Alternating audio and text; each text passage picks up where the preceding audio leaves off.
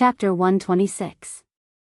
Although Shernyo, Aunt Qin, He Tianshu, and the others were fighting with their lives on the line, some of their attention was focused on the old man in black. Now that they saw the old man fly into the camp, their hearts tightened and their moves became even fiercer. They wanted to quickly retreat and block the old man, but how could their opponents let them do as they wished? They also used all of their strength and attacked even harder. Even Shernyo's opponent, who was at a disadvantage before, quickly changed his moves when he saw the old man attack. His inner strength also became fiercer, causing Shernyo to be flustered and lose the upper hand. For a moment, he couldn't escape. Presumably, this was the old man in black's wishful thinking. The old man in black arrived in front of the tent, but he didn't directly enter. Instead, he slowly walked to the back of the tent, as if he already knew that the people inside had broken through the tent and escaped from the back. O Yen and Xiao Tong, under the cover of a few female disciples, came out of the tent. They had just taken a few steps when they saw the old man stride towards them. They couldn't help but cover their mouths and almost cry out in shock. The female disciple named Chang'e pointed at the tent next to Zhang Xiaohua's and decisively said to O Yen, "Manor Lord, the horse is in the tent in front. You and Xiao Tong go over there. We'll go and block this old thief." After speaking, she waved her hand and the female disciples ran over from O Yan's side. They held long swords and stood between the old man in black and O Yen. O Yen looked at the backs of Chang'e and the others. She opened her mouth to say something, but nothing came out. She only bit her lip and quickly walked towards the tent. When the old man saw Chang'e and the others blocking in front of him, he couldn't help but laugh sinisterly. "You girls want to be mantises trying to stop a chariot? Why don't you throw down your long swords and this old man will let you live? I only want to capture this guy. I'm not interested in the others." Chang'e and the others didn't reply. When they saw the old man walk closer, they pointed their long swords and several people stabbed at the old man from different angles. But unexpectedly, the old man didn't fight back. He just kept walking forward, allowing the swords to pierce his body. Chang'e and the others were delighted, but then they were shocked. The old man must have something to rely on. Could these murderous swords still work? Sure enough, as the old man did not stop, the long sword stabbed into his body. Chang'e and the others felt that they were not stabbing into a person's flesh, but rather, they felt as if they were stabbing into an iron plate. It was hard, and there was a faint ding-dang sound. The long sword immediately bent under everyone's inner strength. The old man was very satisfied with this result. He shook his arms and used his strength to hit the curved long swords. Kacha, a few of the long swords actually broke from the middle. Moreover, the inner strength in the swords was not exhausted and rushed towards the female disciples' arms. The female disciples were all hit by a heavy object and fell backwards. One of them even vomited blood and fell to the ground. After the other disciples fell to the ground, they immediately jumped up. Their faces were pale and they held the broken swords in their hands. They couldn't stand steadily. Chang'e's situation was slightly better. Her long sword was not broken. She only stabilized her body and immediately rushed towards the old man. At this time, the old man was already walking towards O Yen. His back was empty, so he rushed towards Chang'e. Chang'e's long sword stabbed towards the old man. However, with such a big back, Chang'e didn't dare to try again. She only used all the strength in her body and stabbed towards the back of the old man's neck. As early as when Chang'e and the other female disciples blocked the old man in black, Xiao Tong supported O Yen and ran towards the hidden horse tent. However, the rain was still heavy and the ground was already very muddy. The ground by the river was uneven and now it was full of water. How could they see it? They accidentally stepped into a small puddle. When they picked up their feet, they didn't even know where their shoes had gone. But how could they care about that? They just blindly ran forward. Unfortunately, how could two weak women who had never practiced martial arts run far in such a short period of time? O Yan and Xiu Tong were only halfway there when Chang'e's sword stabbed the back of the black-clothed old man's neck. At this time, O Yan's feet sank as if she had stepped into a deep pit. Her right leg sank halfway into the pit, and her body instantly lost balance and fell to the right. Xiu Tong, who was supporting O Yan, was also caught off guard. She used all her strength to pull on O Yan's arm, but not only did she fail to support O Yan, but she also staggered and fell forward. At this time, a cry of surprise came from another tent. Sister O, Sister Xiu Tong. A small figure ran from afar and ran towards O Yan and Xiu Tong, who had fallen to the ground. Wasn't that Zhang Xiaohua who was hiding in the tent? In fact, when he saw O Yan and Xiu Tong come out of the tent, Zhang Xiaohua wanted to run over. But before he could get up, the old man in black used his qinggong. Zhang Xiaohua's martial arts were not good, but his senses were sharp and he quickly stopped. Chang'e and the others attacked the old man in black. Zhang Xiaohua also saw it clearly and his heart turned cold. But when he saw O Yan and Xiu Tong fall, he couldn't hold it in anymore. He shouted and ran out, wanting to support them to prevent them from falling on the muddy ground. However, Zhang Xiaohua didn't know qinggong. Before he could run out of the tent, O Yan and Xiu Tong each fell to the muddy ground with a plop. Their clothes were already soaked and their faces were smeared with black mud. After O Yan fell to the ground, she struggled to stand up. But it seemed that she fell too hard and for a moment, she couldn't get up. Although Xiu Tong was covered in mud, she didn't dare to delay and quickly struggled to stand up. As for the sword-wielding Chang'e, when O Yan stepped into the mud, she circulated the qi in her dantian and injected all her strength into the long sword. Steadily, accurately, and viciously, she stabbed it into the back of the black-clothed elder's neck. The black-clothed elder seemed to have eyes on the back of his head.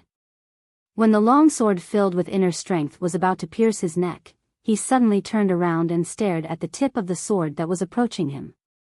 With a ding sound, the long sword stabbed into his palm. It was like stabbing into metal and sparks almost appeared. Then, the black-clothed elder clenched his fist and grasped the tip of the long sword in his hand. With a little bit of strength, he broke the tip of the sword with a kacha sound. Then, he waved his hand and the tip of the sword shot towards Chang'e's chest like an arrow. Chang'e was shocked and quickly swung her sword to block it.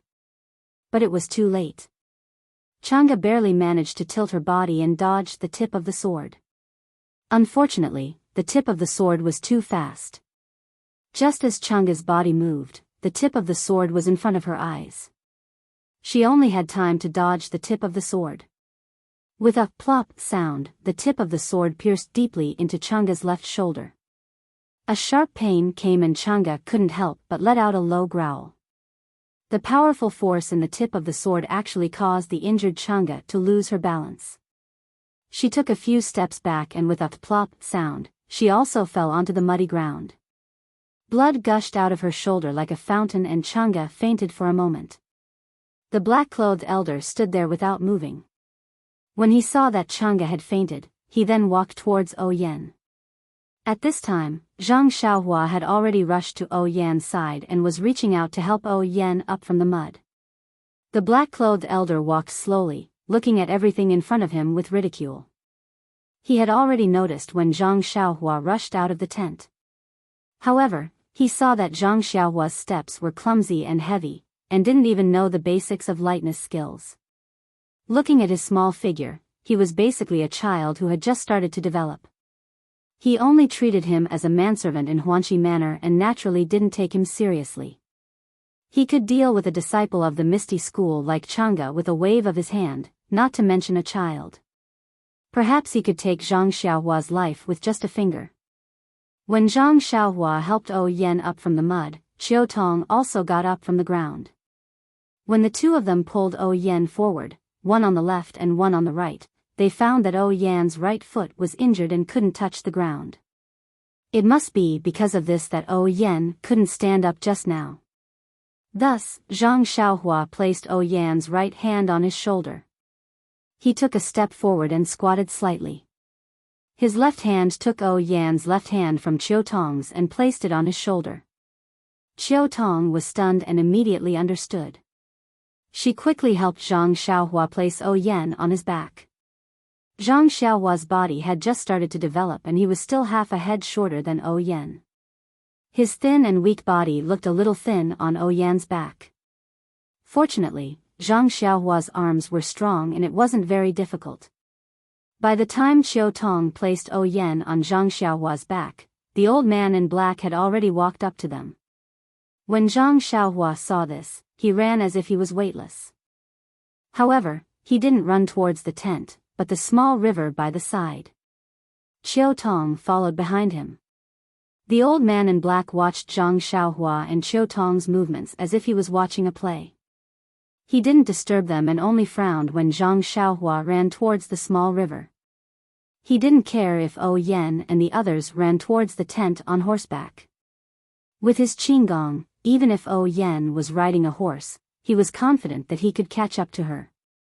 However, in the current river, due to the rising water level, the river bed was faster and the water was more turbulent.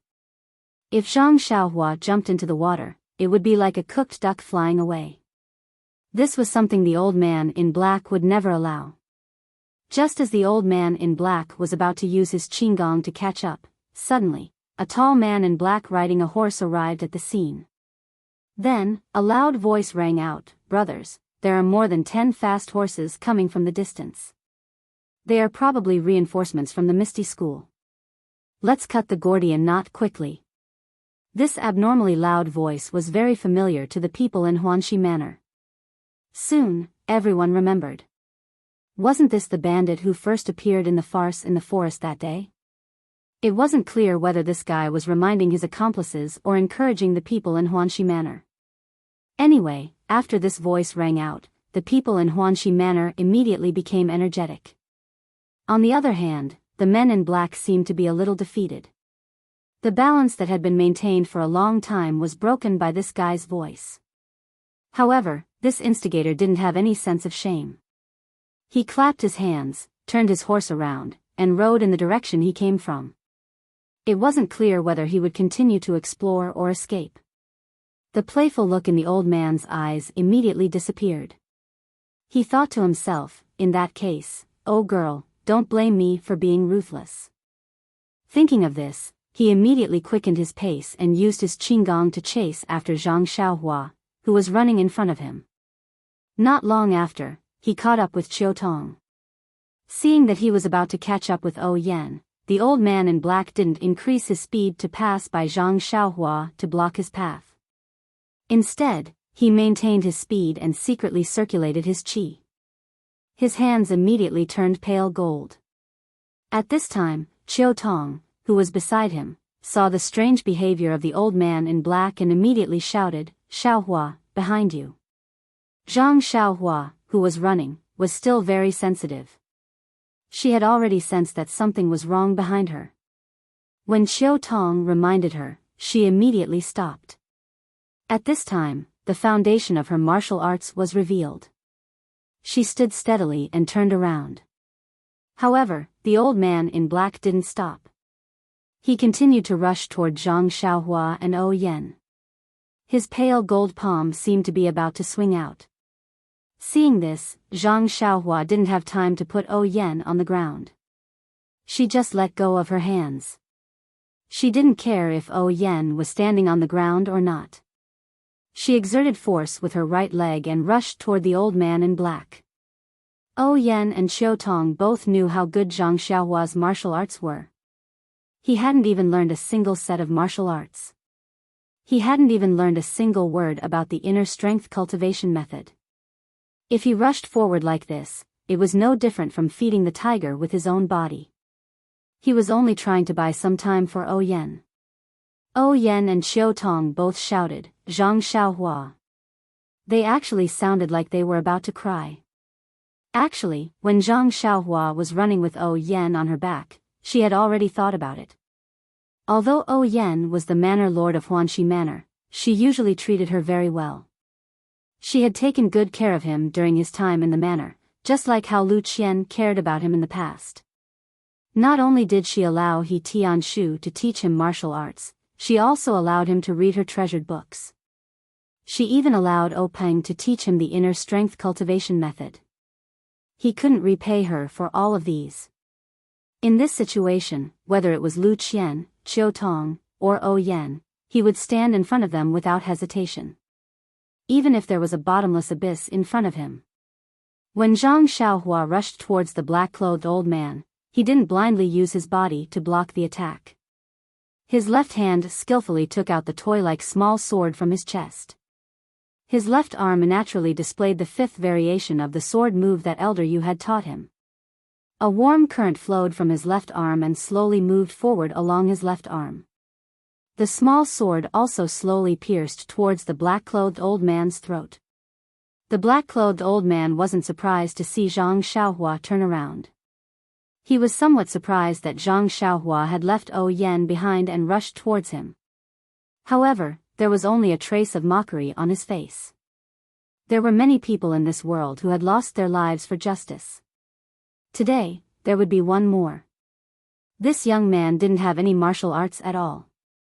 Against him, it was tantamount to a moth flying into a flame. When he saw Zhang Xiaohua take out a toy from his chest, the smile in his eyes became even brighter. How could this kind of child's toy hurt him? He originally wanted to ignore it and let it stab into his body. How could his iron cloth skill, which he had painstakingly trained for decades, be weak? However, he saw this young man stab his sword very steadily. Although the sword was very slow, the angle and timing were very good. The direction of the sword was also his throat. For the sake of caution, the black-clothed old man still raised his left hand and blocked in front of his throat. He was prepared to snatch Zhang Xiaohua's toy just like he had grabbed Chang'e's long sword.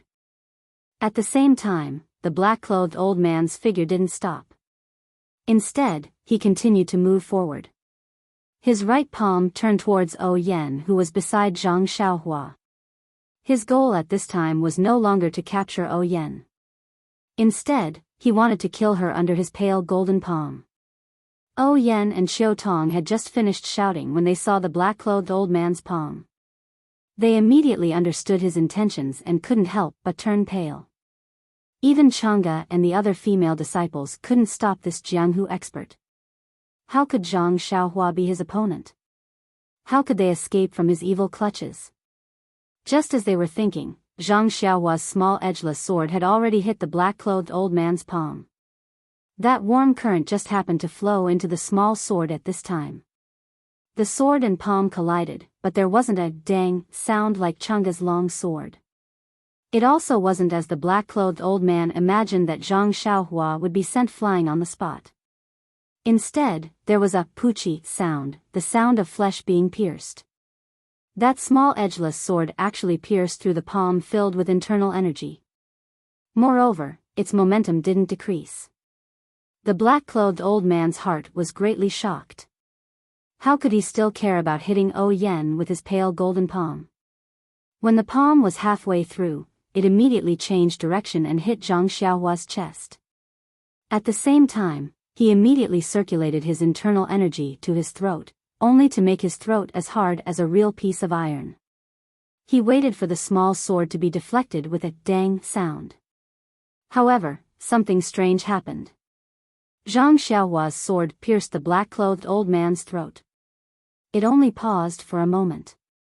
Immediately, like piercing through tofu, there wasn't the slightest bit of resistance as it entered the black-clothed old man's throat. The black-clothed old man was horrified as if he had seen a ghost. His eyes widened and his mouth opened. He couldn't say anything. At this time, his right palm had already struck Zhang Xiaohua's chest.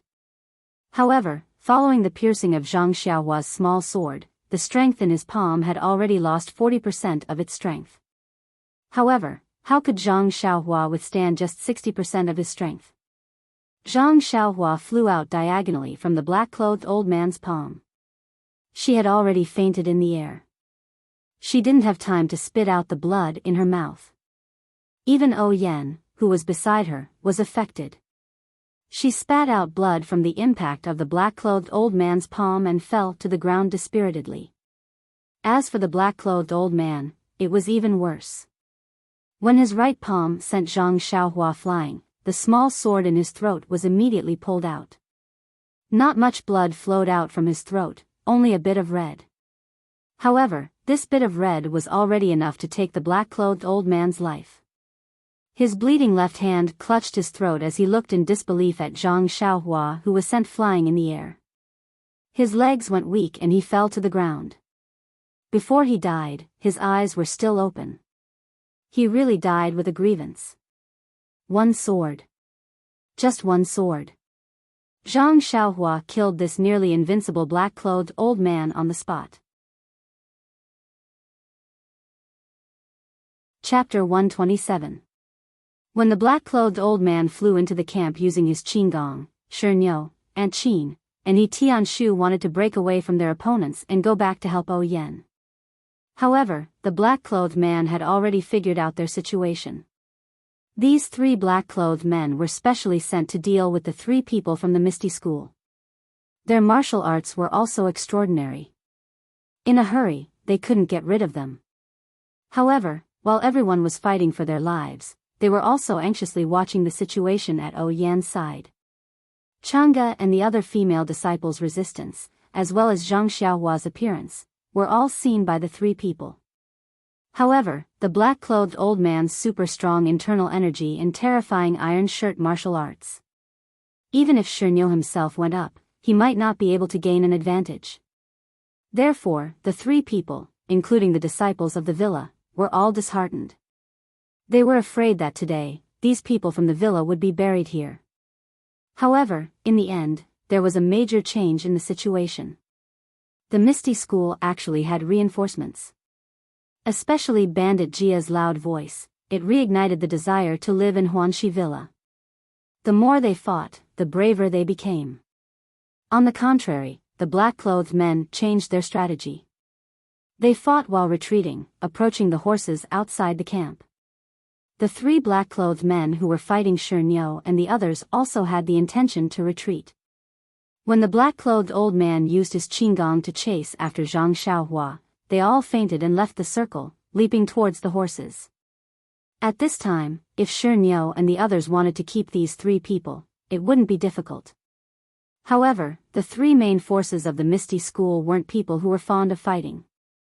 Their mission was to protect Oyen. Seeing their opponents retreat, they didn't chase after them and immediately used their qinggong to fly towards the black-clothed old man. In their minds, the black-clothed old man didn't immediately make a move at first. Instead, he used his qinggong to exhaust their fighting strength. His goal was to capture Oyen alive. Although they were far away from Oyen and definitely wouldn't be able to save her in time, if the 3 of them attacked the black-clothed old man together, they might be able to take Oyen back.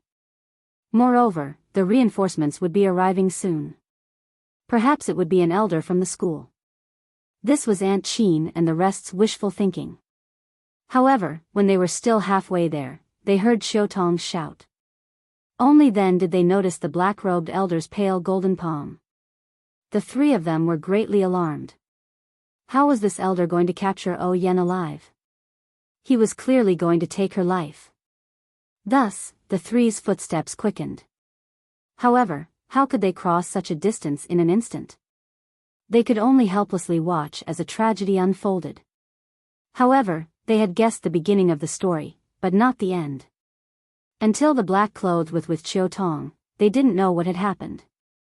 They didn't know what had happened. They didn't understand. But they didn't know, they worse, with O. By the time the 3 arrived at the scene, everything was over. Aunt Qin rushed forward to check on Oyen's injuries with Xiutong. Shernyo carefully walked in front of the black-clothed old man. He looked at his corpse from afar to confirm whether he was really dead. He Tianshu, on the other hand, looked in the direction Zhang Xiaohua had been sent flying to find Zhang Xiaohua. At this time, the group of black-clothed men who were still alive had already returned to their horses. They all mounted their horses. The people from Huanxi Manor didn't chase after them. They only held their weapons and stood in front of the campsite. The rain continued to fall. The sound of the rain couldn't cover the sound of horse hooves approaching. The three leaders who disguised themselves as robbers had all seen the black-clothed old man die. Although they didn't know what had happened, it was a fact that he was dead. It was very unrealistic for them to take Yan's life with just the few of them, not to mention the Misty School's reinforcements that were about to arrive. Thus, the first leader thought for a moment. He waved his hand and gestured. He took the lead and galloped in another direction. The remaining black-clothed men ignored the corpses in the campsite and followed him. The people who were standing outside the campsite with swords and sabers couldn't help but cheer when they saw the black-clothed men leave. There were even a few people who relaxed and fell to the ground, throwing their swords and sabers to the side.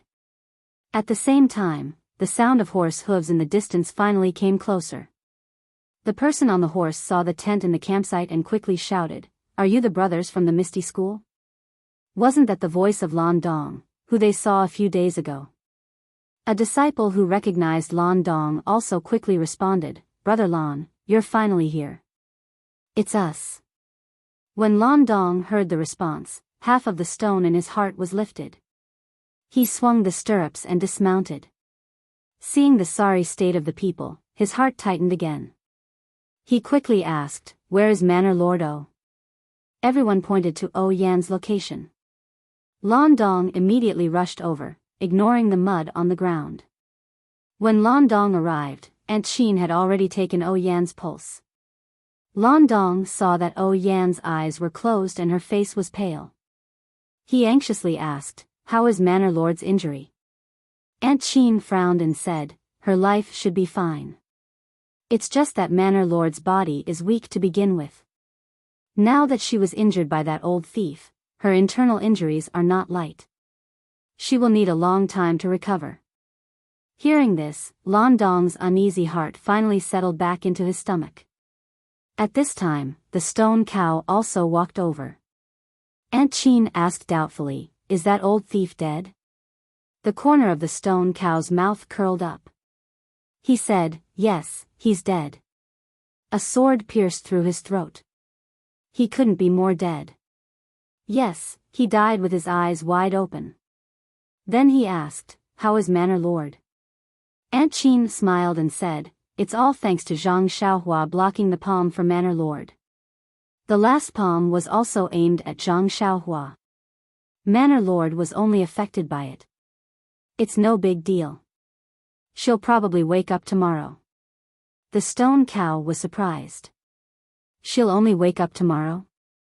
This isn't serious. Aunt Chin said, "Isn't this much better than what we expected?" The stone cow also nodded and said, "That's right.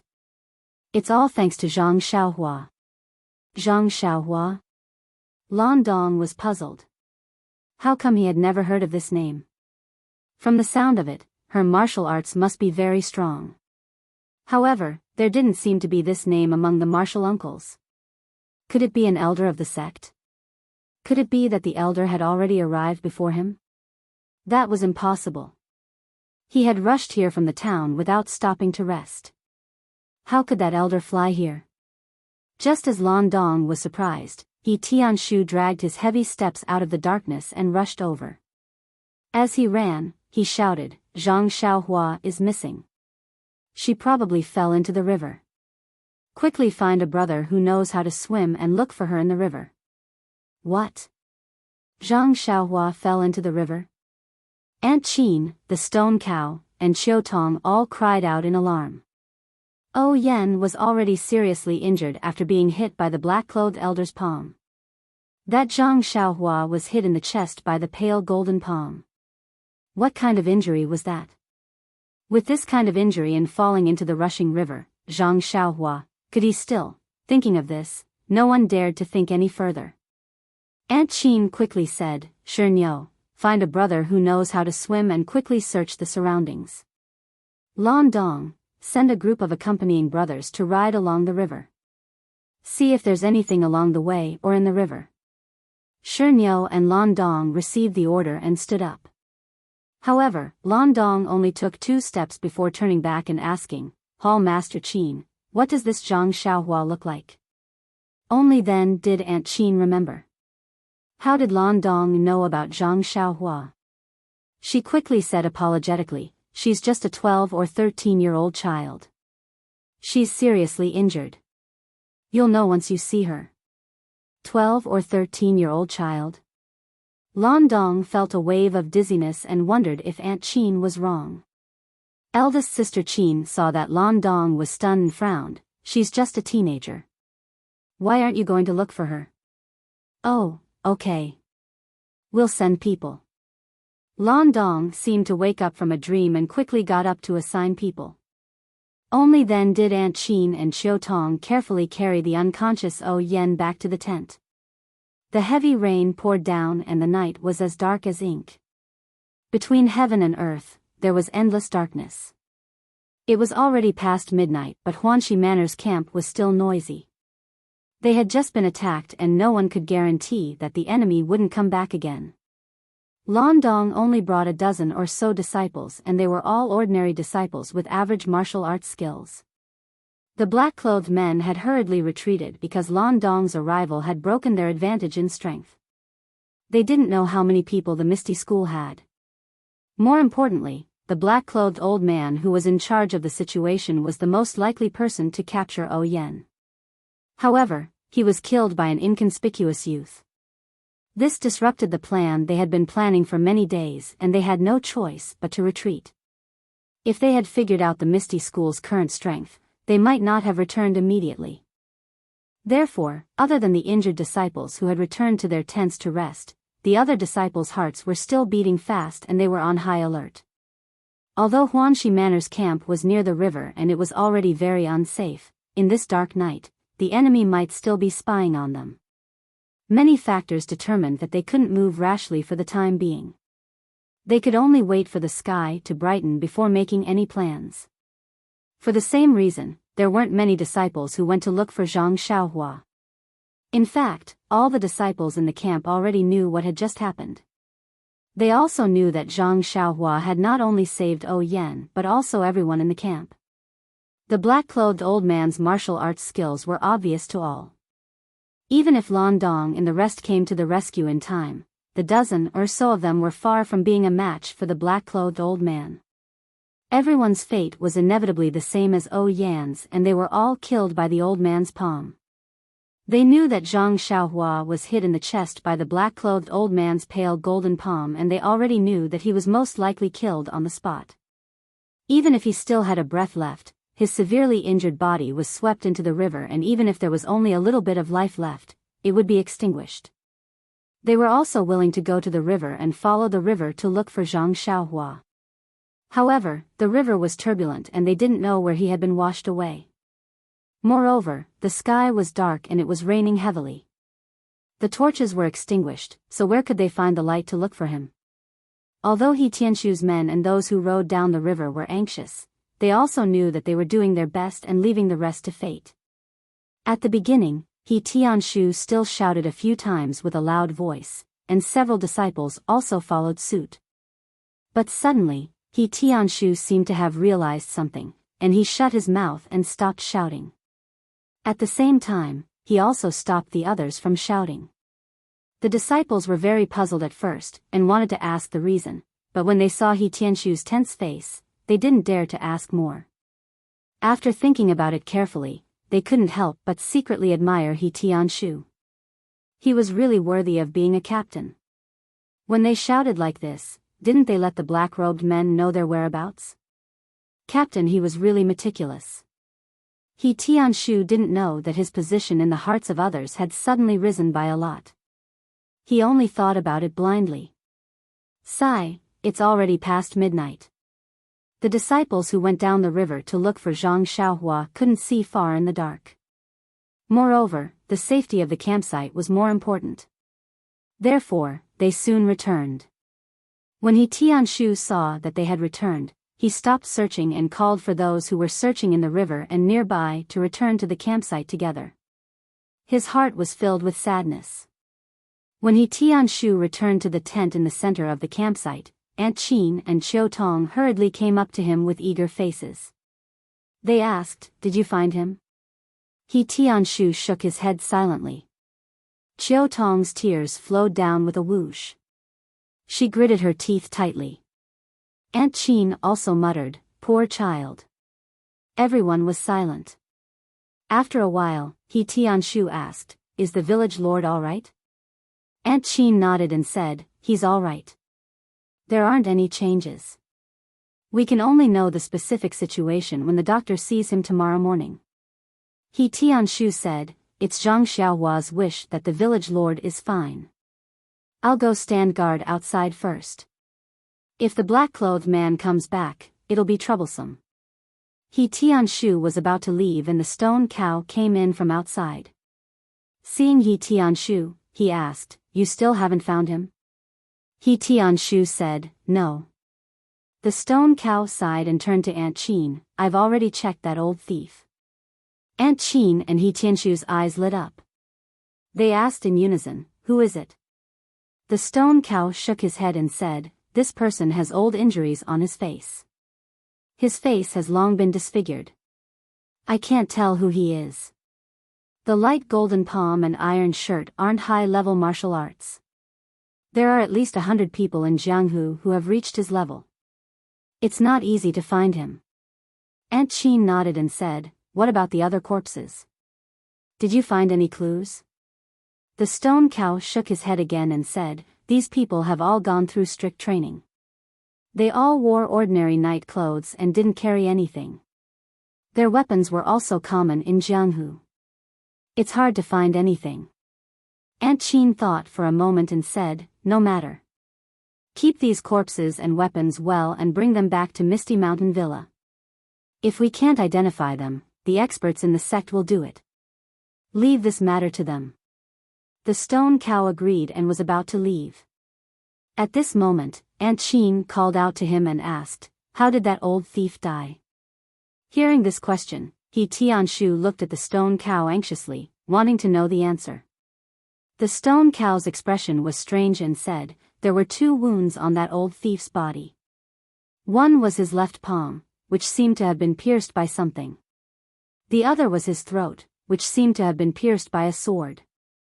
I don't know how Zhang Xiaohua did it. At that time, the sky was dark and I couldn't see clearly. What about you?" Aunt Qin shook her head. What a joke. The sky was so dark and it was raining. Although one could see things in the dark when one's internal energy was strong, she hadn't reached that level yet. When the stone cow heard this, he smiled bitterly and said, "Then it can only be a mystery. This Zhang Xiaohua probably didn't have much luck." Alas, this fellow was frank and outspoken. His words made everyone feel sad.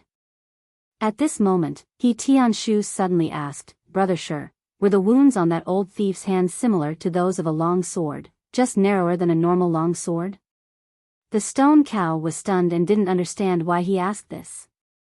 He nodded and said, "Yes." He Tianshu's eyes lit up and asked again, "Then, were the wounds on his throat also smaller than those of a normal long sword?" The stone cow seemed to understand this point and said, "Yes, Brother He, you're right." "Then what kind of weapon did these old thieves use to kill them?" He Tianshu smiled bitterly and told them about the toy sword that Zhang Xiaohua was given to him when he bought the long sword. It was fine if he didn't talk about it, but after he talked about it, everyone was even more confused. That toy sword had no tip, so how could it pierce through the old man's throat? How could it pierce through the old man's palm? Don't forget, the old man practiced the light golden palm and the iron shirt. Even the sword of a female disciple like Chang'e couldn't pierce through the old man's body. How did Zhang Xiaohua do it? This was really a mystery. The sky finally brightened, but the rain didn't show any signs of stopping. Under the watchful eyes of the Misty School's disciples, the black-clothed man didn't return. Everyone couldn't help but let out a sigh of relief. That unbearable and unforgettable night was finally over. Oh Yen was still unconscious, but judging from her pulse, it was still very stable. This was considered a blessing in disguise. Since the village head was unconscious, Aunt Qin was naturally in charge of everything. They couldn't stay in this campsite any longer, and with Oh Yan's condition, it was probably impossible for them to go south. Moreover, there were still unknown black-clothed men hiding nearby. Even if Yan was fine, Peng, who was far away in Pingyang City, would definitely not agree to let Yan go there again. Hence, when the sky was slightly brighter, Aunt Chin gave the order to pack up the campsite and return quickly. Naturally, they couldn't take the old route on the way back. Aunt Chin followed Lan Dong's instructions and went on the nearby official road. She redrew the route back to Pingyang City. She would rather take a long detour than take the small roads. She would rather travel slowly and stay in a town for the night. Furthermore, Lan Dong quickly reported the robbery to the higher-ups and requested for more people to come and assist them. When Yan woke up, it was already afternoon. The first thing she did when she woke up was to ask about Zhang Xiaohua's situation. After listening to Aunt Chin's explanation, she felt dejected. Everyone's decision wasn't wrong, and it wasn't realistic to send people to look for him now. It would be better to wait until they met up with the people from the Misty School. As for Aunt Chin's decision to return to Pingyang City, Yan didn't have much objection. Peng originally didn't agree to her coming out this time. She had coaxed and pestered him to let her go. She thought that she was just a village head and didn't have any grudges in the pugilistic world.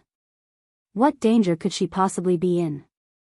However, the cruel reality told her that humans were harmless, but tigers hurt people. Anyone who survived in the pugilistic world couldn't forget this cruel rule at any time. However, no matter how hard Yan racked her brains, she couldn't remember who exactly she had offended. Please add it to your collection, thank you. Chapter 128. Yan's caravan traveled for a few more days. Although the sex elders hadn't arrived yet, elite disciples from the Lotus Escort Agency and Misty School's strongholds in the surrounding towns had arrived. Yan's safety could be considered guaranteed. After that, Aunt Chin issued an order for the nearby sex disciples to follow the river and search for Zhang Xiaohua's body. There would be a great reward if they found it. Thus, other than the disciples who had a mission, everyone else followed the river to search. However, until the seventh day, when Li Jian, Li Laoer, Lu Qingyang, and Lu Laowu rushed over from Pingyang City and received Yan's carriage, there was still no news from Zhang Xiaohua. Was Zhang Xiaohua dead? Or alive? On that day, that night, and that moment, Zhang Xiaohua was struck in the chest by the black-clothed elder and immediately fainted. Her body was sent flying and fell diagonally towards the river.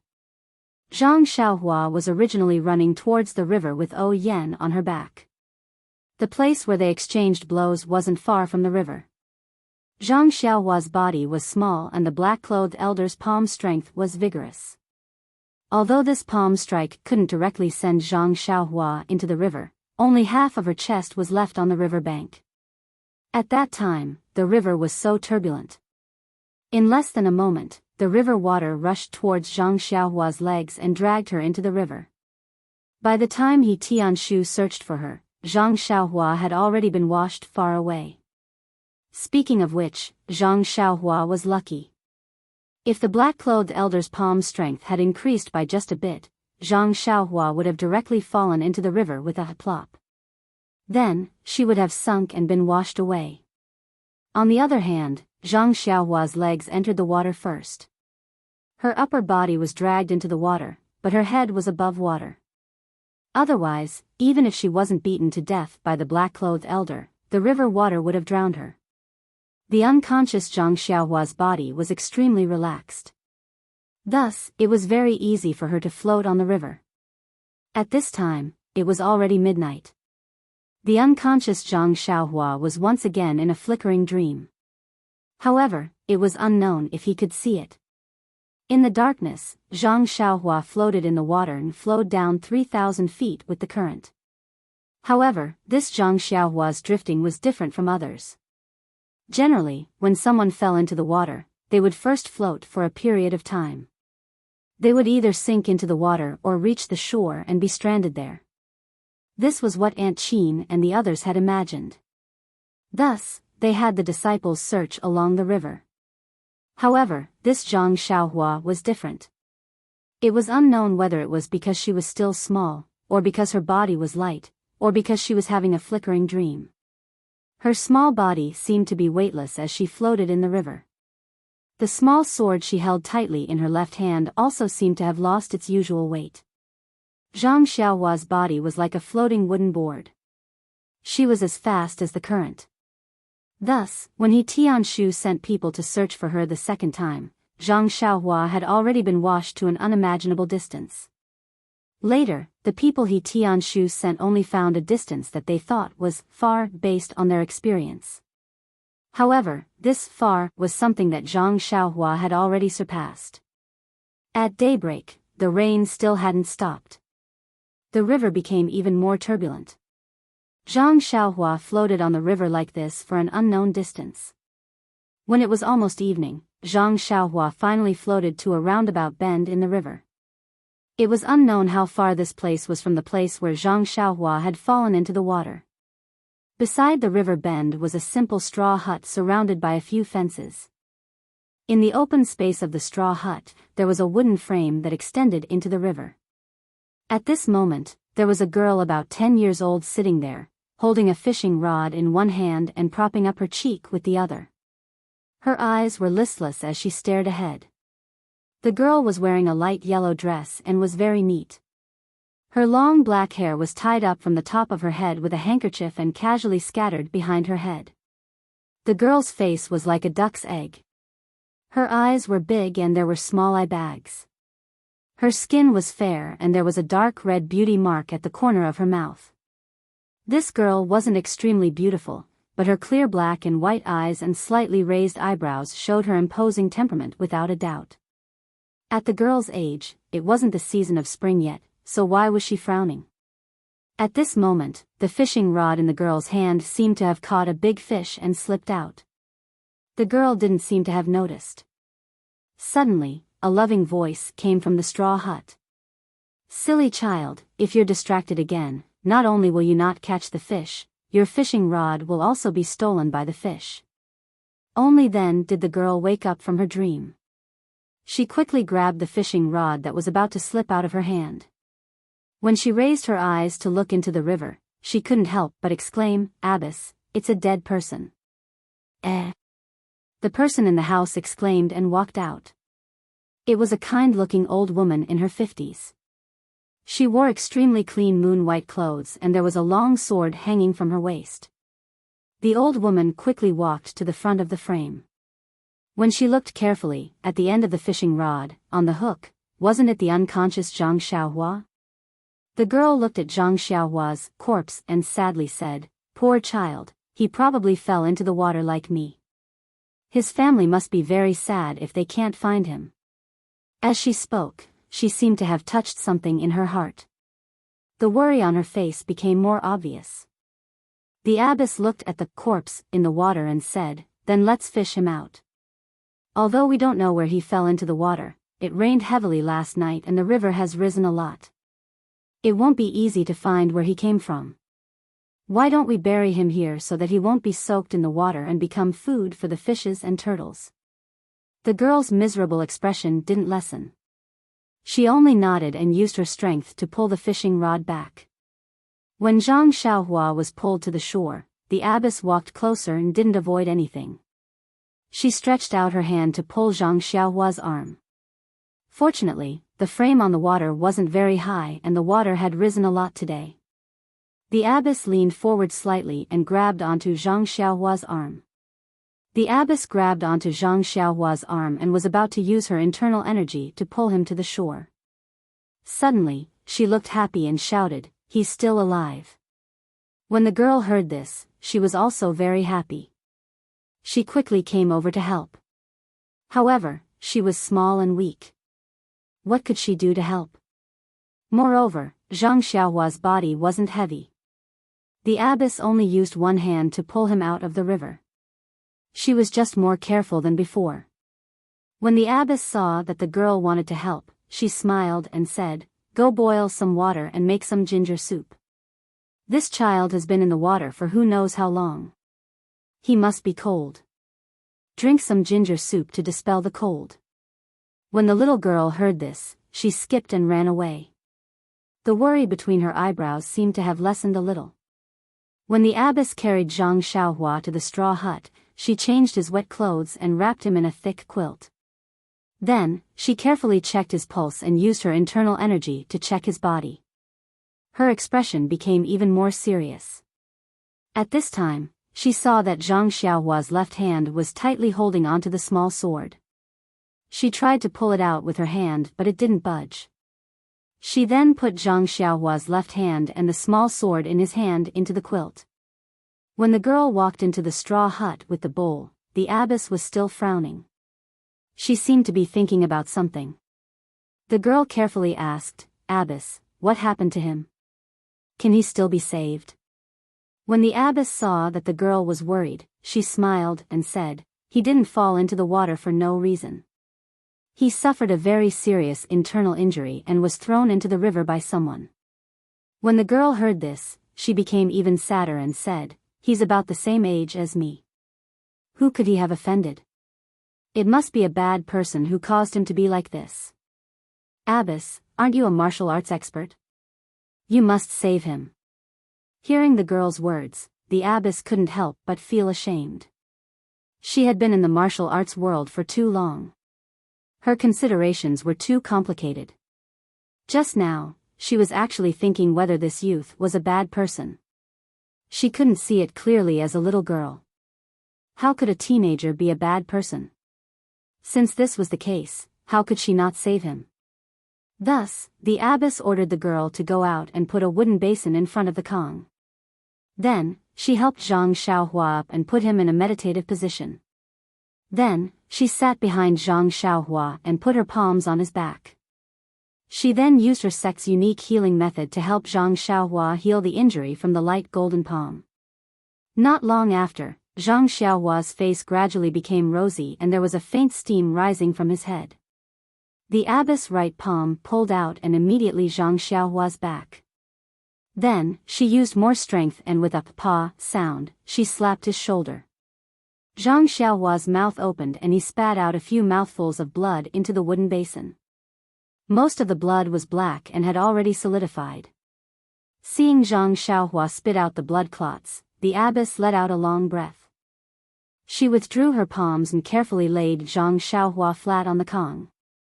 At this time, Zhang Xiaohua's face was slightly rosy and his breathing was also slightly stable.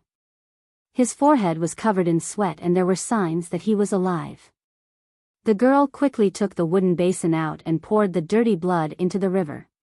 When she returned to the house, she carefully asked, "Abbess, is he cured just like that?" The abbess smiled and said, "How can it be that simple?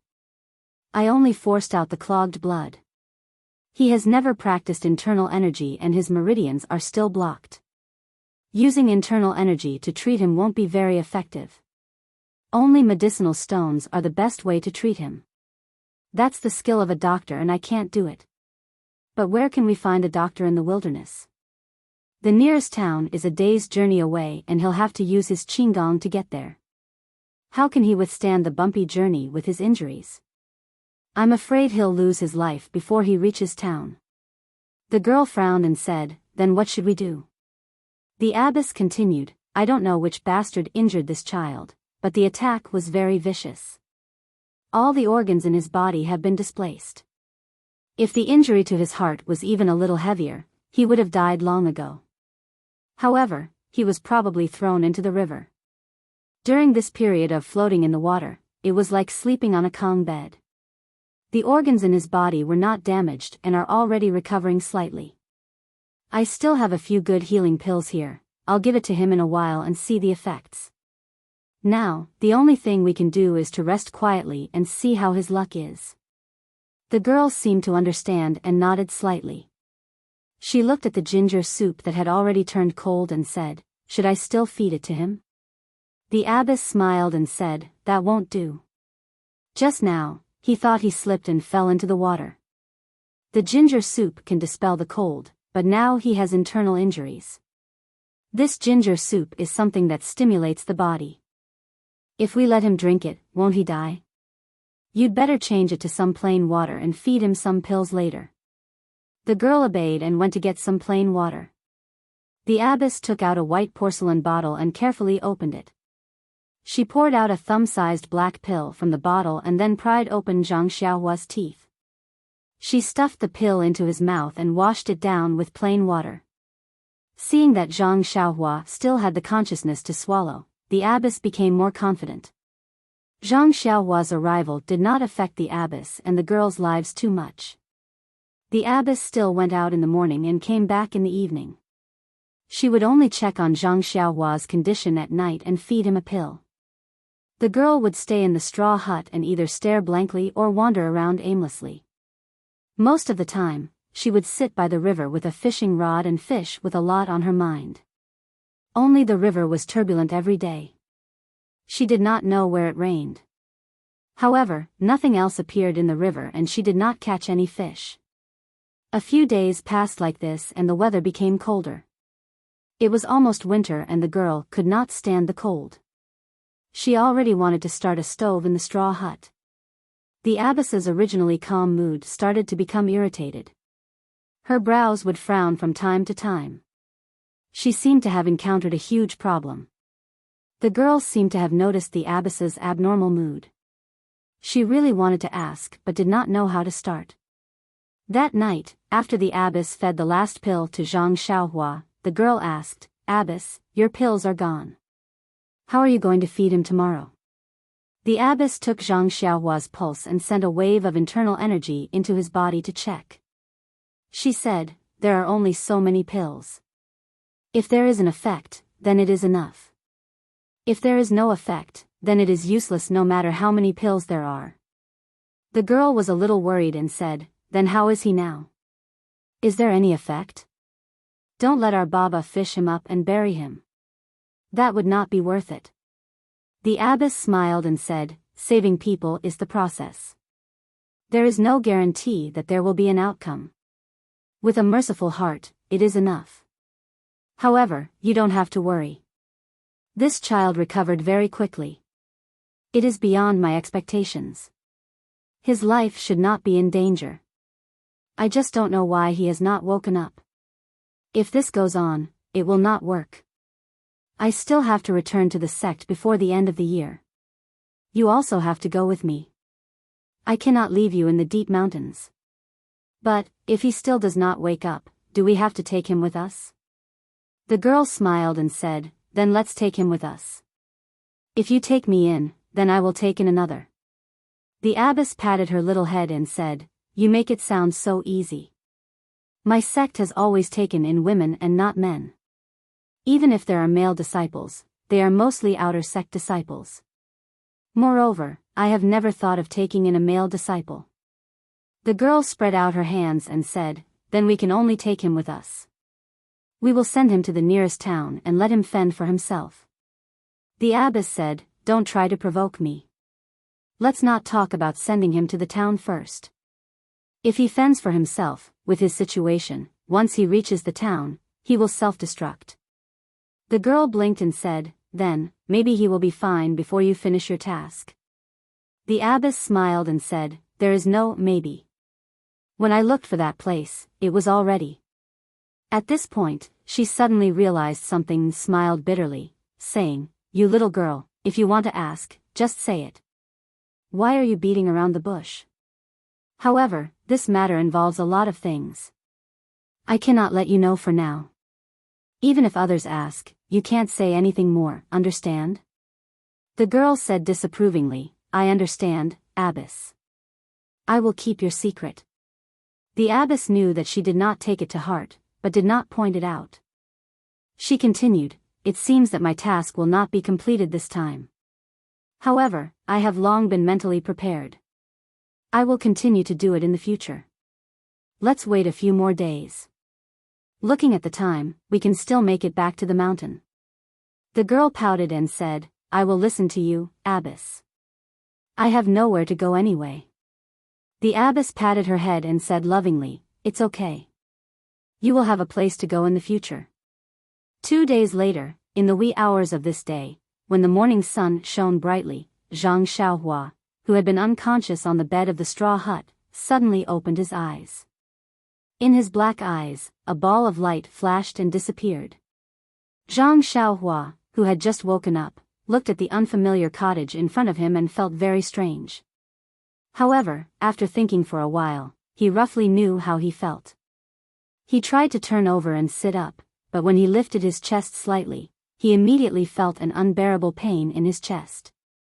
He could not help but groan and lie back down on the bed. Thus, he turned his head and looked around.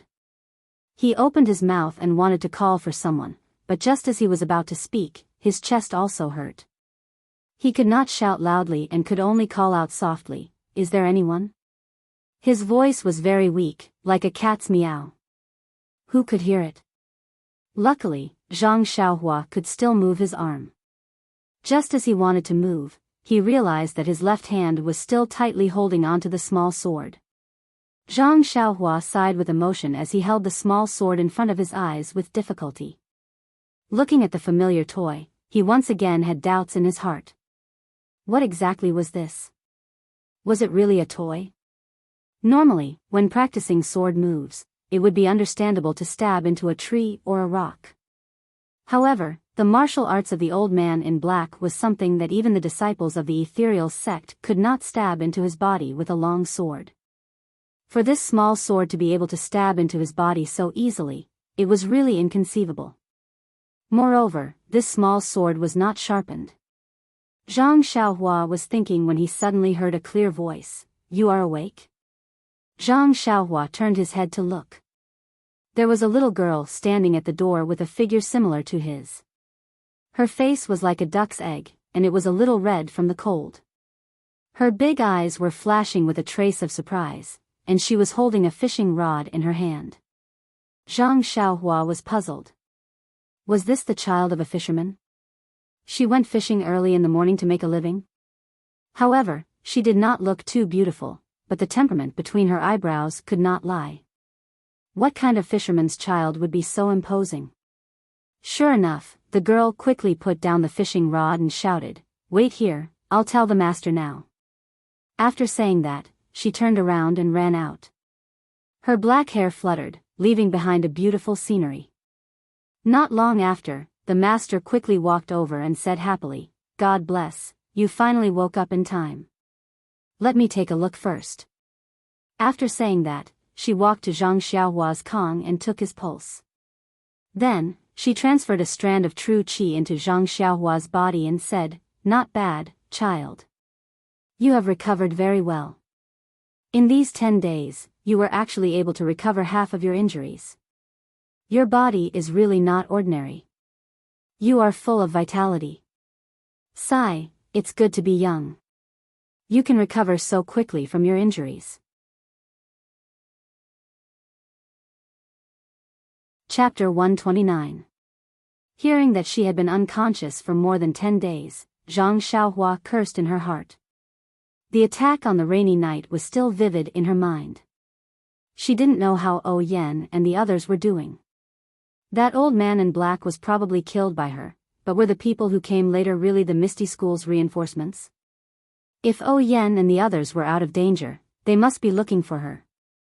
More than 10 days had passed, who knew where they had found her? She wanted to ask the mistress where she was, but she didn't even know where she had fallen into the water. She also didn't know how far she had drifted along the river. What was the point of asking? Thus, Zhang Xiaohua could only force herself to stay awake. She looked at the mistress and said softly, "Thank you, mistress, for saving my life." The mistress touched her forehead and said with a smile, "This child is really sensible. If you want to talk about saving your life, you have to thank this girl first. If it wasn't for her fishing you out, who knows where you would be drifting now?" "Fishing me out?" Zhang Xiaohua was stunned. She immediately remembered that she saw the little girl holding the fishing rod and immediately understood. She looked at the little girl beside her with gratitude and said softly, "Then I still have to thank Miss for saving my life." The little girl smiled faintly and said, "You're welcome. I only saw you. Fishing you out and feeding you medicine were all due to the mistress. I don't dare to take the credit." Zhang Xiaohua thought for a moment and said, "No matter what, I still have to thank the mistress and miss for their kindness. The mistress saw that Zhang Xiaohua was a bit tired and said, all right, since you're awake, take your time to recuperate. We can talk about these things later. Sleep for a while first. When Zhang Xiaohua heard this, he nodded his head slightly. He had only said a few words when he felt that his body was drained of energy. He just wanted to sleep. When he heard the abbess's instructions, he quietly closed his eyes and fell asleep not long after. When Zhang Xiaohua woke up again, it was already evening. With the little girl's help, Zhang Xiaohua struggled to eat something. Only then did she regain some energy. Not long after, the mistress also returned. Seeing that Zhang Xiaohua had woken up and was in good spirits, she was also full of joy. The mistress helped Zhang Xiaohua sit up and put the quilt behind his back. Then she put him on the quilt and the three of them began to talk. Naturally, the mistress asked about Zhang Xiaohua's origin. Zhang Xiaohua thought for a moment and said, Mistress, my name is Zhang Xiaohua. I work in a Chinese medicine field in a mountain villa. This time, I went to the south with the owner of the villa to do something. On the way, we were attacked by bandits at night. I was beaten by an old man in black and fell into the river. As for the exact location of the villa and the owner's name, when I left the villa, someone specially told me not to reveal my whereabouts. I don't know their exact whereabouts now, but I think it's best to keep my promise and not tell you. What do you think? In fact, the mistress didn't mean to get to the bottom of it. She was just asking. Seeing that Zhang Xiaohua kept his promise, she was happy in her heart. She had been in the Jianghu for so many years, and it was rare to see such a simple child. Of course, the mistress didn't mean to make things difficult for Zhang Xiaohua. Just as the mistress was about to speak, the little girl next to her laughed out loud and said, Xiaohua, your name sounds nice. Why does it sound like a girl's name? Xiaohua, Xiaohua, it reminds me of the little white flower on the top of the mountain. This was the second time that Zhang Xiaohua heard others say that his name was funny. However, seeing the little girl's flower-like smile, he didn't have any bad feelings. He only said weakly, I don't think there's anything wrong with the name my parents gave me. Then, what's your name? This was a very ordinary sentence, but in the little girl's ears, it was like a thunderbolt. The little girl's face turned pale. She bit her lips and held back her tears. Under the mistress's pitiful gaze, she said, I don't know what my name is. I seem to have forgotten everything, but at the same time, I remember everything. But I just can't remember. My previous life seemed to be a dream. I can't explain it clearly. The mistress sighed and said, I met her some time ago in the barren mountains. At that time, she was also unconscious. When she woke up, she had forgotten everything. She didn't even know her name. Zhang Xiaohua smiled and said, Mistress is really a good person. You saved me and this little girl in a row. Your merit is boundless. That's right, little girl. Since you were in a dream before, now that you've woken up, you have a new life. You should be happy. If you don't have a name, you can give it a new one. I think no matter if it's in a dream or not, you only need to keep your true self. How about I call you Meng? When the little girl heard this, her eyes lit up. She smiled and said, Meng, that's right. All living things are dreams. I'm no exception. From now on, I'll be called Meng. Hee, thank you, Zhang Xiaohua. The mistress clapped her hands and said, that's right. Zhang Xiaohua, you look like a scholar. How come you're a farmer? Zhang Xiaohua said embarrassedly, my family was poor since I was young. When I was young, I wasn't smart. My father didn't let me study much. During this time, I read a lot of books, so I know some things. Little Meng saved me, so giving me a name can be considered as forming a good karma. Then, Zhang Xiaohua said embarrassedly, I still haven't asked for Shirtai's name. I'll remember it in my heart and repay you in the future. The Shirtai said with a smile, actually, you're not a person of Jianghu, so there's no harm in me telling you. However, for some reason, you only need to remember that my name is Jing Xian.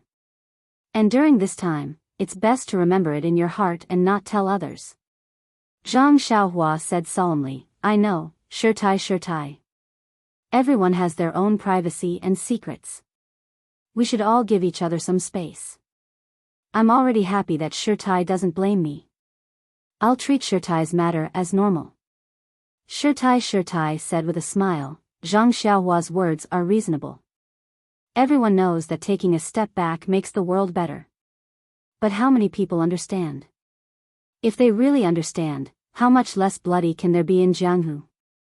It's a pity that Jianghu is a place where fists matter. When your fists are hard, you'll have reason and won't care about other people's privacy and secrets. Zhang Xiaohua, I hope that when you grow up in the future, you can remember what you said today and do what you said. Zhang Xiaohua bowed and said, I know, Shirtai. I'll try my best to do it. The three of them talked for a while. Shirtai saw that Zhang Xiaohua was tired, so she let him rest and pulled Xiaoming out. In the next few days, Shirtai still went out early and came back late. Zhang Xiaohua's injury also recovered rapidly. Shirtai was very surprised by this situation. She had personally checked Zhang Xiaohua's injury. It was serious and abnormal. According to her idea, it would take at least a few months of rest. So she had been thinking about how to deal with this matter. Now it seemed that Zhang Xiaohua's recovery in these 10 days was comparable to others' recovery in 1 or 2 months. Was it really because her pill was effective, or was it because Zhang Xiaohua was young and easy to recover? Looking at Shirtai's surprised eyes, Zhang Xiaohua also thought of her elder brother's injury that day. Didn't Zhang Xiaolong's internal injury recover very quickly last year? At that time, everyone thought that it was because of the spring water at home. She had been out for almost a year and had not drunk the spring water for a long time. Was it because she had drunk the spring water before? The spring water could cure internal injuries. This kind of thing was just thinking about. If she said it out loud, she would be said to have a brain problem for no reason. So Zhang Xiaohua could only keep her mouth shut. In fact, the reason why Zhang Xiaohua had been in a coma for more than 10 days was naturally because her body had automatically healed her injury. The longer she was in a coma, the better the recovery. Now that she had woken up, her injury was of course recovering rapidly. Zhang Xiaohua did not know this, and neither did Shirtai. However, it did not matter whether she knew or not. After all, Zhang Xiaohua was getting better day by day. On this day, Zhang Xiaohua and Xiaoming were still in the cottage. Zhang Xiaohua could already walk on the ground. She slowly moved to the door of the cottage. Outside the door was the warm sunshine, which made Zhang Xiaohua feel warm. Xiaoming did not go fishing. She threw the fishing rod aside and also sat down barefoot. She asked Zhang Xiaohua, Brother Xiaohua, where is your home? Who is in your family? Can you tell me? I will definitely keep it a secret for you. I won't tell anyone. Zhang Xiaohua looked at Xiaoming's face in the sunshine and smiled. She said, this, you can tell me. There is no need to keep it a secret. My family lives in Guizhuang House, a small village in Lu Town. However, don't ask me where Lu Town is. I have never seen a map, so I can't tell you clearly. My family now has my father and mother, as well as my elder brother and sister-in-law. Second brother and I came out to make a living. I used to have a grandmother who was very good to me. She just passed away last year. Speaking of his grandmother, Zhang Xiaohua thought of many things again. Therefore, he told Xiaoming about how he started to open up wasteland last year, dug wells, went to the market during the new year, met bullies, and saved Lu Qian. In the end, he talked about how his elder brother met the bandits in Shitsui Mountain when he married, and how his grandmother passed away at his elder brother's wedding. He talked for a whole morning. In the end, not only did Zhang Xiaohua cry sadly, but even Xiaoming also cried. She was sad for the experience of Zhang Xiaohua's family and the death of Zhang Xiaohua's beloved grandmother. Xiaoming looked at Zhang Xiaohua enviously and said, Brother Xiaohua, you have a harmonious and loving family. I really envy you. I don't know where my home is, and I don't know where to find it. Zhang Xiaohua comforted her and said, everyone has a home, and so do you. Maybe you don't know where to find it now, but it doesn't mean that you don't have a home. I believe that you will be able to find your home in the future, your father and mother. Moreover, Shirtai is very good to you now. She loves you as much as her mother. Xiaomeng said with a smile, Xiaohua, you are right. I must have a home, and like you, I must have a lot of family stories. My family is also very loving. When I remember or find it, I will tell you, okay? Zhang Xiaohua smiled and said, no problem, Xiaomeng. I believe I will wait until the day you tell me. Moreover, if there is a chance in the future, I am very willing to invite you to our Guizhuang house. My father, mother, elder brother and sister-in-law will all like you very much. Xiaomeng also smiled. Her smile was like a flower, and in an instant, the slightly cold shell just now faded away. Perhaps, this was the true temperament of a teenage girl. At this moment, Xiaomeng only wanted to stretch out her small hand and make a pinky promise with the youth who was still recuperating. But when her small hand was halfway out, she thought that this was just a young game. Perhaps it was not suitable for her to do so at this age. A blush appeared on her face, and she quickly withdrew her small hand. The youth in front of her looked extremely ordinary, and his face was pale because of his illness. However, he was the first playmate in her memory. Although this playmate was most likely lying on the bed, the home he mentioned gave Xiaomeng perfect expectations. Therefore, Zhang Xiaohua's home, Zhang Xiaohua's people, and Zhang Xiaohua's things all left a very deep impression on Xiaomeng. Shirtai gave her the care of an elder, while Zhang Xiaohua gave her the joy of a companion. This, perhaps, was called fate? The sun was shining brightly, and the river was gurgling. On this endless continent, there might be stories of joys and sorrows happening every day. However, at this time, it belonged to the boys and girls beside the cottage. Only with support and trust would there be hope and a future. That night, Shirtai came back very late. He also looked extremely tired. However, Zhang Xiaohua and Xiaomeng had never been nosy people, so they did not ask much. The next day, Shirtai did not go out, which was unusual. Instead, he called Zhang Xiaohua and Xiaomeng to the cottage. Zhang Xiaohua had a premonition. As expected, Shirtai first checked Zhang Xiaohua's injuries, and then said, Zhang Xiaohua, your injuries have stabilized. There are no major problems. In the future, you just need to rest. Zhang Xiaohua hurriedly bowed and said, this is all thanks to you, Shirtai. Thank you so much.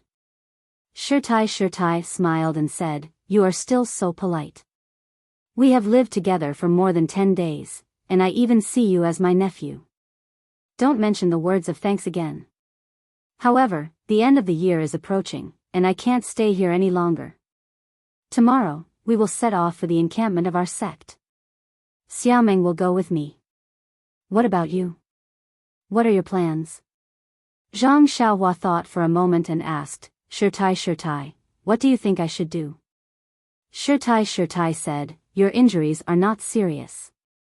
You can barely go with us. There may be changes on the way, but with me, it won't be too serious. I can put you in the nearest town, and then you can make your own plans. You can find a way back, or you can recuperate in the town. Zhang Xiaohua asked again, then, Shirtai, I want to ask again. Xiaomeng, what are your plans? Shirtai smiled and said, as for Xiaomeng, I plan to take her back to the sect first. Her aptitude is average, and she is old. Although it is not suitable for her to practice martial arts, it is not difficult for me to take her in with my status. Let's not talk about practicing any peerless martial arts. As long as she can protect herself and live a stable life in the future, it will be enough. Xiaomeng had been worried about her future, but she was indifferent and sometimes was too lazy to ask. This time, When she saw Zhang Xiaohua asking for her and Shirtai thinking for her so thoroughly, her eyes could not help but turn red. She walked to the Shirtai, pulled her sleeve, and said, Shirtai, thank you.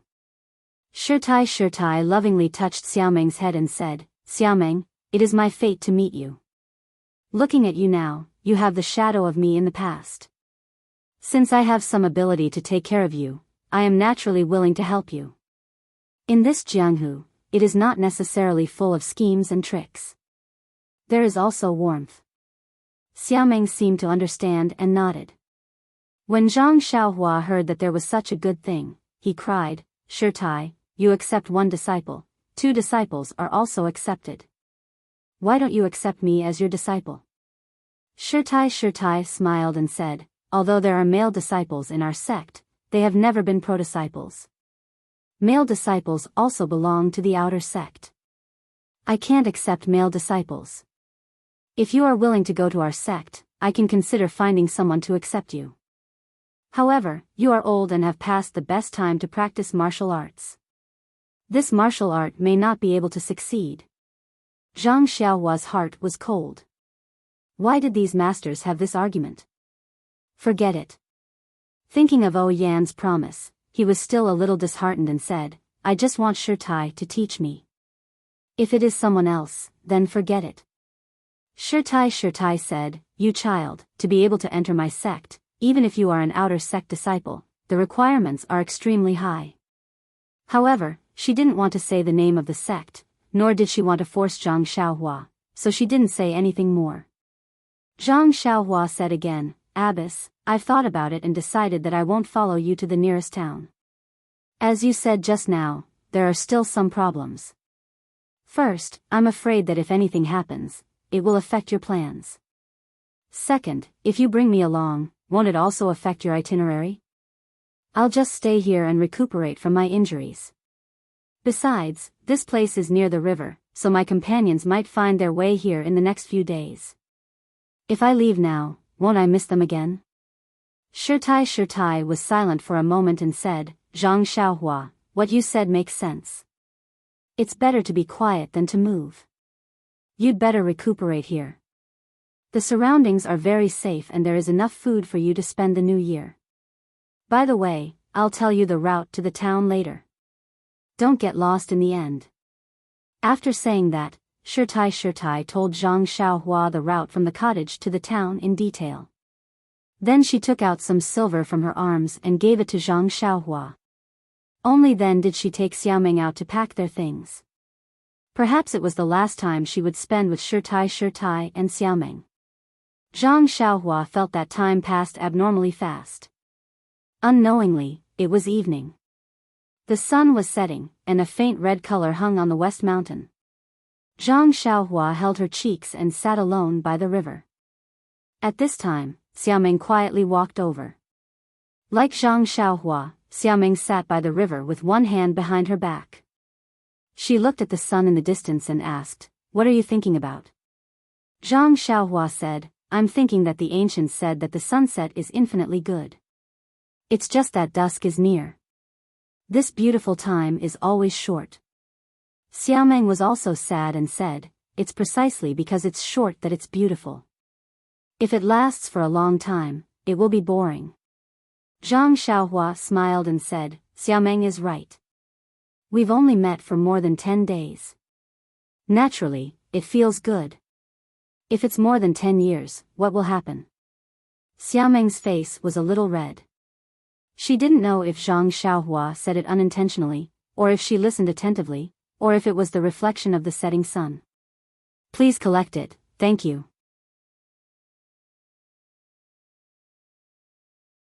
Chapter 130.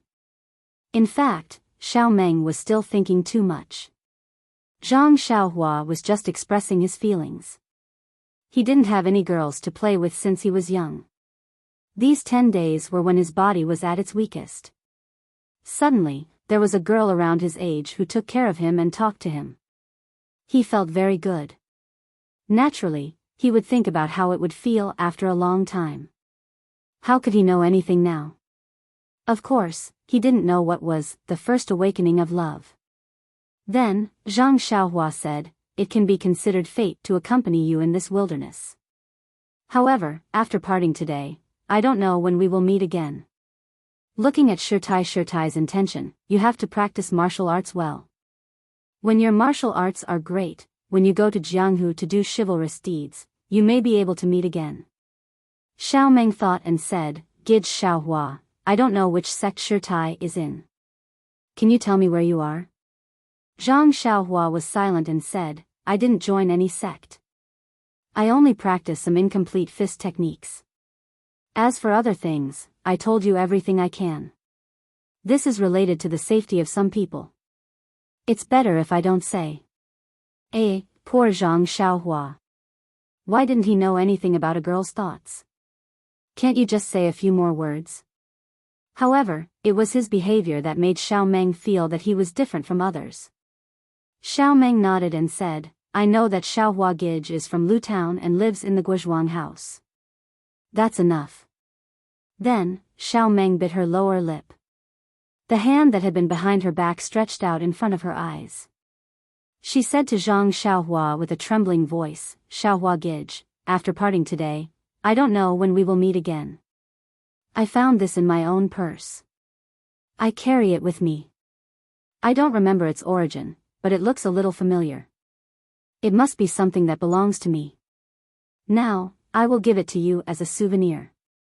When Zhang Xiaohua looked carefully, he saw that the jade-like girl was holding a pair of pearl hair clips. He couldn't help but be shocked. He waved his hand and said, "How can I dare to accept such a precious thing?" Xiao Meng said angrily, "What's so precious about it? Was it because it was valuable? But even if it was worth a lot of money, if no one used it, how much money would it be worth if it was casually thrown away? But even if it was a worthless item, if someone cherished it, wouldn't it be more valuable than this item that no one wanted? If you don't want it, I'll just throw it into the river." After that, he was about to throw it away. Zhang Xiaohua saw this and hurriedly said, "Don't throw it away. I'll take it." He hurriedly caught it with his hand and muttered in his heart, "This is worth 4 or 5 taels of silver. Wouldn't it be a pity to throw it into the water for no reason?" How could Xiao Meng hear his thoughts? Seeing him take it, she also smiled sweetly.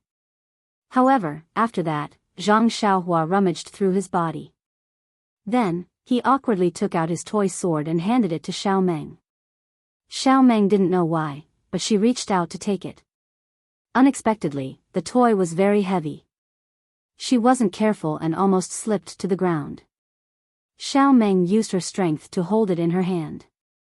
Then, she heard Zhang Xiaohua say apologetically, "The ancients said that it was impolite to come and go. But after searching all over my body, I only have this one thing. How about I give it to you as a souvenir?" Xiao Meng looked at this abnormally heavy and black thing. She didn't know whether to laugh or cry. She said, "Such a precious thing, how do you want me to hold it?" The word heavy was pronounced very heavily. Zhang Xiaohua scratched his head and spread out his hands. He said, "But I only have this one thing." Xiao Meng saw that he really gave it to her. Her eyes turned and she said with a smile, "Then I'll accept it. However, this little thing is too heavy.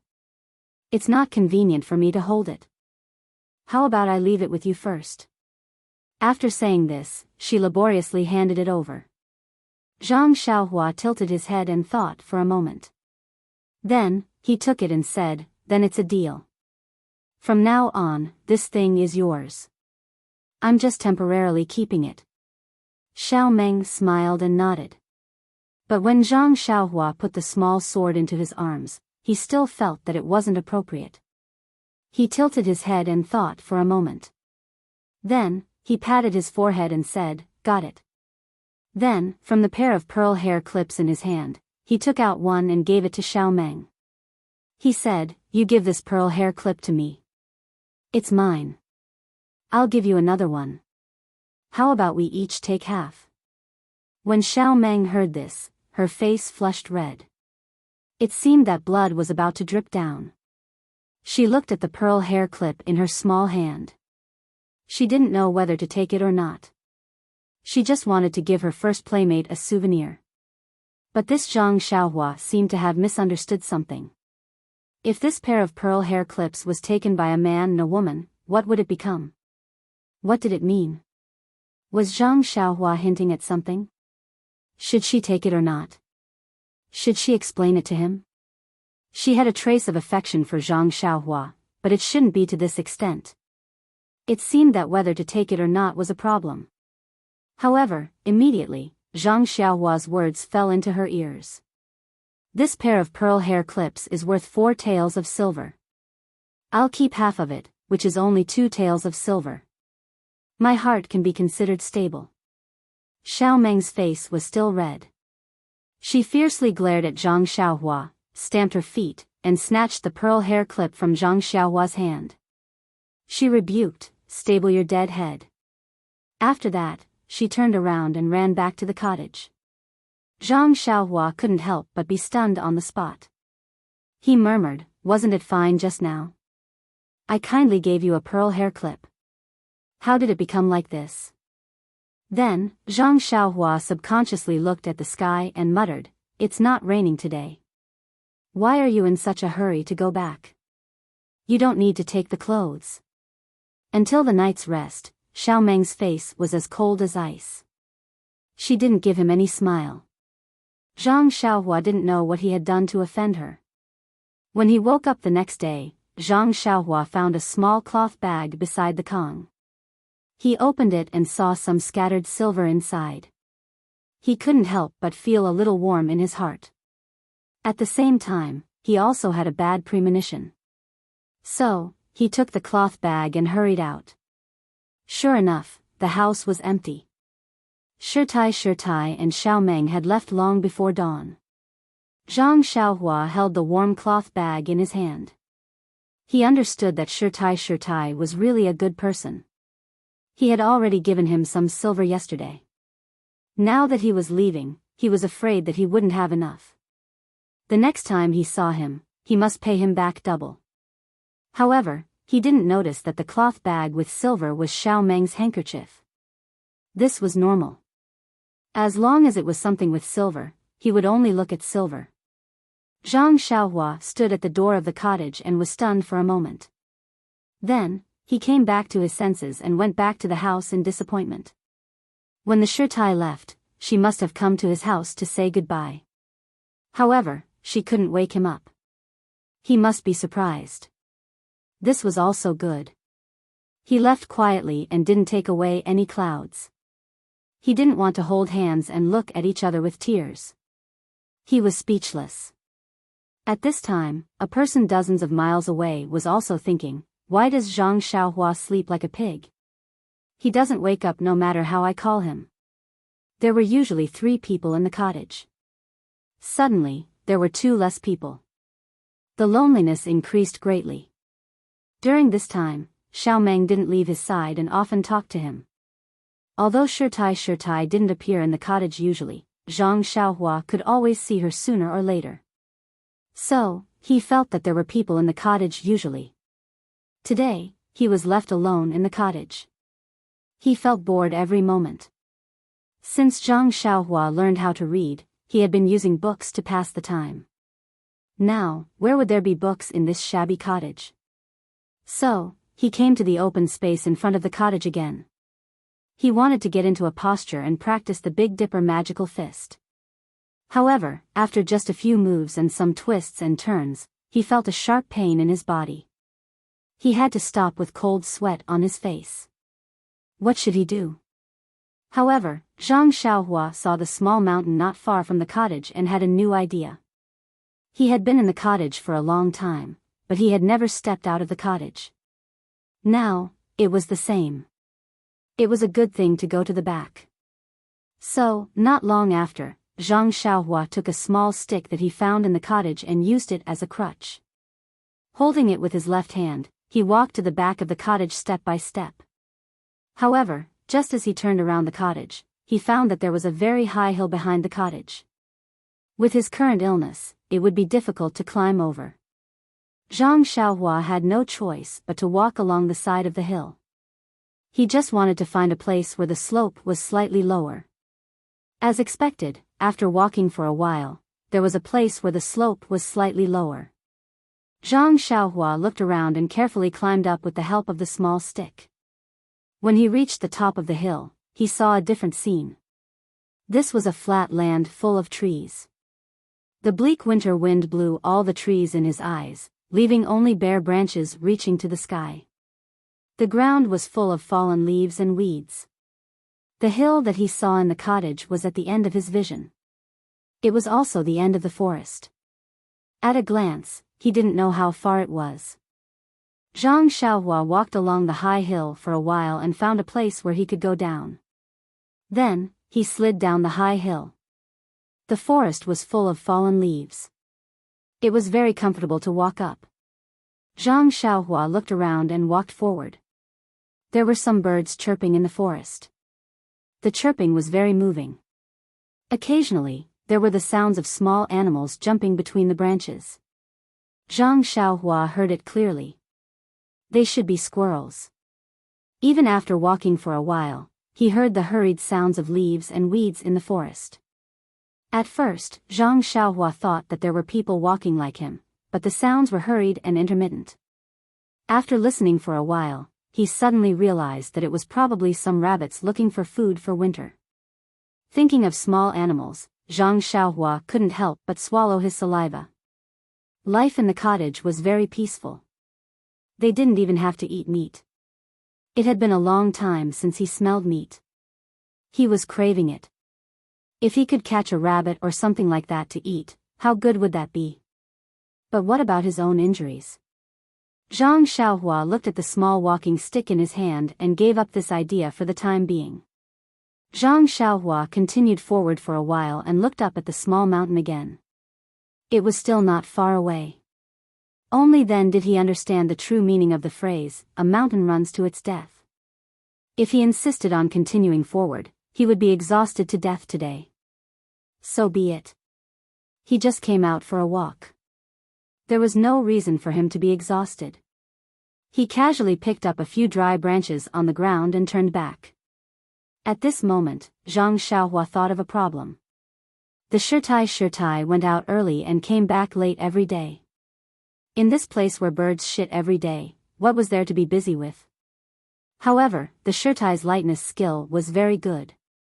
Naturally, she could move around a wide range. Maybe she was looking for something? Maybe she was looking for someone? Maybe she was thinking about the problem, or maybe she was going back the way she came, but not long after, Zhang Xiaohua returned to the front of the high slope. Looking at the high slope that he had to climb up with difficulty, Zhang Xiaohua couldn't help but shake his head. The Shirtai had its own way of doing things. Wasn't he worried for the ancient people? Zhang Xiaohua shook his head and began to climb up the ladder. Walking back to the cottage, Zhang Xiaohua was already covered in sweat. However, his body was also very comfortable. Life was about exercise. The ancient people didn't lie to him. The rest of the time was also boring. Zhang Xiaohua took the fishing rod left by Xiaomeng and wanted to go fishing. However, he couldn't find a suitable bait near the cottage. He had to learn from Xiaomeng and throw the fishing line into the river. Looking at the flowing river, he prayed that the fish would take the bait. Presumably, Zhang Xiaohua's heart was not sincere. God didn't hear his prayer. God didn't send him any fish, and he didn't catch anything. However, this boring time was spent by Zhang Xiaohua. After a few more days, Zhang Xiaohua felt much better. Then he tried to practice boxing again. Although there were many places where he still couldn't fully perform, his hands and feet became more flexible. He didn't look sick anymore. It was getting colder day by day. However, Zhang Xiaohua had a question that he couldn't figure out. He remembered that when winter came last year, he was still very afraid of the cold and wore a cotton-padded jacket early. However, he didn't know how it was this year. The cold wind was blowing. Although the snow hadn't fallen yet, it was already cold. He was still wearing the jacket that he wore when he came out of the Huanxi mountain villa. Why didn't he feel cold? It was really strange. Was this place already in the south? Was it not as cold as the Guizhuang house in winter? After immersing himself in the boxing for a few days, Zhang Xiaohua didn't find the answer to his problem. However, the problem of boxing was solved with time. Zhang Xiaohua could now perform the whole set of Fist of the North Star with difficulty. The Fist of the North Star was also magical. No matter how slow or fast Zhang Xiaohua's speed was, as long as he practiced it over and over again, the flow would definitely appear by the 9th time. Of course, the difference was still in the amount of the flow. In the past, when Zhang Xiaohua practiced boxing in the mountain villa, he could only produce 3 different flows of hot and cold in the morning and at night. Since he didn't have to farm in the cottage, he spent all his time practicing boxing. However, after repeated practice, he found that the flow didn't appear without limit. Zhang Xiaohua practiced boxing 81 times a day. After 9 flows appeared in his body, no matter how fast or slow Zhang Xiaohua practiced boxing, the flow would never appear again. Could it be that the flow could only appear 9 times a day? Actually, in addition to practicing boxing, Zhang Xiaohua also tried to practice the sword moves that Elder Yu taught him. This time, he was able to kill the black-robed old man in the night attack completely because of this sword move. Zhang Xiaohua deeply understood the importance of these 16 life-saving changes. How could he not practice properly? Unfortunately, this sword move couldn't be compared to boxing. It was basically flashing and moving in the air. After practicing for a while, Zhang Xiaohua immediately felt that his body couldn't take it anymore and stopped. However, it wasn't without results. When Zhang Xiaohua stopped, he immediately thought that if he had immediately performed other changes after stabbing the black-robed old man's throat, that palm that almost killed him wouldn't have hit him. Of course, this was just a thought. However, there were only changes in the sword move and no changes in the footwork. This sword move would always be a heroic suicide. Zhang Xiaohua's state of mind was probably far from reaching that level. Zhang Xiaohua's boxing was practiced day by day. He also slowly practiced his sword moves. His body was also getting better day by day. However, there was still no news of the person he was waiting for. No matter if it was on land, no one passed by. Even in the river, there were no boats. Sometimes, Zhang Xiaohua was a little puzzled. How did this Shirtai find this cottage? Zhang Xiaohua was a little hesitant. Should he wait or not? Perhaps he should have left with the Shirtai at that time. Just as Zhang Xiaohua was hesitating, the first snow of the new year finally fell. Actually, as for whether it was the new year or not, Zhang Xiaohua already couldn't remember. However, when he saw the snow, he naturally thought of the new year. He would just take it as an auspicious sign of the new year. Since the first time, Zhang Xiaohua had also gone to the woods behind the cottage several times. However, he returned empty-handed. Now that it was snowing heavily, it was a good opportunity to hunt. One morning, Zhang Xiaohua took his small crutch again and went straight to the high slope behind the cottage. Everyone had a habit, and Zhang Xiaohua was no exception. He still took the route that he had chosen for the first time. When Zhang Xiaohua walked into this snow-white world, not only did he feel that the world was full of ice and snow, but he also felt lucky that there were many animal footprints on the thick snow. He guessed that he wouldn't return empty-handed this time. However, when Zhang Xiaohua really walked into the woods, he realized how wrong he was. The thick snow was either flat as before, or there were countless shallow and small traces. Where could he find the footprints of rabbits and other animals? On this vast land, it seemed that only his footprints came from afar. Zhang Xiaohua thought for a while and identified the direction. He walked towards the distant hill. Perhaps there would be delicious prey there. Perhaps it was snowing. Along the way, Zhang Xiaohua rarely heard the chirping of birds. He guessed that they were all hiding in their nests and slacking off. According to Zhang Xiaohua's observation, there were no traces of animals on the snow. However, there was nothing strange. The snow was still falling. Perhaps it had been buried long ago. After walking for a while, the hill still seemed to be far away. However, this time Zhang Xiaohua was determined. Thinking of hunting there, he didn't give up early like the previous times, unless he could find rabbits in the woods. However, cunning rabbits always had 3 burrows. How could Zhang Xiaohua, who didn't have much hunting experience, find them? Therefore, the greedy Zhang Xiaohua could only trudge on the snow with difficulty. Please collect, thank you.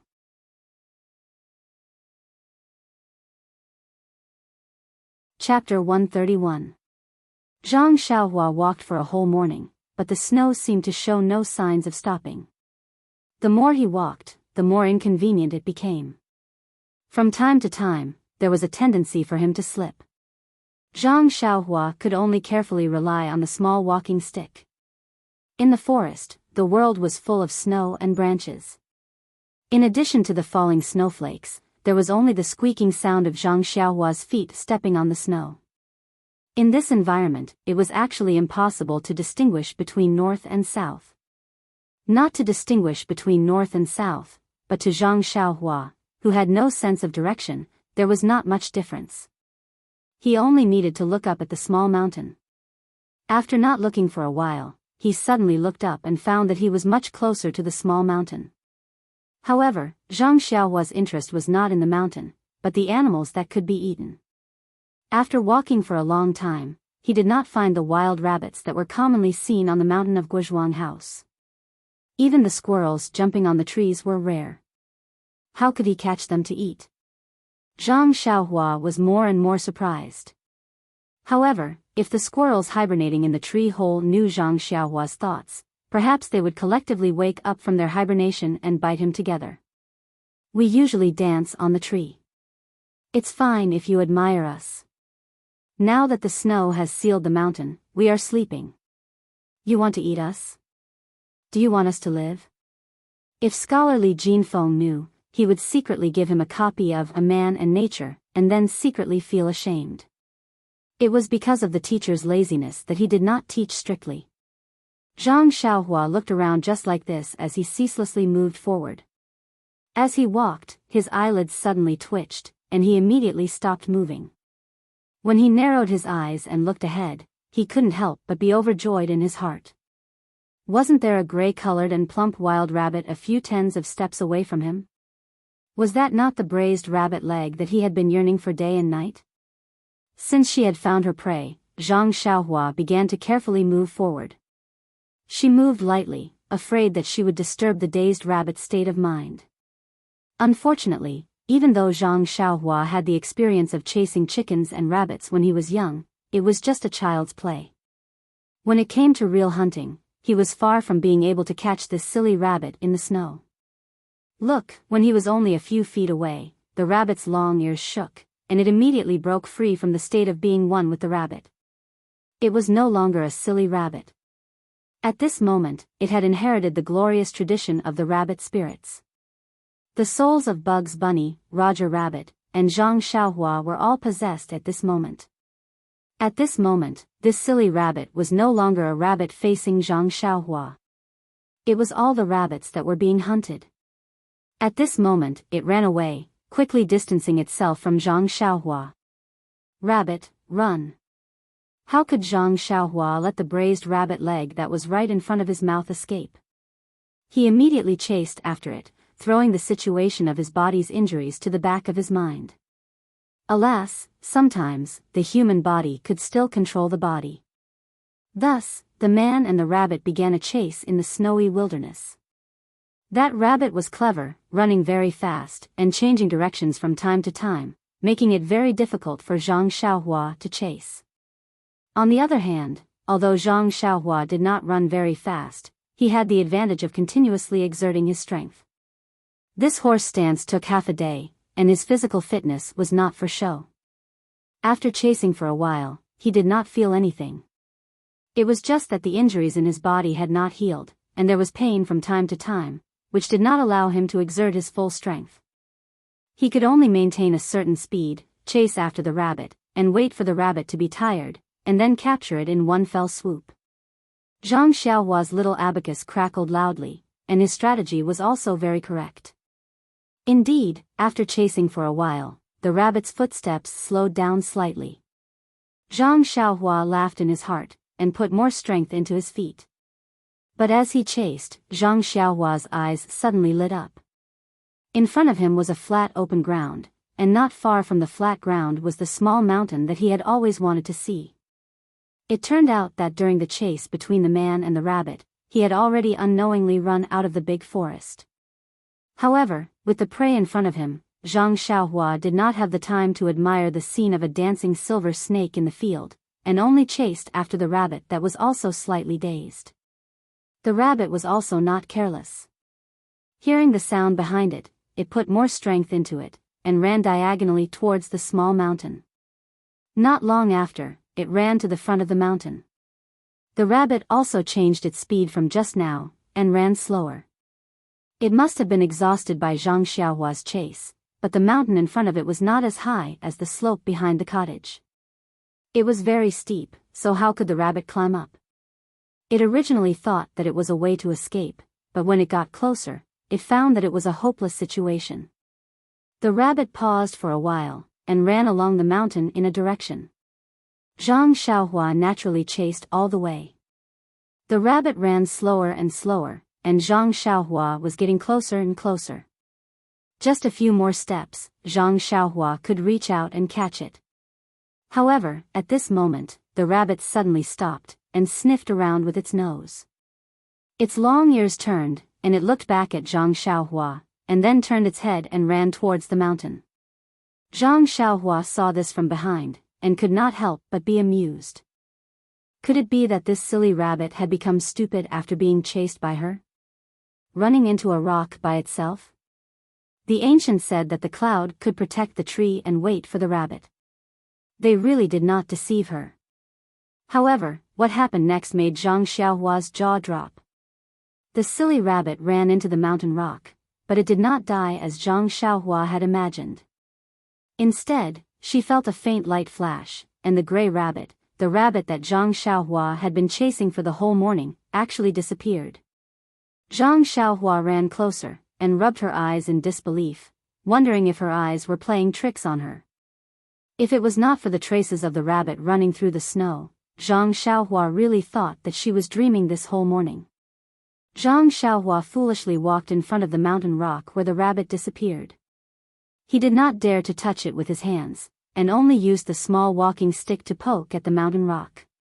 He did not find anything unusual, and the walking stick did not disappear, so he poked at the nearby stone wall again. Sure enough, he soon found something unusual. The place where the rabbit disappeared was in a circular area about half a person's height. Although there was no abnormal feeling when the walking stick poked it, but there were no snowflakes floating down, nor were there any gravel or mud falling down from above. And to the side, it was the same as Zhang Xiaohua's understanding. It could be brushed off the snowflakes, but if one used too much strength, some mud would fall from above. It was clear that if something was out of the ordinary, there must be something fishy about it. Then, Zhang Xiaohua used the walking stick to test the bottom. In the place where the rabbit's traces disappeared, there was an area about 1 foot square that the walking stick could reach. It was as if there was an invisible hole here. Seeing his small walking stick easily reach into the stone wall, Zhang Xiaohua still could not believe that this was the truth. The walking stick was about to reach the end, but the hole was still bottomless.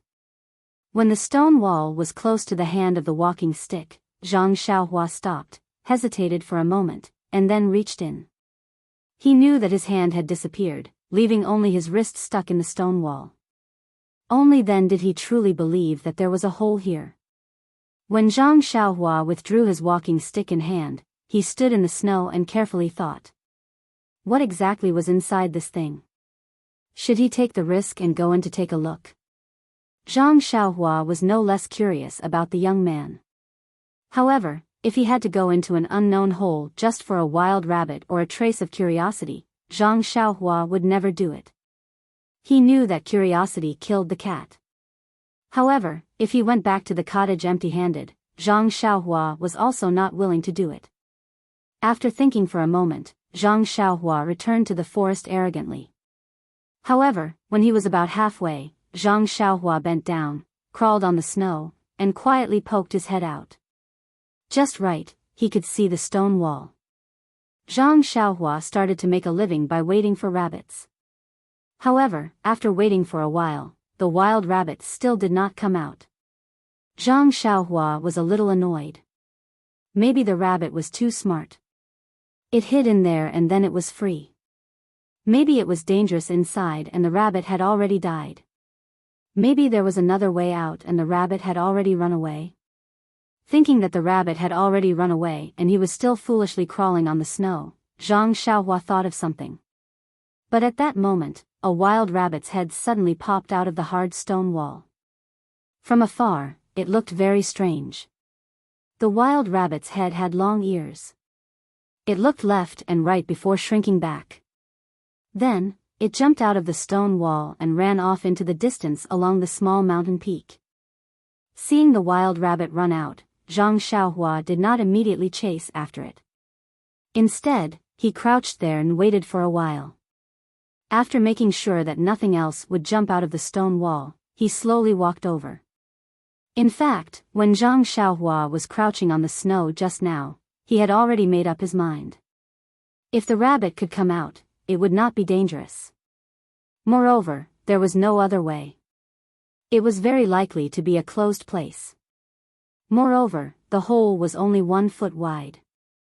A slightly bigger animal would not be able to get in. Therefore, there should not be any danger. If the rabbit went in and did not come out, then Zhang Xiaohua did not have the courage to go in and play around. When he got close to the stone wall, Zhang Xiaohua stopped again. He crouched down and reached in with his walking stick again. This time, he wanted to see if it was a long and narrow passage or a space that could allow a person to stand up. Sure enough, when his hand reached in, he exerted force and the walking stick stood up. It did not encounter any obstacles. Zhang Xiaohua knew what was going on. Then, he took out the small sword from his pocket and held it in his left hand and the walking stick in his right hand. First, he reached in and shook it for a moment. Then, he gritted his teeth and crouched on the snow, climbing stiffly towards the 1 foot wide stone wall. Zhang Xiaohua, who was crouching on the ground, only felt his vision blur. Then, he entered another place. Wasn't this a cave? He was crouching on the snow in front of the cave. When Zhang Xiaohua stood up and looked carefully, there was something like a thick fog behind him. There was light coming in from the outside, but he could not see the scene outside. The snowflakes were still as big as outside, falling from the top of his head through the fog. On the snow, there were still traces of the rabbits jumping. In front of him, there was a small cave that was commonly seen on the mountain peak. It was slightly taller than Zhang Xiaohua, but it was pitch black inside. He could not see clearly. The traces of the rabbit led to the inside. It was very messy. The rabbit must have entered and exited several times. Seeing such a scene, Zhang Xiaohua's heart tensed up a little. However, he still threw the walking stick in his hand into the cave first. When he heard a dang sound from inside, there was no other sound. He then took out the fire starter from his pocket and carefully lit it. He held it in his right hand and the small sword in his left hand in front of his chest. Step by step, he walked into the pitch-black cave. When he walked into the cave, he carefully looked around with the fire starter. Only then did he feel completely relieved. This was an ordinary cave, the size of a small house. In the innermost part, there was a rectangular stone strip. Next to the stone strip, there was a stone table. There were a few small stone benches around. On the stone table, there was a money bag and a small square stone. The rest was empty. Then there was the small walking stick lying on the ground. Seeing the scene in front of him, Zhang Xiaohua secretly frowned. What was this place? It was so mysterious. There was nothing inside, only a money bag. He was not in a hurry to take the money bag. It was on the stone table. Sooner or later, it would be his. He could take it according to his mood. Therefore, he still did not give up. He took the fire starter and carefully looked around the cave. He even picked up the walking stick and knocked on the stone wall. However, other than seeing some spherical pits on the stone wall, he did not find anything. That pit was a little high. Zhang Xiaohua's fingers could not reach it. He deliberately used the walking stick to poke at it, but he did not find anything. Only then did he give up and came to the front of the stone table. Zhang Xiaohua took the small sword and picked up the money bag. He moved it. Seeing that there was nothing unusual, he moved the small square stone. It was also normal. Only then did he put the small sword back into his pocket. He picked up the stone with his left hand and looked at it carefully with the fire starter in front of his eyes. However, when he looked left, right, up and down, why couldn't he see any difference between it and the pebbles by the river? Could it be because of the different shape? Zhang Xiaohua angrily threw the stone back on the stone table. He picked up the money bag full of expectations. However, when he picked it up lightly, his heart immediately floated. The enthusiasm in his heart turned into snow.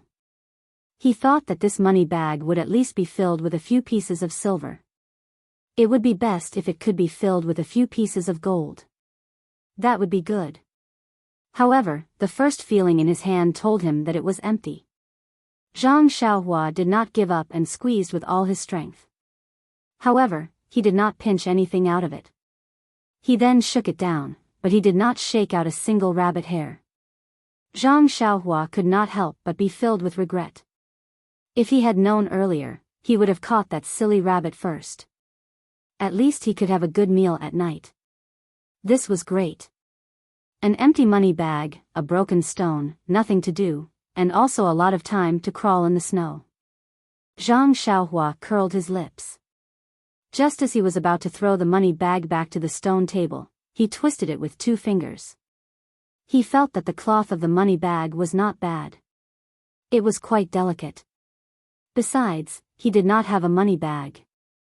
The silver that the master gave him was still in a piece of cloth. Now it was just right. Zhang Xiaohua put the fire starter on the stone table. He took out the scattered silver from his pocket and poured it all into the money bag. He tied the mouth and threw it up and down in the air. Then he caught it. The feeling was quite good. Hee, at least this trip was not in vain. After that, Zhang Xiaohua was about to take the fire starter from the stone table. At this time, his eyes fell on the stone.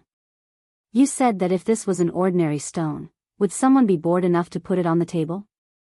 Perhaps there was some mystery inside that he could not see through? Forget it. He would rather see wrongly than let it go.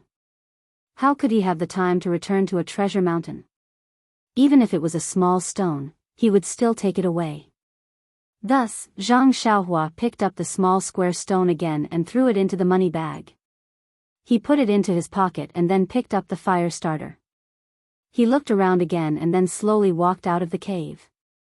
Zhang Xiaohua looked at the inconceivable thick fog in front of the cave. It was very strange. In such a mystical place, how could there be nothing mystical left for him? Even if there was a bag full of gold, he would not be surprised. But it just had to be an empty money bag. Suddenly, he thought of a problem. Why was there a 1-foot hole in the fog that he could enter? Someone must have been here. Since someone had been here, how could there be anything left for him? This empty money bag must have been taken by someone and casually thrown down. And that small white square stone must have been thrown away by someone. Zhang Xiaohua sighed in his heart. Forget it. His luck was not on his side. Even if he picked up a money bag, it was not bad. At least it was worth his scattered silver. After calming himself down, Zhang Xiaohua prepared to go out. The snow at the entrance of the cave was even heavier. The traces of him entering were almost covered up. Zhang Xiaohua picked up his walking stick again and bent down. He slowly drilled out of the invisible hole. Then, an inconceivable scene appeared on the stone wall outside. First, a stick poked out from the hard stone wall. Then, a young man's head poked out. Then, he slowly crawled out until his whole body came out. Luckily, there was no one else in the wilderness. There was no need to shock the world. When Zhang Xiaohua crawled out, he looked around. It was already late. The forest was still the same. There were still no wild rabbits. Zhang Xiaohua patted the snow and mud off his body. Looking at the stone wall behind him, which was no different from the other parts of the mountain, he followed the footprints that were not covered by the snow and went back the way he came. After Zhang Xiaohua left, the snow became heavier. Not long after, the falling snow covered Zhang Xiaohua's footprints. Before dusk fell, there were no traces left. Only a plain empty space was left. At this time, poor Zhang Xiaohua, who had no sense of direction, could still vaguely recognize the footprints that were about to be covered by the snow. He quickly ran towards the cottage. As he ran, he secretly prayed that he would not get lost. Perhaps Zhang Xiaohua's prayer was effective, or perhaps it was because he had been to this forest many times before. When dusk fell, Zhang Xiaohua saw a high slope in front of him. Zhang Xiaohua could not help but rejoice in his heart. His tense mood relaxed, but at this moment, his right foot suddenly kicked something hard. It did not look like a rock, nor did it look like a branch. When Zhang Xiaohua picked it up with his hand and brought it to his eyes, he vaguely saw that it was a frozen wild rabbit. Please collect it. Thank you.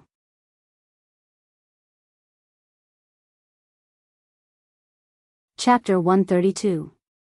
In the evening, Zhang Xiaohua finally ate the rabbit meat that she had been yearning for day and night. However, it was not braised.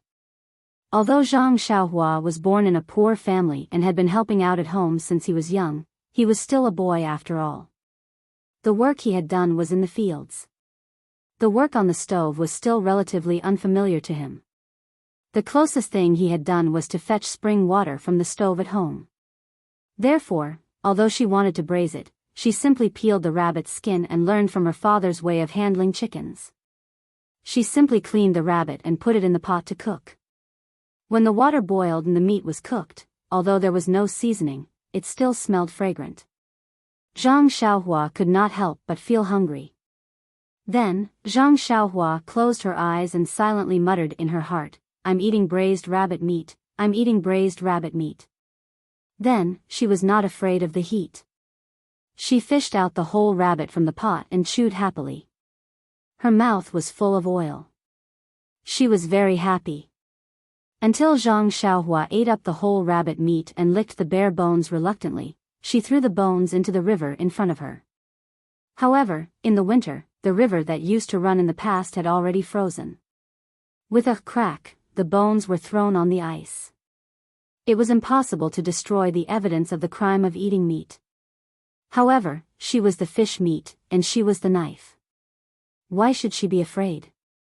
The law of the jungle was still applicable in Jianghu. Not to mention that Zhang Xiaohua, who had satisfied her craving for good food, was caressing her round belly while holding a small stick. She was leisurely licking her teeth and looking at the night sky that was still snowing heavily. She was secretly trying to figure out the essence of suddenly looking back at it in the waning light.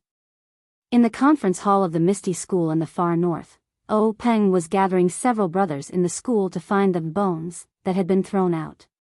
It was not snowing in the misty mountain villa, but the clouds were still dense and the cold wind was whimpering. Although the door of the conference hall was blocked by a thick curtain, it was still difficult to prevent the cold from entering. However, at this time, the atmosphere in the conference hall was unusually cold, making people feel that it was even colder than outside. At the front of the meeting hall, Grand Gang leader Peng was sitting in his usual position with a gloomy face. The flickering light cast a shadow across his face from time to time, making him look even more ferocious. Perhaps it was at this moment that the majesty of a superior was fully displayed. At this time, everyone in the conference hall was silent. No one dared to make a sound. After a long while, Peng coughed and asked gently, "Senior brother, how is Yen-er's body?" Big Boss who usually looked very inconspicuous, also had a straight face as he said, "Yen-er's body is already weak. At night when she went out, she was drenched in the heavy rain and has already caught a cold. In addition, she was affected by the wind from the black-robed elder's palm and injured her internal organs. This illness and injury are quite serious. I heard from Hall Master Qin that she had already fainted on the way. After she woke up, she found a doctor along the way to treat her. After second brother rushed over, he also used his internal energy to treat Er's injuries. After taking the medicine from the sect, she was already much better when she came back. Now, the doctor in the sect has already seen her, and we have also invited a doctor from Pingyang City to treat her. Now, there is no major problem. After a short rest, she should be able to recover. Hearing that Yan's body had recovered, Peng's expression became slightly more restrained. He said to Big Boss Hu, "Senior brother, I'm a little busy here during this period. Please pay more attention and take care of Er's matters." Big Boss Hu nodded and said, "Er is our precious treasure. You can rest assured. Now that she is in our territory, I won't let her suffer the slightest grievance." Peng nodded and asked Hall Master Lu Yuzhou of the Law Enforcement Hall, "How's the investigation of the background of the black-robed men?" Lu Yuzhou hesitated for a moment and said, "After I received Sect Master's instructions, I immediately led my subordinates to investigate this matter personally. I know that Eldest Miss and her group prioritize stability on their return journey. I'm afraid that it will take too long. Although the weather has turned cold, the corpses of the black-robed men will also rot. Therefore, I went ahead to receive Eldest Miss in advance. I have personally checked the corpses of the black-robed men. I have also seen the features of their faces and bodies. I have also asked my subordinates to record them and prepare a record. However, among these people, the black-robed old man's face has been disfigured and I can't tell who he is. As for the others, they are all mediocre people. Although I have already drawn their faces and handed them to my disciples to secretly pay attention to them, it is not easy to find out the background of these people in the vast sea of people." Peng said angrily, "Find them. We must find them. Although it is difficult, it does not mean that it is impossible. As long as there is a trace of possibility, we must find out who is behind them." Lu Yuzhou hurriedly bowed and replied, "I will follow Sect Master's instructions." Peng calmed his emotions and then asked, "Are there any other clues?" Lu Yuzhou shook his head and said, "These black-robed men's clothes and weapons are all extremely common items. They are very common in the Jianghu. I was unable to find any valuable clues. Moreover, they did not carry anything with them at all. Even the cleverest housewife cannot cook a meal without rice. I was unable to find anything useful." Peng snorted through his nose and said, "Don't tell me you have no clue at all." Lu Yuzhou said in a low voice, "Your subordinate is incompetent. For the time being, I was unable to find any other clues." Then, he opened his mouth and looked like he wanted to say something but stopped. Peng could not help but frown and said, "If you have anything to say, just say it. You now have a great responsibility. You must find out who is behind this. Our Misty School is not a side school that can be bullied by others." Lu Yuzhou hurriedly bowed and said, "Your subordinate has more or less understood the situation at that time from the subordinates of Huanxi Manor and the female disciples of Mingcue Hall. However, I would like to know more about it. Hall Master Qin and Shernyo have been kept by Sect Master for the past few days. Your subordinate has not had the opportunity to find them. Do you think we should let them describe the situation at that time again today? It just so happens that all the elders are here." Peng nodded and said, "That would be good. I have also heard some things and felt that there was something fishy. Today we will let them explain it properly and all of you can give us some advice. Shernyo, tell us the specific situation from beginning to end." Shernyo rubbed his bald head and said, "Sect Master, do you want to tell us everything?" Peng glared at him and said, "Nonsense, tell us everything." Shernyo thought for a moment and then said, "That day I drove the carriage, carrying Manor Lord and Hall Master Qin out of Huanxi Manor's gate. Later, I felt refreshed and could not help but sing a little tune. At first they praised me, but as I sang, they did not like it. However, Sect Master, the heavens have pity on me. I only know this song. If you want me to sing something else, I can't sing it. Everyone listened and looked at each other in dismay. What was this? Lu Qingyang almost spat out the wine in her mouth. Then, everyone could not help but cover their mouth and laugh. Peng also did not know whether to laugh or cry. He waved his hand and said, Shernyo, tell us the important things. Shernyo frowned and said, Sect Master, didn't you want me to tell you everything? Peng spat, you have to tell me everything, but you also have to tell me everything that happened before and after the Manor Lord was attacked. When you drove out, the men in black were still nowhere to be seen. What's there to say? Also, what does your singing have to do with the attack? Shernyo replied with grievance, how would I know what is related to the black-clothed men? Maybe they were jealous because I sang well? Maybe when I drove out, the black-clothed men knew. Peng rolled his eyes and nodded. That makes sense. Lu Yuzhou, do you understand?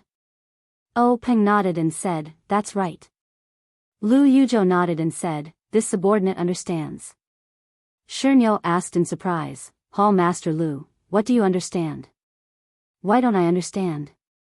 Peng waved his hand and said, it's none of your business. Just tell me.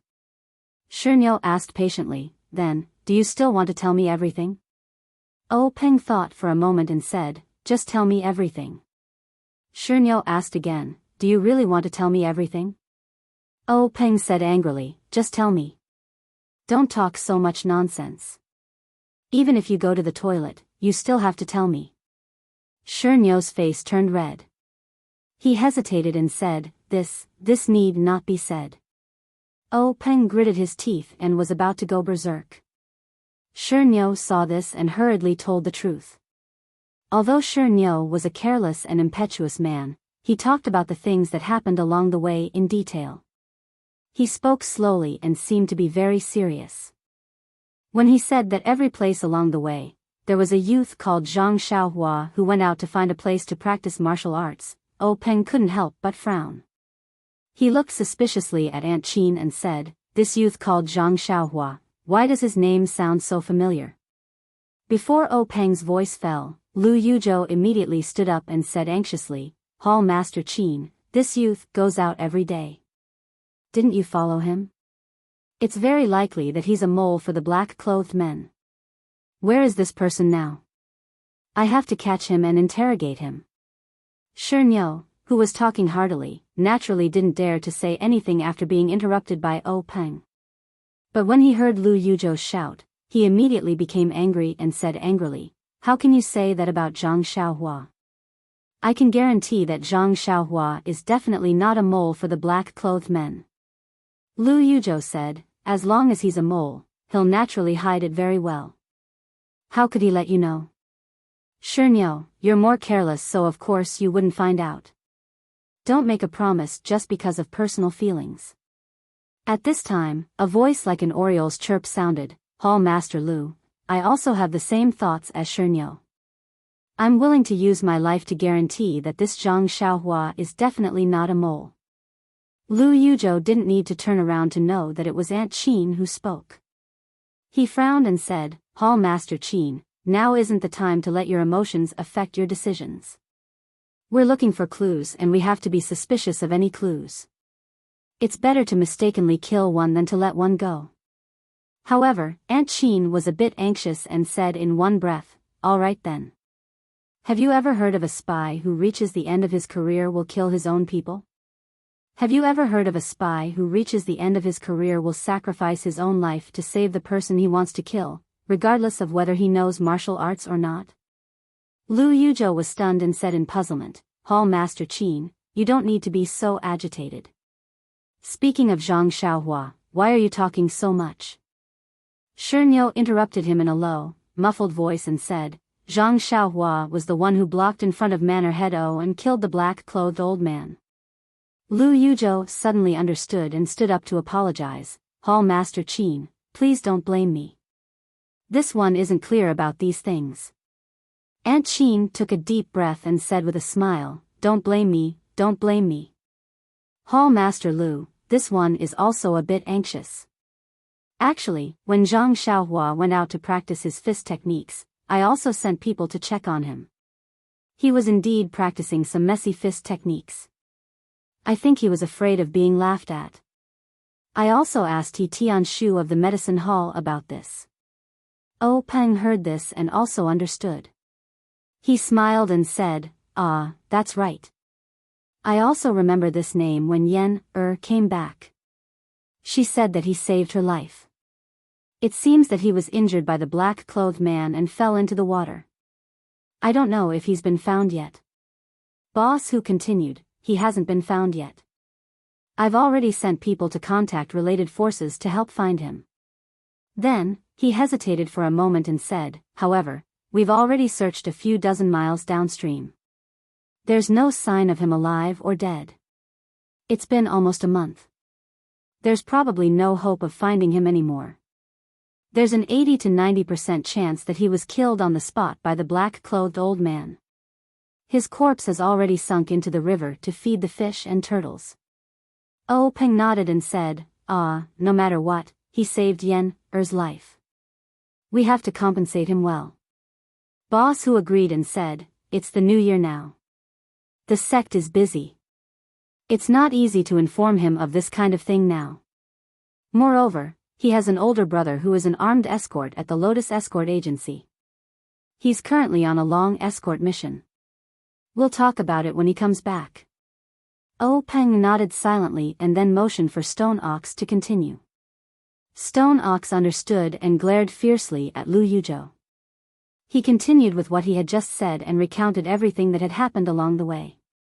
After listening to Stone Ox, Boss Hu spoke first and said, "The previous robbery should be consistent with our initial speculation. It's to test our power. Hall Master Qin is a famous figure in Jianghu. He must be clear about the details of his martial arts. Stone Ox is not famous in Jianghu, but he must be familiar with the gangs that are familiar with us or pay attention to us. The second competition and Stone Ox's competition on the rainy night are obviously two different situations. I guess they didn't expect He Tianshu from the pharmacy hall. Although this young man's martial arts are not the best, he's an obstacle for them. They can't firmly suppress us with their strength, so they didn't really make a move during the robbery." Oh Peng continued Boss Hu's words and said, "So, they hurriedly found this black-clothed old man with excellent martial arts and made a foolproof arrangement. They let people with similar martial arts to Hall Master Qin stall Stone Ox and the others, and then let the black-clothed old man capture or kill Yen Er. Good plan, good strategy."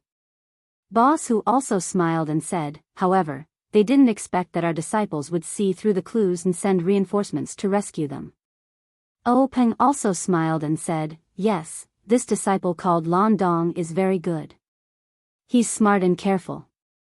He went back to the school with the team. Let him hand over some things and choose another disciple to go down. Let him stay in the school and focus on training. He should be of great use." Boss Hu said, "Yes, this time it's all thanks to Lan Dong. Without his news, we would still be in the dark. Second brother and fifth brother wouldn't be able to arrive in time. It's only right to reward him." At this time, Stone Ox opened his mouth and said, "Big gang leader, I think this time the one with the greatest martial arts should be Zhang Xiaohua. If he didn't kill the black-clothed old man, not only the manor lord would be in trouble, even if Lan Dong and the others arrived, I'm afraid." Hearing this, Oh Peng nodded and said, "That's right. However, this person is already gone. It's useless to talk about martial arts. Zhang Xiaohua is also not a member of our Misty School. How do you want me to reward him? It's better to give more compensation." Stone Ox scratched his head and said, "Anyway, as long as Big Gang Leader knows who has the most merit, I don't have any other opinions." Lu Yuzhou opened his mouth again and said, "Gang Leader, from Stone Ox's description, I think it should be a gang that we're familiar with or a famous sect in Jianghu. We're familiar with their martial arts and manpower. Naturally, we can't use them. That's why we found people from other places who can't see the light of day to work for them. This is why we didn't have enough manpower during the night attack. Otherwise, with only eldest miss and the others, the black-clothed men wouldn't have used any tricks or strategies. Oh Peng smiled and said, Hall Master Lu is right. Since you've explained it this way, you naturally have a plan. I'll leave the investigation to you. I hope you'll be able to find out the truth soon. Lu Yuzhou's face turned bitter and said, Okay, I'll do my best. Then, Oh Peng looked at Stone Ox and Aunt Qin and said, Hall Master Qin, Stone Ox, you've worked hard before. However, you didn't analyze the situation on the way and there were flaws in your plans. Tell me, how should you be punished? Aunt Qin smiled bitterly and said, Gang leader is right. I've been careless. If I'd paid more attention, I would have found something fishy long ago. We wouldn't have ended up in an irreversible situation. I'm willing to accept my punishment. Stone Ox scratched his head and said, Big gang leader, I know I'm wrong and I'm willing to accept my punishment. However, you can punish me however you want, but please don't punish me by not drinking. The last time I went out with eldest miss, I didn't dare to drink. If you don't let me have my fill now, I'll suffocate. Everyone laughed, and only then did the atmosphere in the meeting hall become lively. Oh Peng smiled and said, The two of you have been following us the whole way. Even if you don't have merit, at least you've worked hard. However, our Misty School has always been fair in its rewards and punishments. We can't give you something to offset your merits. Go back to the disciplinary hall to receive your punishment. Aunt Qin and Stone Ox hurriedly bowed and said, Understood, gang leader. Then, Oh Peng waved his hand and let Lu Yuzhou, Aunt Qin, and Stone Ox leave first. After they left, Oh Peng said to Boss Hu, eldest senior brother, the year is passing by quickly. In the blink of an eye, it's the 15th of the first month. Everything needs to be planned.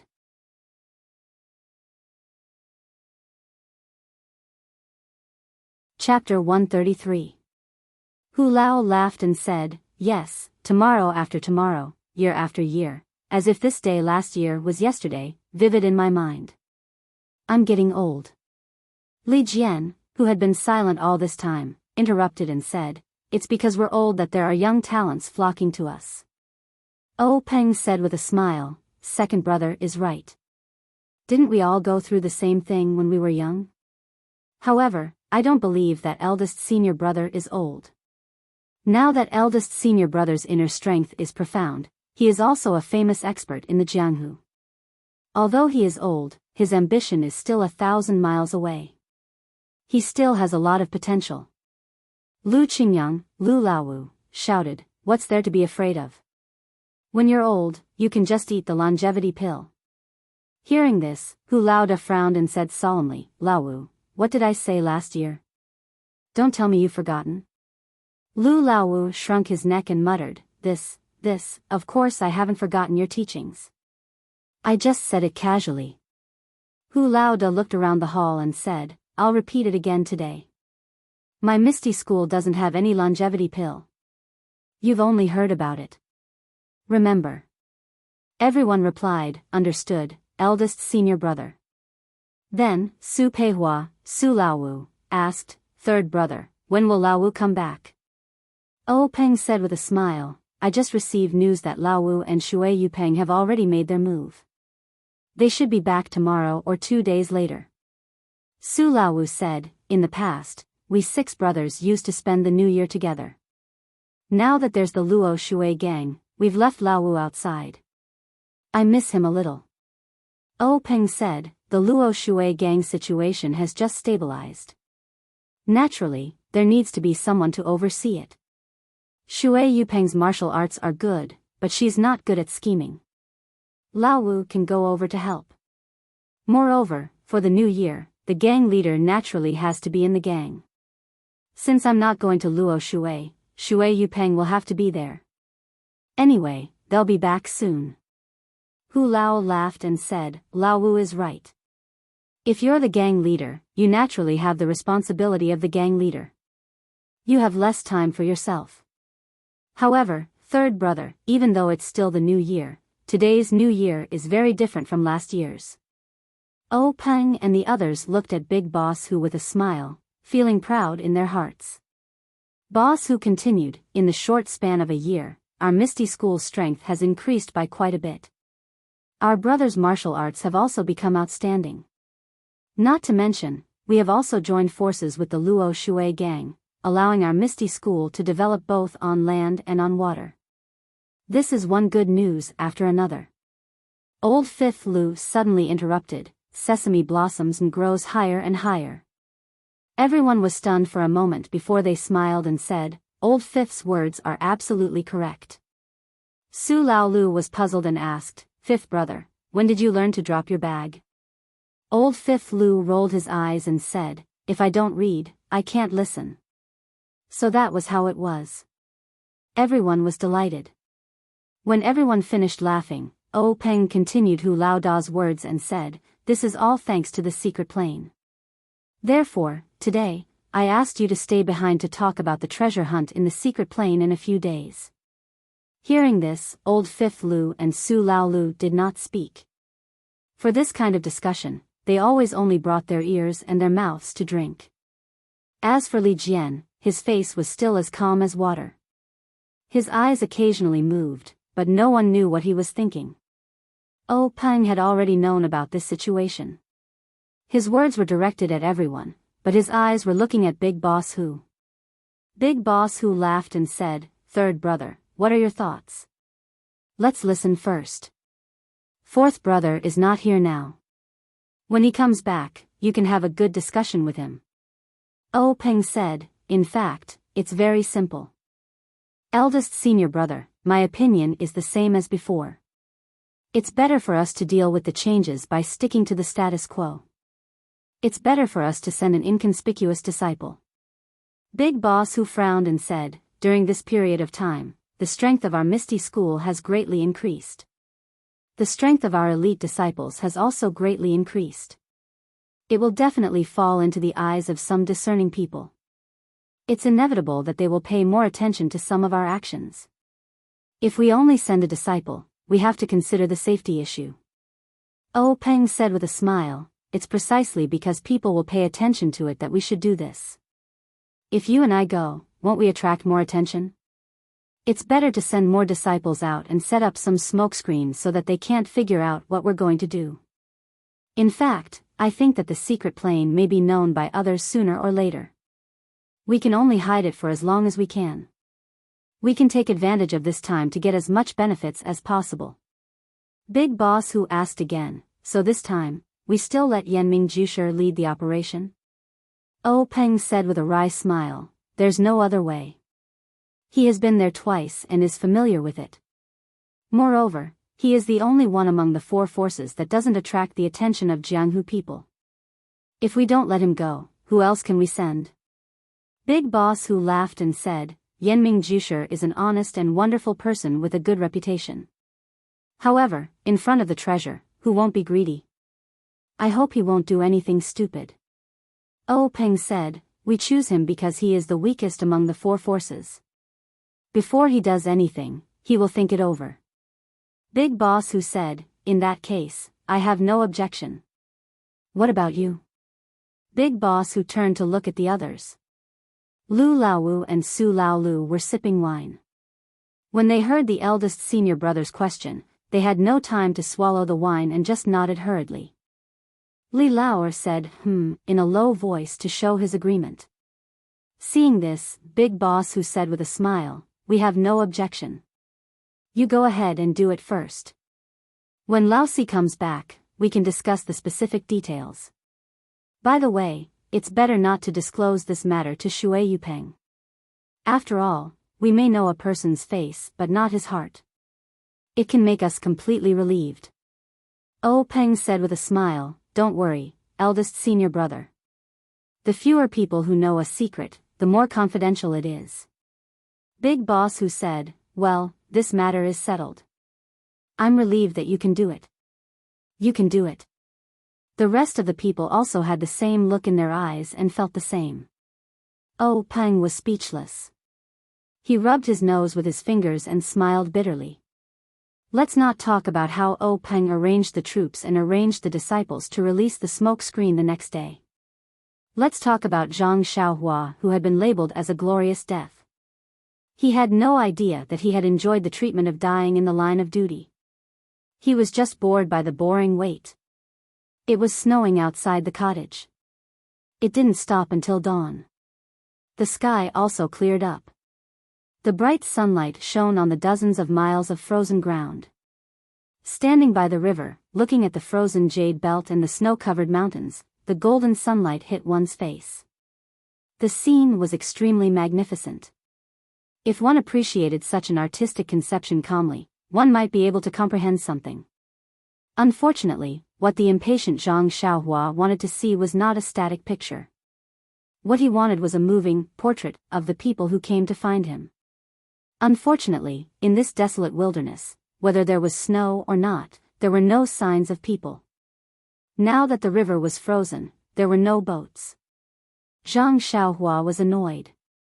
He picked up a stone and threw it at the layer of ice on the water.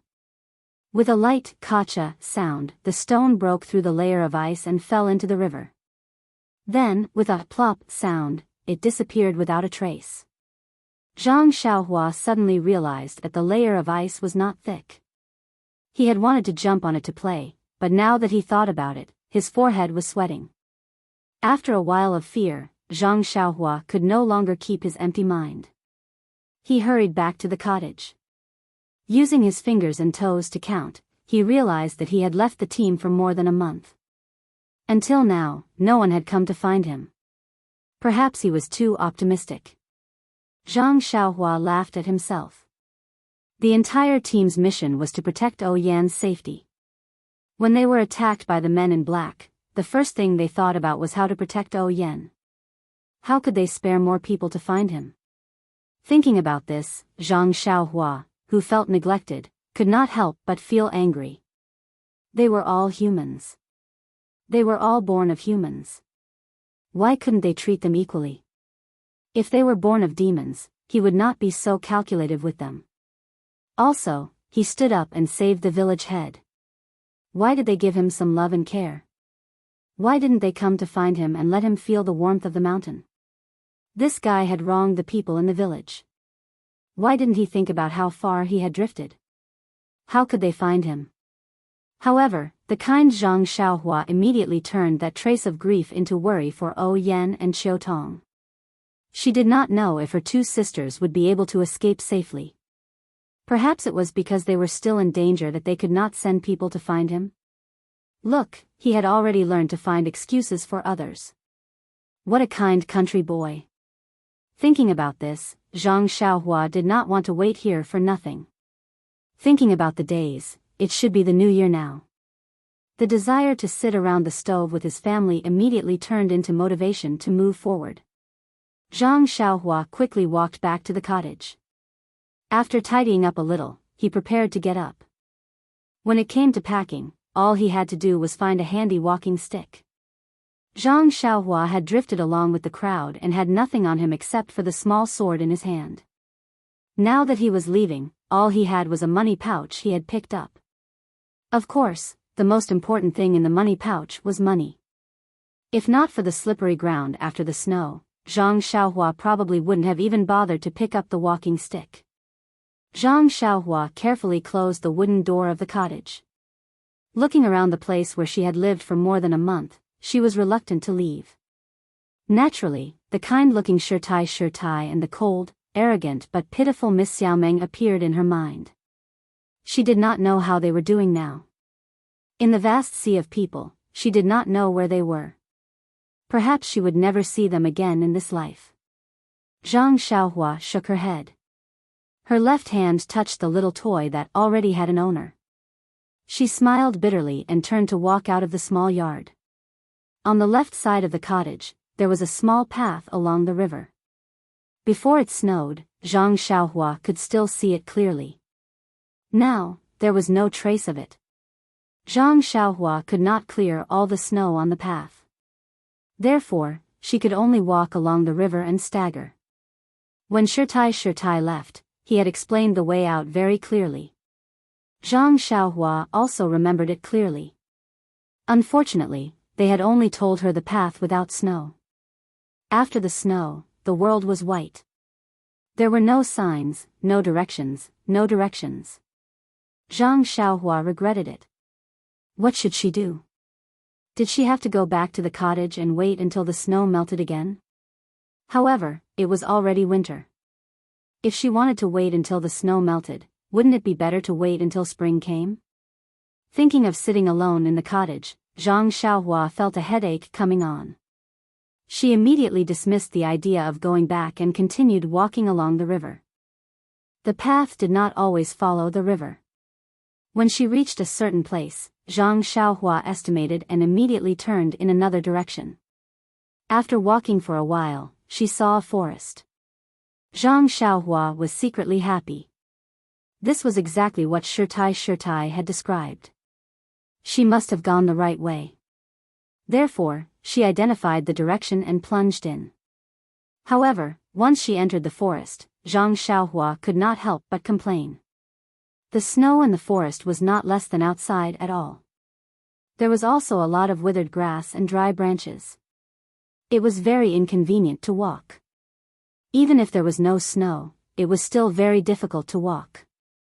Was this the path that Shirtai had taken when he went out? Zhang Xiaohua had great doubts in her heart. In fact, Shirtai was right. Zhang Xiaohua's memory was even more correct. However, Shirtai seemed to have forgotten that she had always used lightness skill to walk this path. How could she walk step by step like Zhang Xiaohua? Shirtai had forgotten, and Zhang Xiaohua did not know either. As she walked, she secretly admired Shirtai. The older the ginger, the spicier it was. The younger generation could not compare with her in terms of hardships. This Shirtai walked such a difficult path every day. She left early and returned late. She was really a role model for her generation. But after walking for a while, Zhang Xiaohua's heart no longer had longing and admiration. Anyone who walked for a long time in the vast snow forest would have feelings. Yesterday, Zhang Xiaohua had just tasted this feeling. In front of delicious food, she did not think. Today, she tasted this difficult path again. It was inevitable that she would complain in her heart. How did Shirtai find such a hidden place? Could it be that she also floated over the river like herself? Moreover, the most terrible thing was that Zhang Xiaohua did not notice at all. Step by step, he slowly deviated from his original direction. When he finally walked out of the dense forest and looked up, he was surprised to find that in front of him was not the small hill that Shirtai had mentioned, but a flat field. Zhang Xiaohua was immediately dumbfounded. This, obviously, she was lost. However, this ending was not out of Zhang Xiaohua's expectations. Zhang Xiaohua was very confident in her ability to have a poor sense of direction. It was almost impossible to not get lost after walking such a long path without clear markings. After a moment of silence, Zhang Xiaohua identified the direction and walked down firmly. Anyway, as long as she walked patiently, she would reach a village or town one day. It was hard to say whether Zhang Xiaohua was lucky or unlucky. In the other direction of the dense forest, which was the direction that Shirtai had pointed out, the hill was not much shorter than the mountain behind the cottage. Now, it was covered with snow and it was very difficult to climb forward. Even if Zhang Xiaohua walked to the front of the hill correctly, it would be very difficult to climb over it. It was not as easy as Shirtai had said. After you climb over the hill, there will be a large fruit forest in front of you. Follow the path around the fruit forest and you will see the ferry. Obviously, when Shirtai said, climb over, she must have used her lightness skill to climb over it. He wondered if she had thought about it that day when she held Xiao Meng's hand and floated past. With Zhang Xiaohua's ability, would it be easy for her to climb over? Zhang Xiaohua didn't seem to realize that he was walking on an easy path thanks to his poor sense of direction. Zhang Xiaohua took a few steps forward, taking one step at a time. Fortunately, Zhang Xiaohua's injuries were mostly healed, and his physical fitness was top-notch. He didn't feel tired even after walking for a long time. After walking for more than half a day, Zhang Xiaohua saw that the sun was setting in the west. She was anxious. Walking was not a problem, but it was dark. What should she do? She couldn't keep walking. She had to take a rest. Thinking of her habit of sleeping at midnight and looking around where there was no one, Zhang Xiaohua shuddered. So Zhang Xiaohua stopped. Facing the setting sun, she shaded her eyes with her hands and looked into the distance. It seemed that there was a faint mountain range over there. Maybe she could find a cave to stay in there. After making up her mind, Zhang Xiaohua put away her walking stick, took a deep breath, and ran towards the mountain range. With the arrival of dusk, Zhang Xiaohua ran faster. Seeing the mountain range getting closer and closer, her heart became more and more at ease. When she ran closer, there was only a touch of sunset light left on the horizon. Even if Zhang Xiaohua's body was good, she was tired and panting at this time. The slope of the mountain range was gentle, so it was easy to climb. So while she could still see clearly, Zhang Xiaohua climbed while looking for a cave. But the mountain was getting higher and higher. Zhang Xiaohua's heart became colder and colder. The sky was about to turn dark, but she still couldn't find a place to stay. At this time, Zhang Xiaohua had climbed to a high place. Looking up, she couldn't help but be overjoyed. In the distance, there was a shadow of a dark area. It was obviously higher than the side. Zhang Xiaohua quickened his pace and walked closer. The stone in her heart finally fell. If it wasn't an abandoned house, then what was it? Zhang Xiaohua walked closer and took out a match. She lit it and saw that it was a dilapidated mountain temple. Half of the plaque in front of the door had fallen and was hanging there at an angle. She could vaguely see the big words on it, Mountain God Temple. Zhang Xiaohua was stunned. How could there be such a temple in the wilderness? But it was also good. Today, it helped Zhang Xiaohua. At least she wouldn't have to sleep in the wilderness.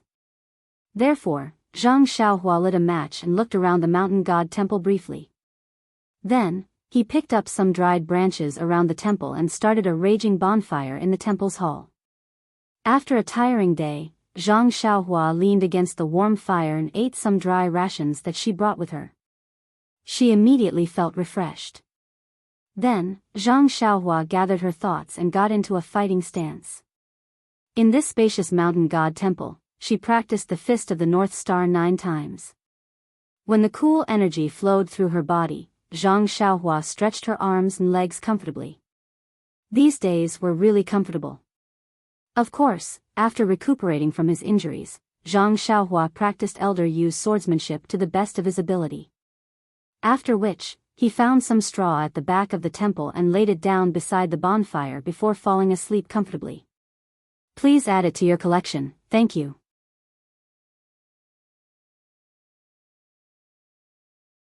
Chapter 134. The night was boundless and a half-moon hung in the sky. The white snow reflected a weak white light. In the quiet wilderness, a black dot like a bullet suddenly appeared in the distance and quickly shot towards the snow-covered mountains. That black dot from time to time swept past the branches that stretched into the night sky and stepped on the thick snow without touching the ground. The branches swayed slightly but the snow did not fall. The snow that was stepped on only left a slight trace. Obviously, this was a very high level of Qigong. It turned out that this was a night walker dressed in black. The black-clothed man's speed was very fast. Not long after, he had reached the bottom of the mountain. The black-clothed man stopped at the bottom of the mountain and then shot up the mountain. His speed was not much slower than when he was on the plains. Not long after, he came to a flat place. He looked around and ran towards a dark place.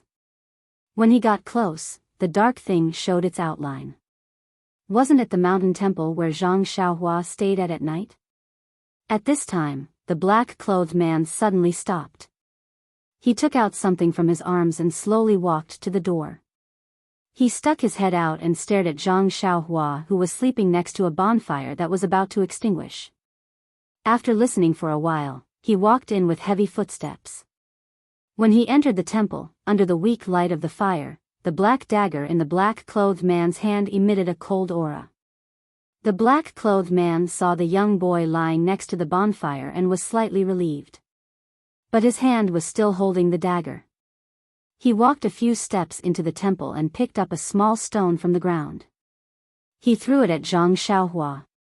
The stone hit Zhang Xiaohua's hand. It was very light. Zhang Xiaohua was sleeping soundly at this time. How could he feel it? However, it was precisely his lack of feeling and reaction that made the black-clothed man very surprised. He carefully stepped forward and tried to kick Zhang Xiaohua, but he still did not move like a dead pig.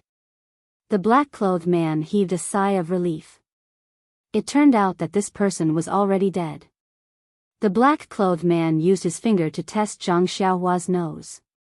Hey, why is he still breathing? The black-clothed man was puzzled. Then, he pushed Zhang Xiaohua with all his strength. But Zhang Xiaohua did not seem to feel anything. He turned over and went back to sleep.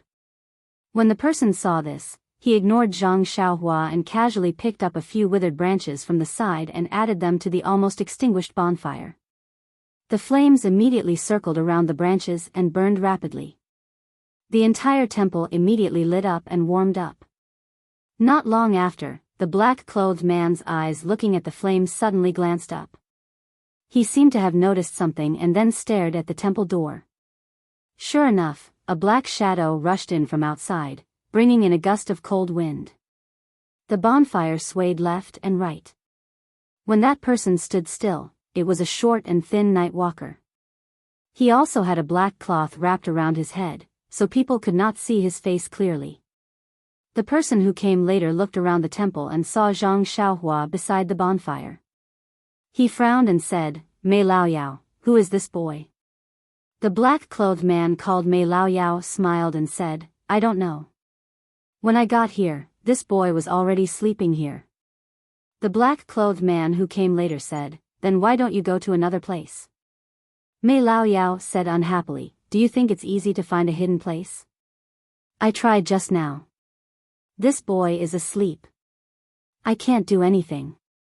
He doesn't have any internal energy. He's probably a country boy who got lost."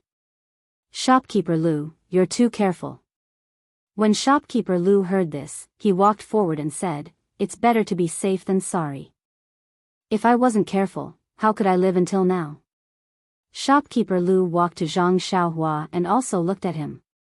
He kicked him twice. Just as Mei Laoyao said, there was no reaction. However, he was still worried.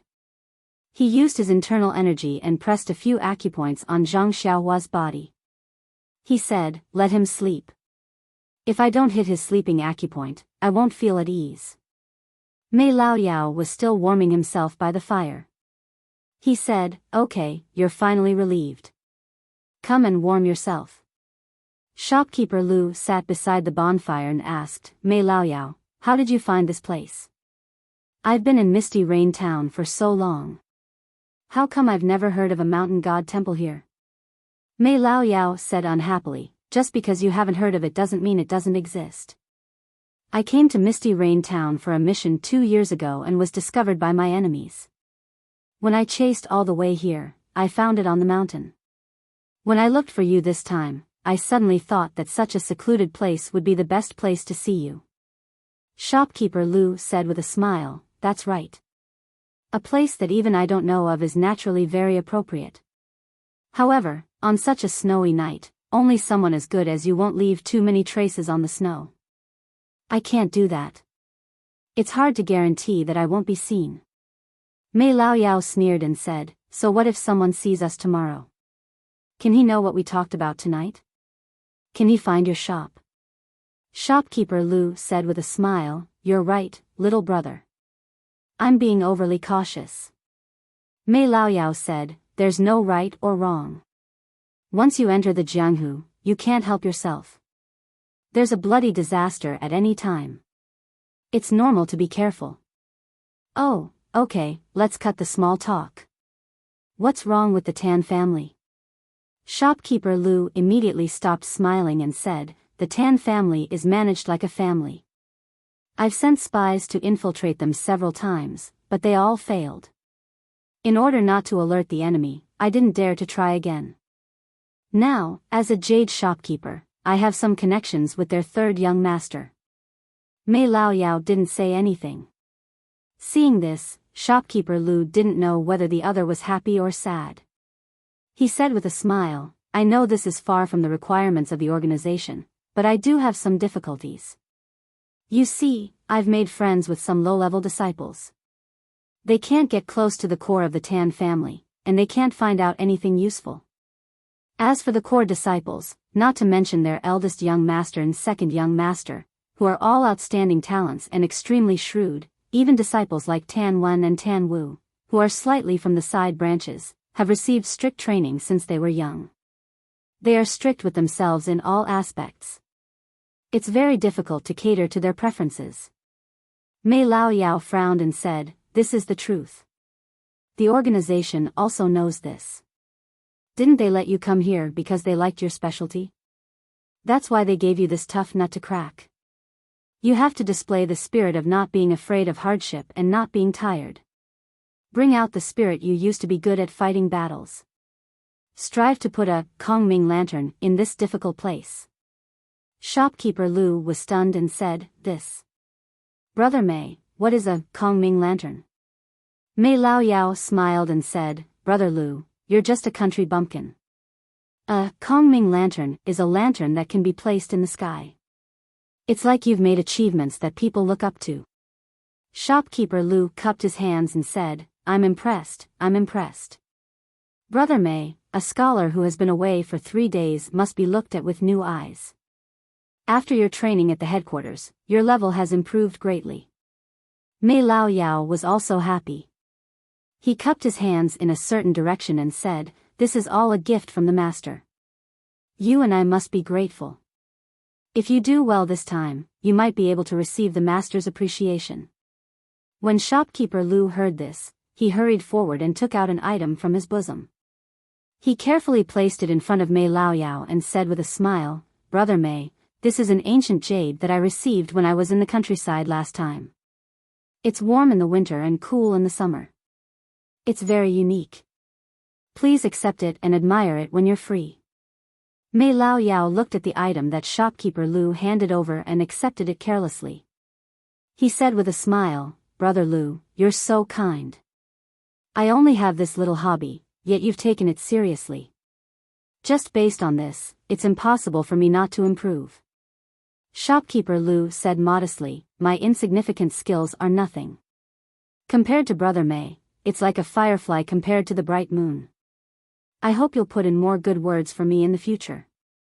Mei Laoyao rubbed the item in his hand and said with a smile, the master is a master who can't tolerate sand in his eyes. Naturally, he will reward those who make a contribution and punish those who make a mistake.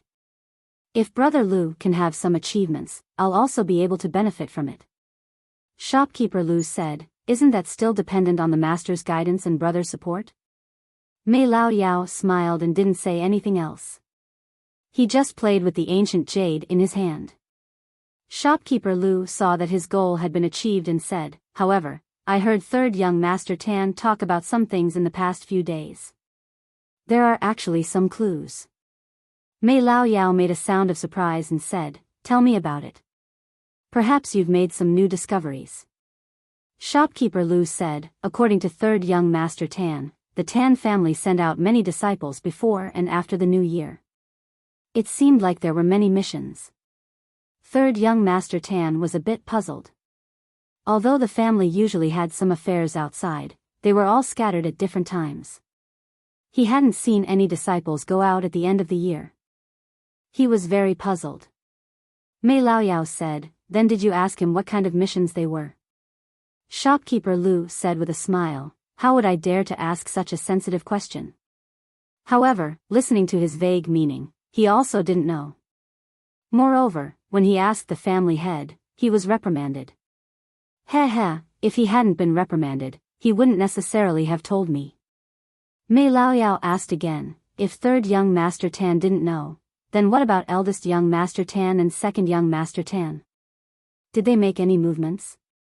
Did they also go out on missions?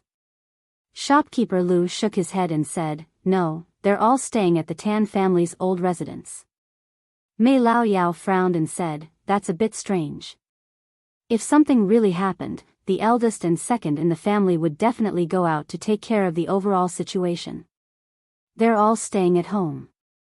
Presumably, the Tan family suddenly encountered some trivial matters. You should carefully investigate and see if you can find anything. Shopkeeper Lu said with a smile, Brother Mei is wise. Mei Lao Yao smiled and said, Brother Lu, there's no need to be like this. Back then, we were all brothers who slept on the same kong. Although our positions are different now and we each have our own division of labor, this is still the need of work. You and I are both stones in the organization. We move wherever we need to. There's no need to be so polite in private. Shopkeeper Lu said with a smile, I wouldn't dare. I can't even run faster than you can walk. I'd better listen to you honestly. Mei Lao Yao smiled and didn't insist. After a while, Shopkeeper Lu seemed to have thought of something and said, that's right, Brother Mei, there seems to be one more thing. I don't know if it's useful. Mei Lao Yao smiled and said, there's no harm in saying it. I'll also give you a reference. Shopkeeper Lu said, some time ago, third young Master Tan vaguely said that his two older brothers used to often practice martial arts with him. In the past year, they didn't practice martial arts together with third young Master Tan. Moreover, they never sparred with third young Master Tan. Sometimes, when he was itching to spar with his two older brothers, they would use all kinds of excuses to refuse. He was very puzzled. Later, he seemed to eavesdrop on a disciple of an unorthodox school saying that his two older brothers' martial arts had improved greatly and were already among the best of the Tan family's younger generation. Speaking up to this point, Shopkeeper Lu stole a glance at Mei Lao Yao and said, however, third young Master Tan scoffed at this saying. The three of them are the direct descendants of the Tan family. Their martial arts have been passed down in the family since they were young. It's normal for them to be among the best. Brother Mei, do you think this information is useful? Mei Lao Yao said, Brother Lu, this information is very important. I'll definitely tell this information to His Majesty personally. You should properly record this merit. Shopkeeper Lu said happily, then, many thanks, Brother Mei. However, he immediately felt somewhat puzzled and asked, Brother Mei, please understand the maze. This humble one doesn't feel anything unusual about this information. Mei Lao Yao said with a smile, hee, Brother Lu, this is the difference between the central and local governments. The asymmetry of information naturally means that the estimation of information is different. I'll tell you the truth. Do you know why you were specially transferred to this Tan family village from another place last year? Shopkeeper Lu shook his head blankly. Mei Lao Yao said in a low voice, His Majesty has an old friend who isn't very close to him. In the past, he had quite a bit of conflict with Tan Yefeng. However, that Tan Yefeng's martial arts were quite different from his, so Tan Yefeng had always endured and didn't make a move. Who knew that at the beginning of last year, His Majesty received news that Tan Yefeng had fought his old friend and was actually killed by Tan Yefeng under Shadowless feet. His Majesty was very astonished. How did Tan Yefeng's martial arts improve so much? That's why this brother found an opportunity to transfer Brother Lu here. Shopkeeper Lu suddenly understood. Mei Lao Yao continued in a low voice, this matter belongs to the level of confidentiality.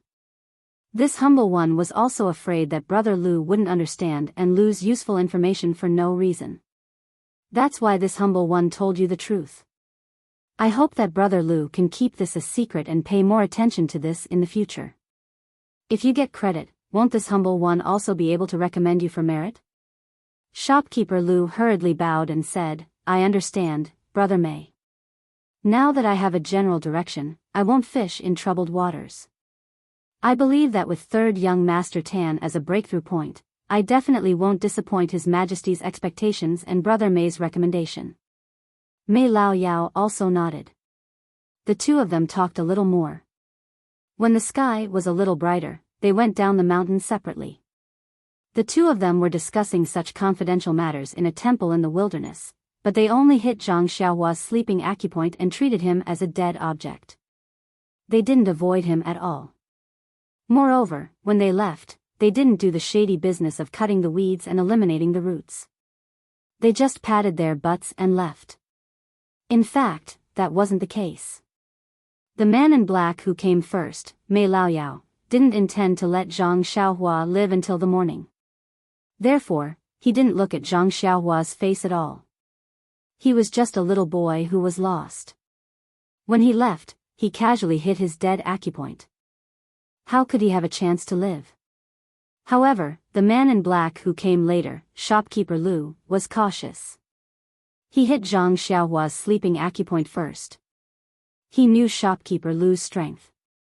It wouldn't dissolve by itself without 24 hours.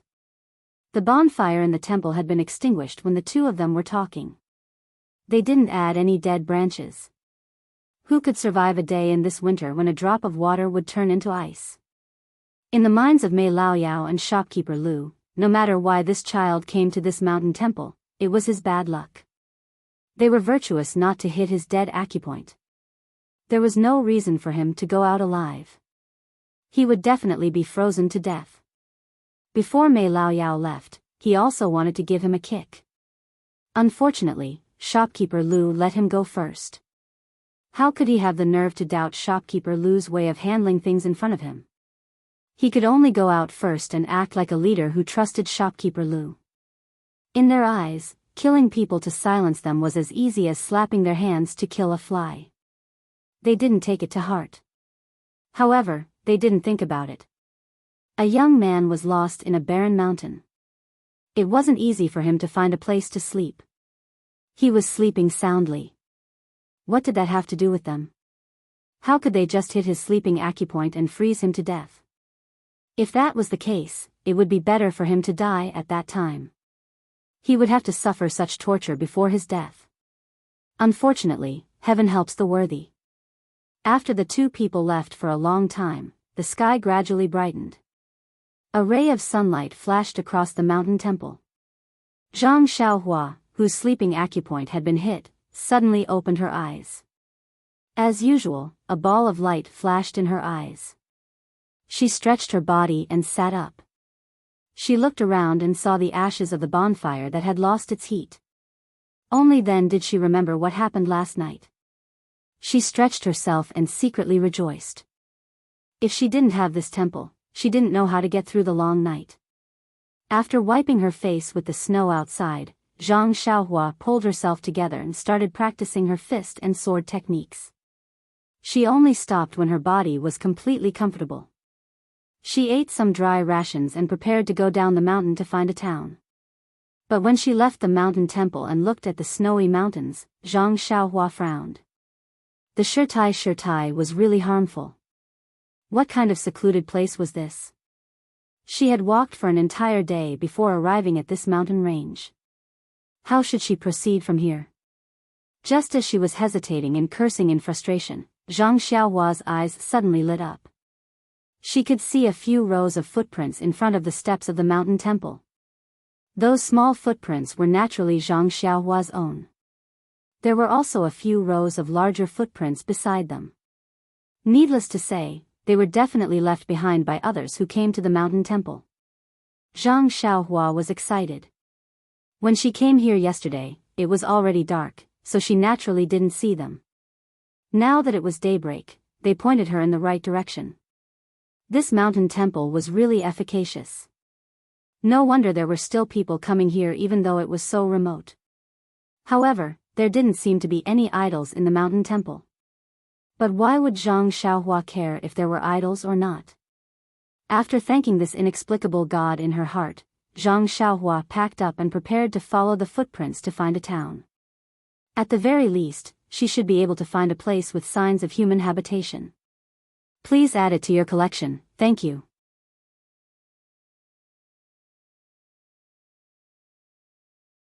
Chapter 135.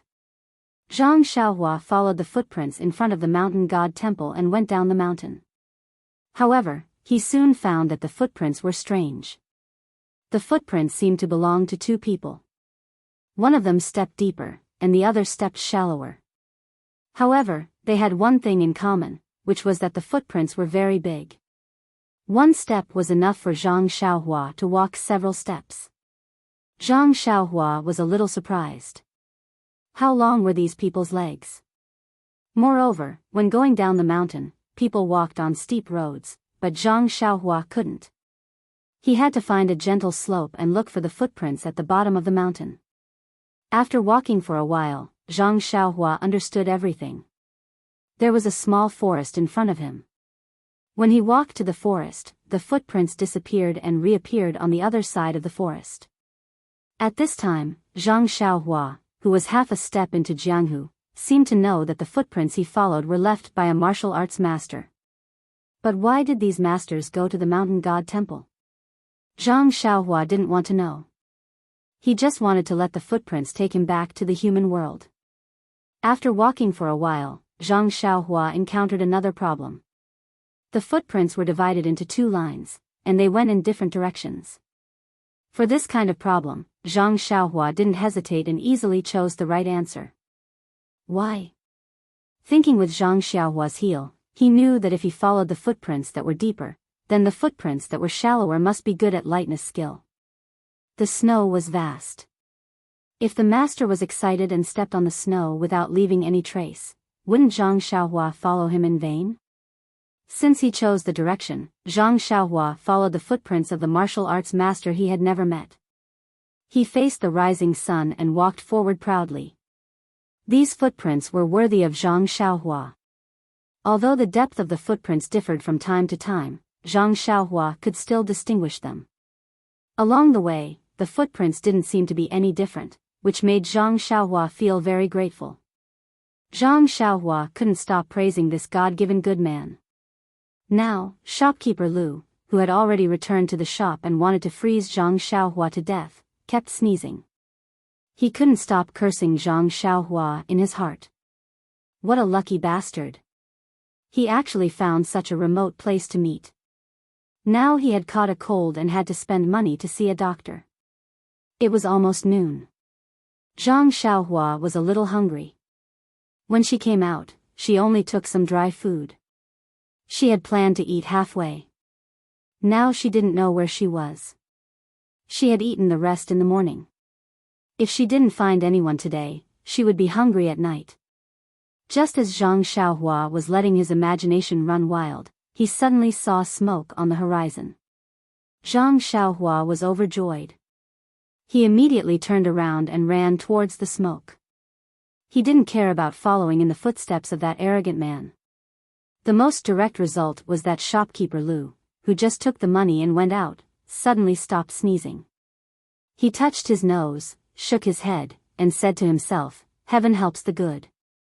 Last night, I didn't kill the country boy in the wild temple.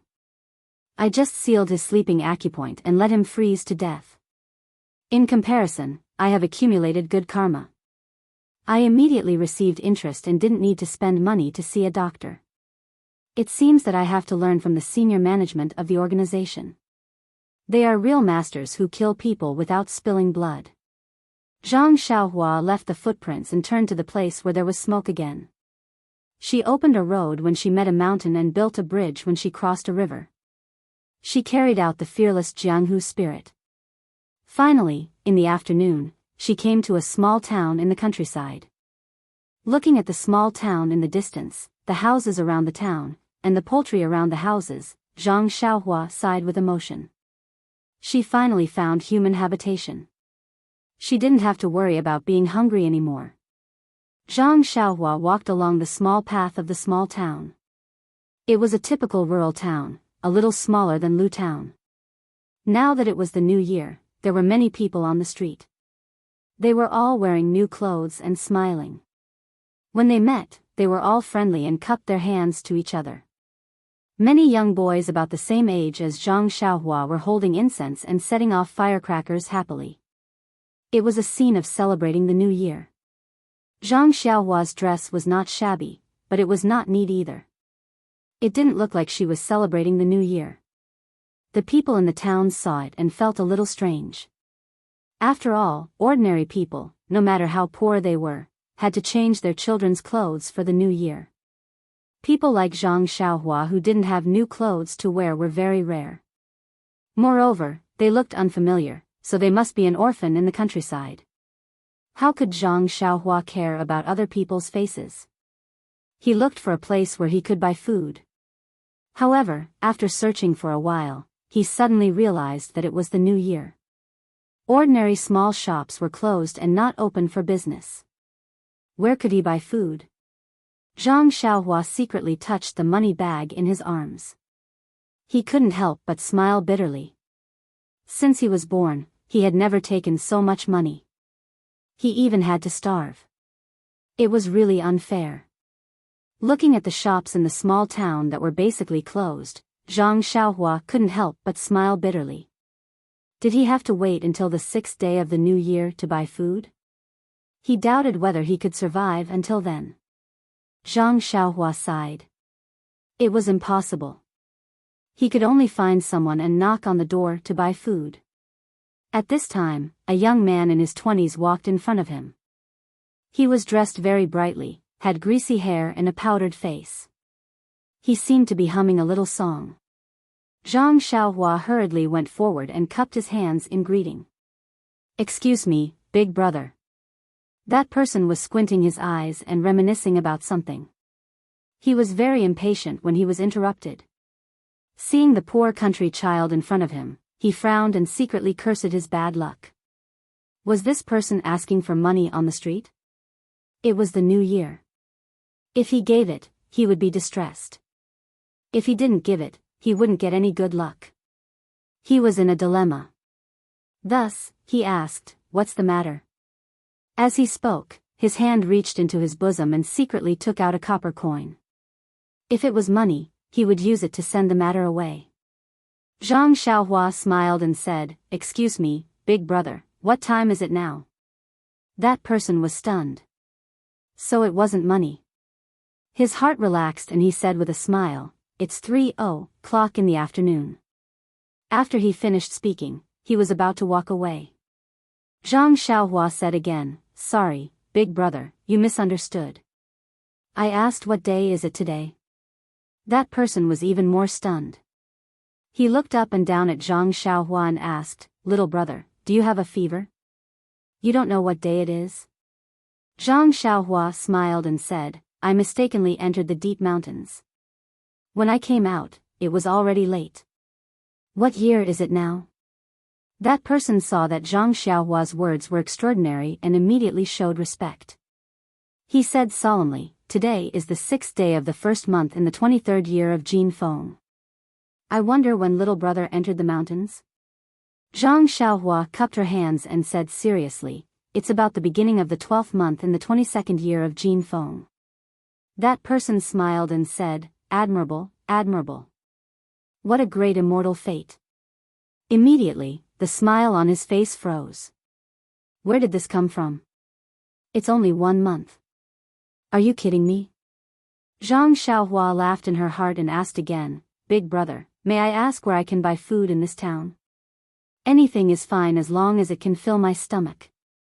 That person was just about to speak when he suddenly rolled his eyes and said with a smile, "Which shop is open during the new year? However, little brother's request is not high. As long as you can fill your stomach, there is a place you can go." Zhang Xiaohua said happily, "Please enlighten me, big brother." That person pointed to the distance and said, "Go forward from here until you reach the end of the road. Turn left and walk straight until you reach a sundry goods store. Turn right and walk straight. At the end of the road is a Food as Heaven restaurant. It might be open at this time. If it's not open, I'm afraid little brother will have to go hungry." After saying that, Zhang Xiaohua thanked him again and again. Only then did she follow the path that the person pointed out and quickly ran. The young man behind her curled his lips and laughed sinisterly. He walked away by himself. When Zhang Xiaohua arrived at the food as heaven along the designated path, she could not help but be stunned. It was not that the food as heaven restaurant was not open. It was just that the entrance of the food as heaven restaurant was filled with people and it was extremely noisy. It turned out that this food as heaven was the most prosperous restaurant in the small town. The new year was the best time for restaurants. How could they not open their doors to welcome customers? However, Zhang Xiaohua was in a dilemma. Not to mention that Zhang Xiaohua had never had the experience of going to a restaurant since she was young. On the way to Pingyang City, she had eaten at the Galloping Horse Inn. That was even when she followed Zhang Xiaohu there. Moreover, the customers of this restaurant either came in carriages or were dressed in silk and satin. All of them were fat and big. It seemed that this restaurant was not of a low class. Now, could she even enter? Just as she was hesitating, Zhang Xiaohua's stomach rumbled. Helplessly, Zhang Xiaohua still braced herself and walked forward. The waiter in front of the food as heaven restaurant was sweating profusely at the entrance to welcome customers. Suddenly, he saw a young man from the countryside walking over hesitantly. He could not help but frown secretly and thought to himself, "Country bumpkin, don't you know where you are before coming here without permission?" Just as he was about to wait for Zhang Xiaohua to go forward and scold him, the waiter realized that although Zhang Xiaohua's clothes were old, they were not made of the commonly seen cloth in the countryside. The waiter's eyes were very sharp. He took a closer look and saw that the clothes were tailored to fit. They were probably not picked up or stolen. Although they were not new clothes, he could not figure out her identity. Therefore, he quickly changed his attitude and smiled. "Young man, why are you here at food as heaven?" Looking at the waiter's attitude, Zhang Xiaohua secretly thought that the waiter of this big restaurant was indeed different. He was very professional and did not lower the standard of service just because of her young age. Zhang Xiaohua smiled and said, "Of course I'm here to eat. What else can I be here for?" The waiter blushed. That was true. He thought that the restaurant was high-end and this young man did not have money to eat here. Perhaps he was here to look for someone or ask about something. He did not expect that the young man was here to eat. One could not judge a book by its cover.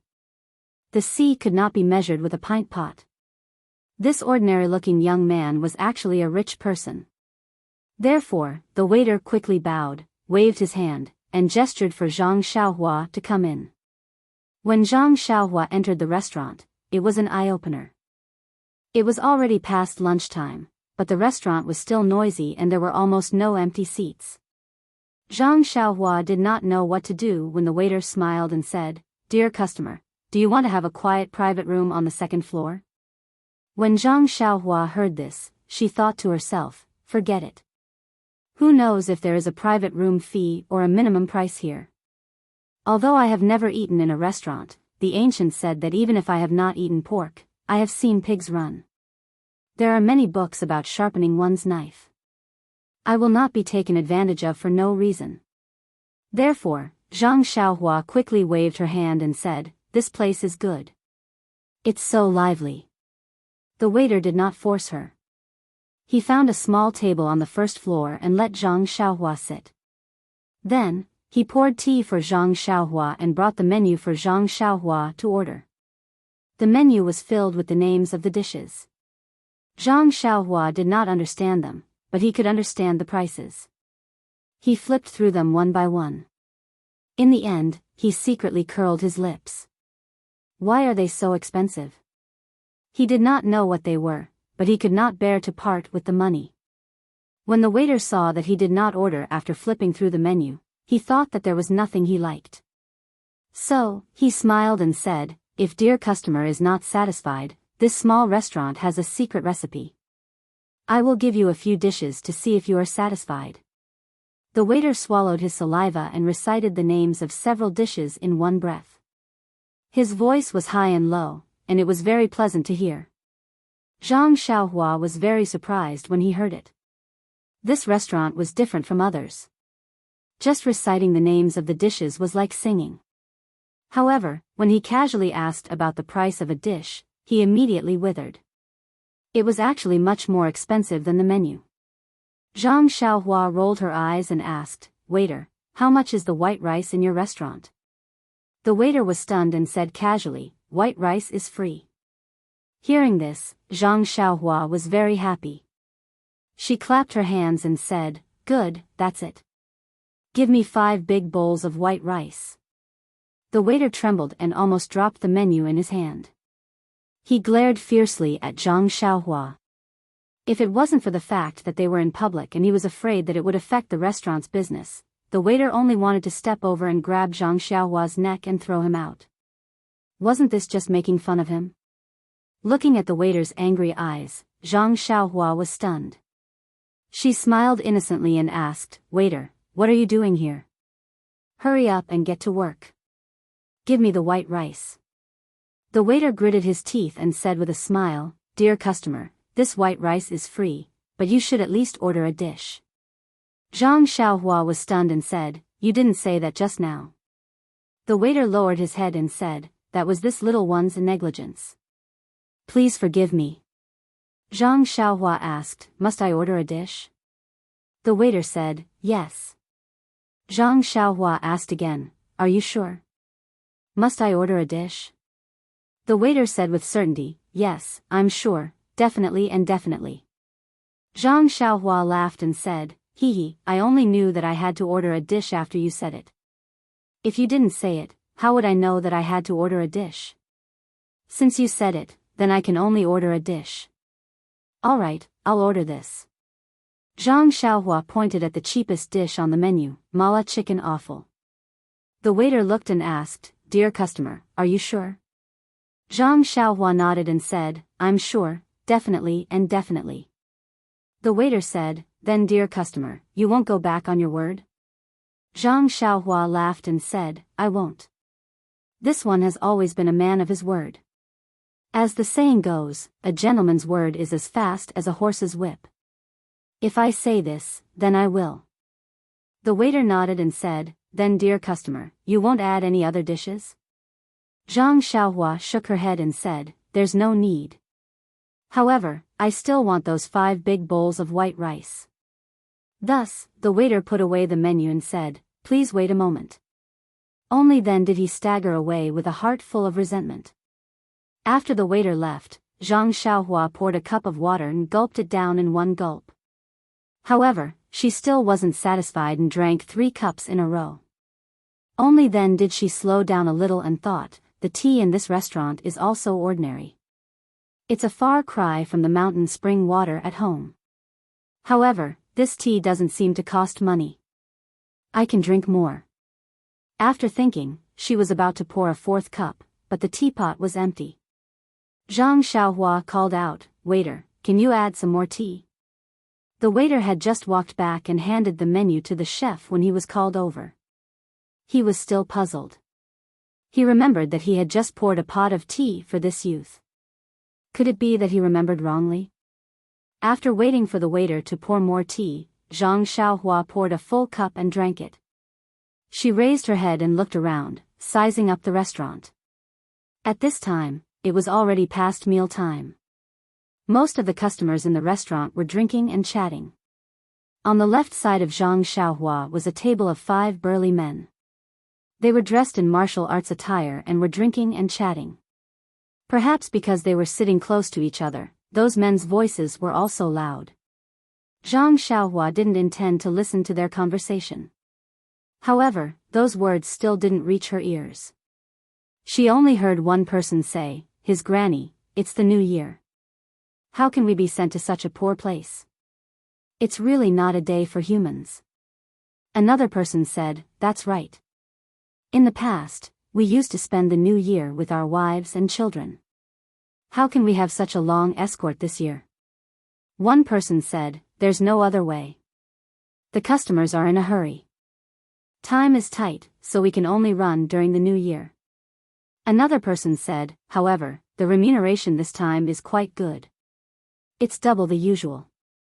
One person said, "Then you're an old hat. The government has a rule that the remuneration for work during the holidays is 3 times the usual. What's with this?" Another person said, really? How come I didn't know about this? This won't do. I have to go back and talk to Chief Zhang.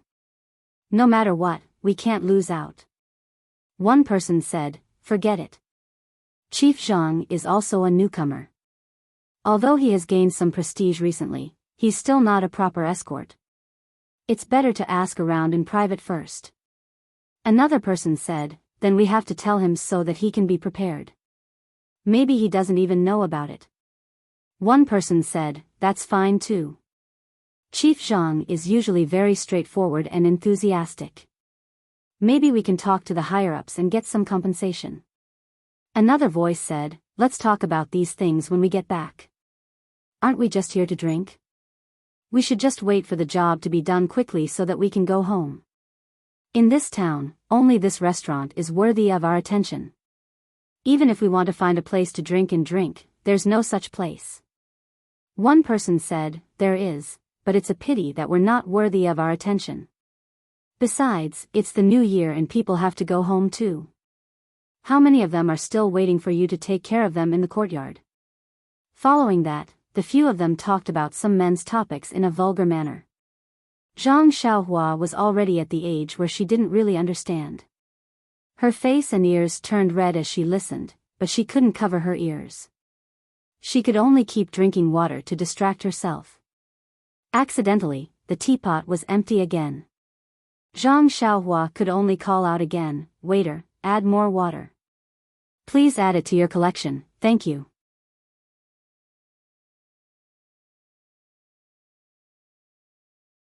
Chapter 136. When the waiter served Zhang Xiaohua spicy chicken giblets and 5 bowls of white rice on a tray, Zhang Xiaohua had already drunk 3 pots of tea, and her stomach was rumbling with hunger. But when Zhang Xiaohua saw the plate full of chili and red chicken giblets, she couldn't help but be dumbfounded. She asked blankly, waiter, is this the dish I ordered?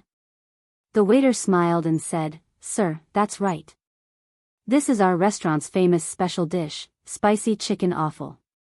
It's spicy and spicy. It tastes very delicious. It's a dish that people who like chili will definitely order. Zhang Xiaohua's face turned bitter. That's right. The menu clearly said spicy and spicy. Why didn't she ask more? The waiter asked her several times. Why didn't she pay attention? Alas, she was blindly greedy. Perhaps this dish was indeed delicious, but she never ate spicy food. There was no other way. She couldn't ask the waiter to change it to other dishes.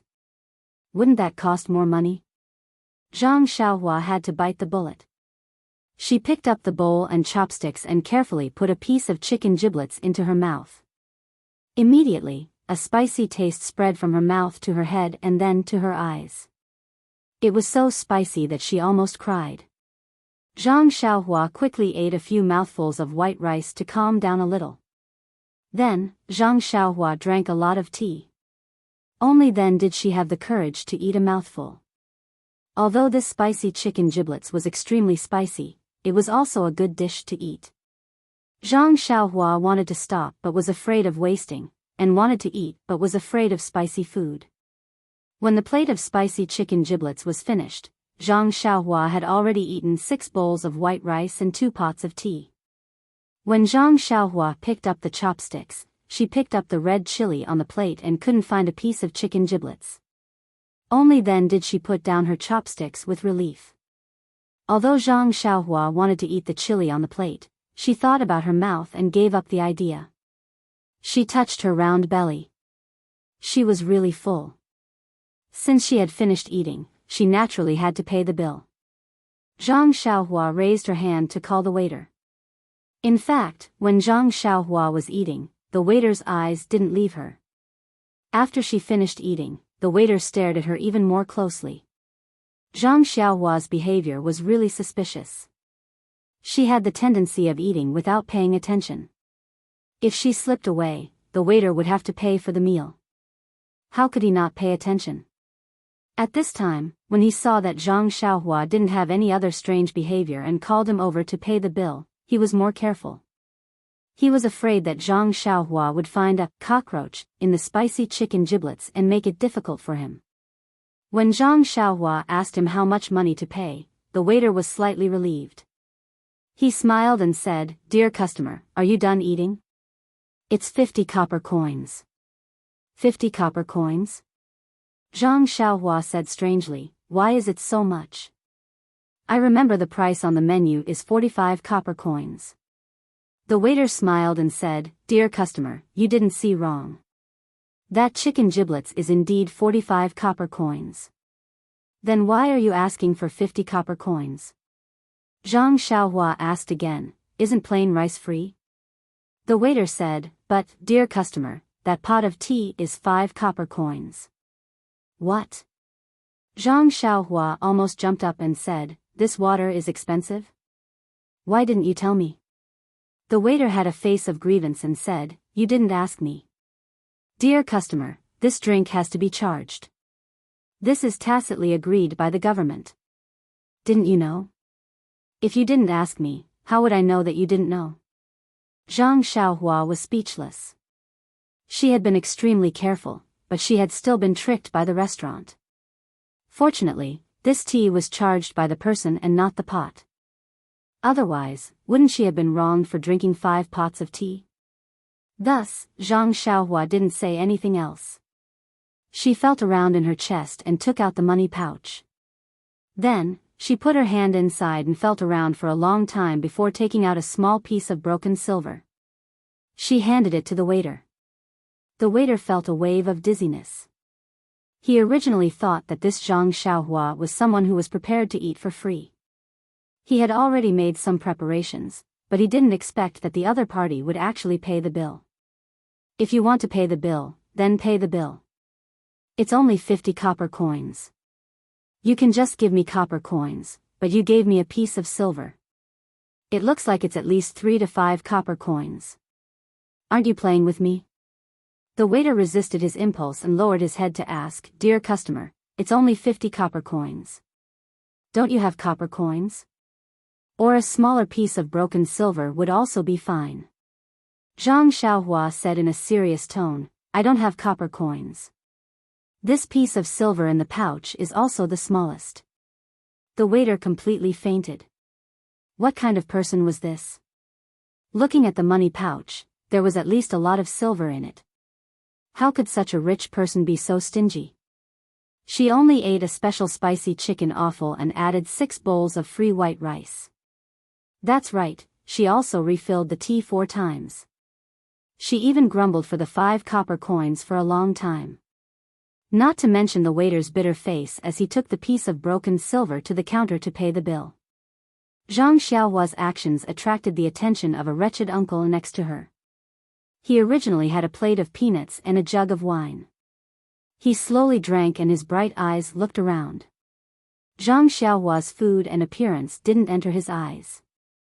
However, when Zhang Xiaohua took out the money pouch from her chest and took out a piece of broken silver, she even said that this was the smallest piece in the money pouch.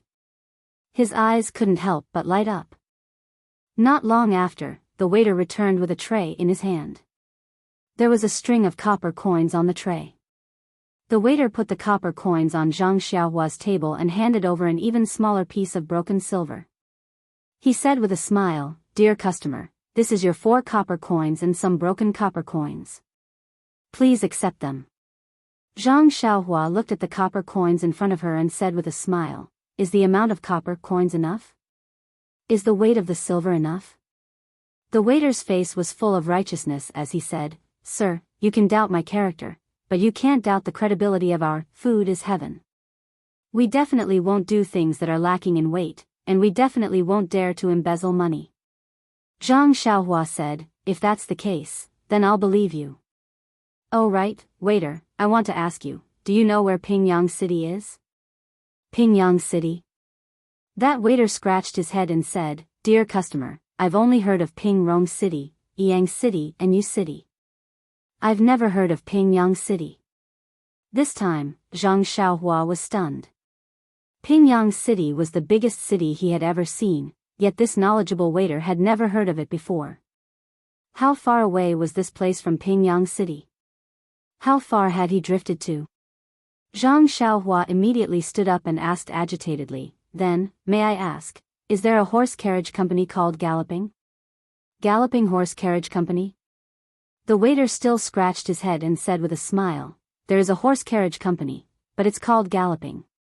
If you want to look for it, just turn left at the door and go straight. When Zhang Xiaohua heard this, she hurriedly tidied up the silver on the table and put the broken silver into the money bag. She took the string of copper coins and was about to put it into her clothes when she seemed to have thought of something. She took one coin from the string and hesitated for a moment. She took another coin and handed it to the waiter, saying, this is your reward. Thank you for your hospitality.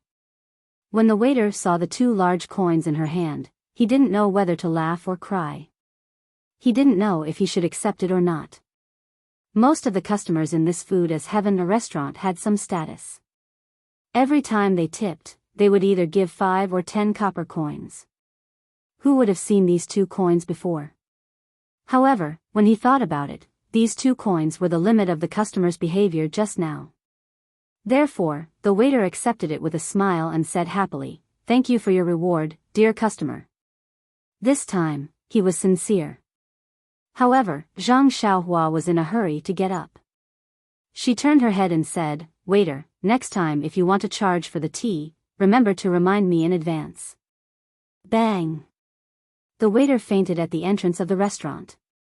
Zhang Xiaohua left the food as heaven and quickly ran to the left.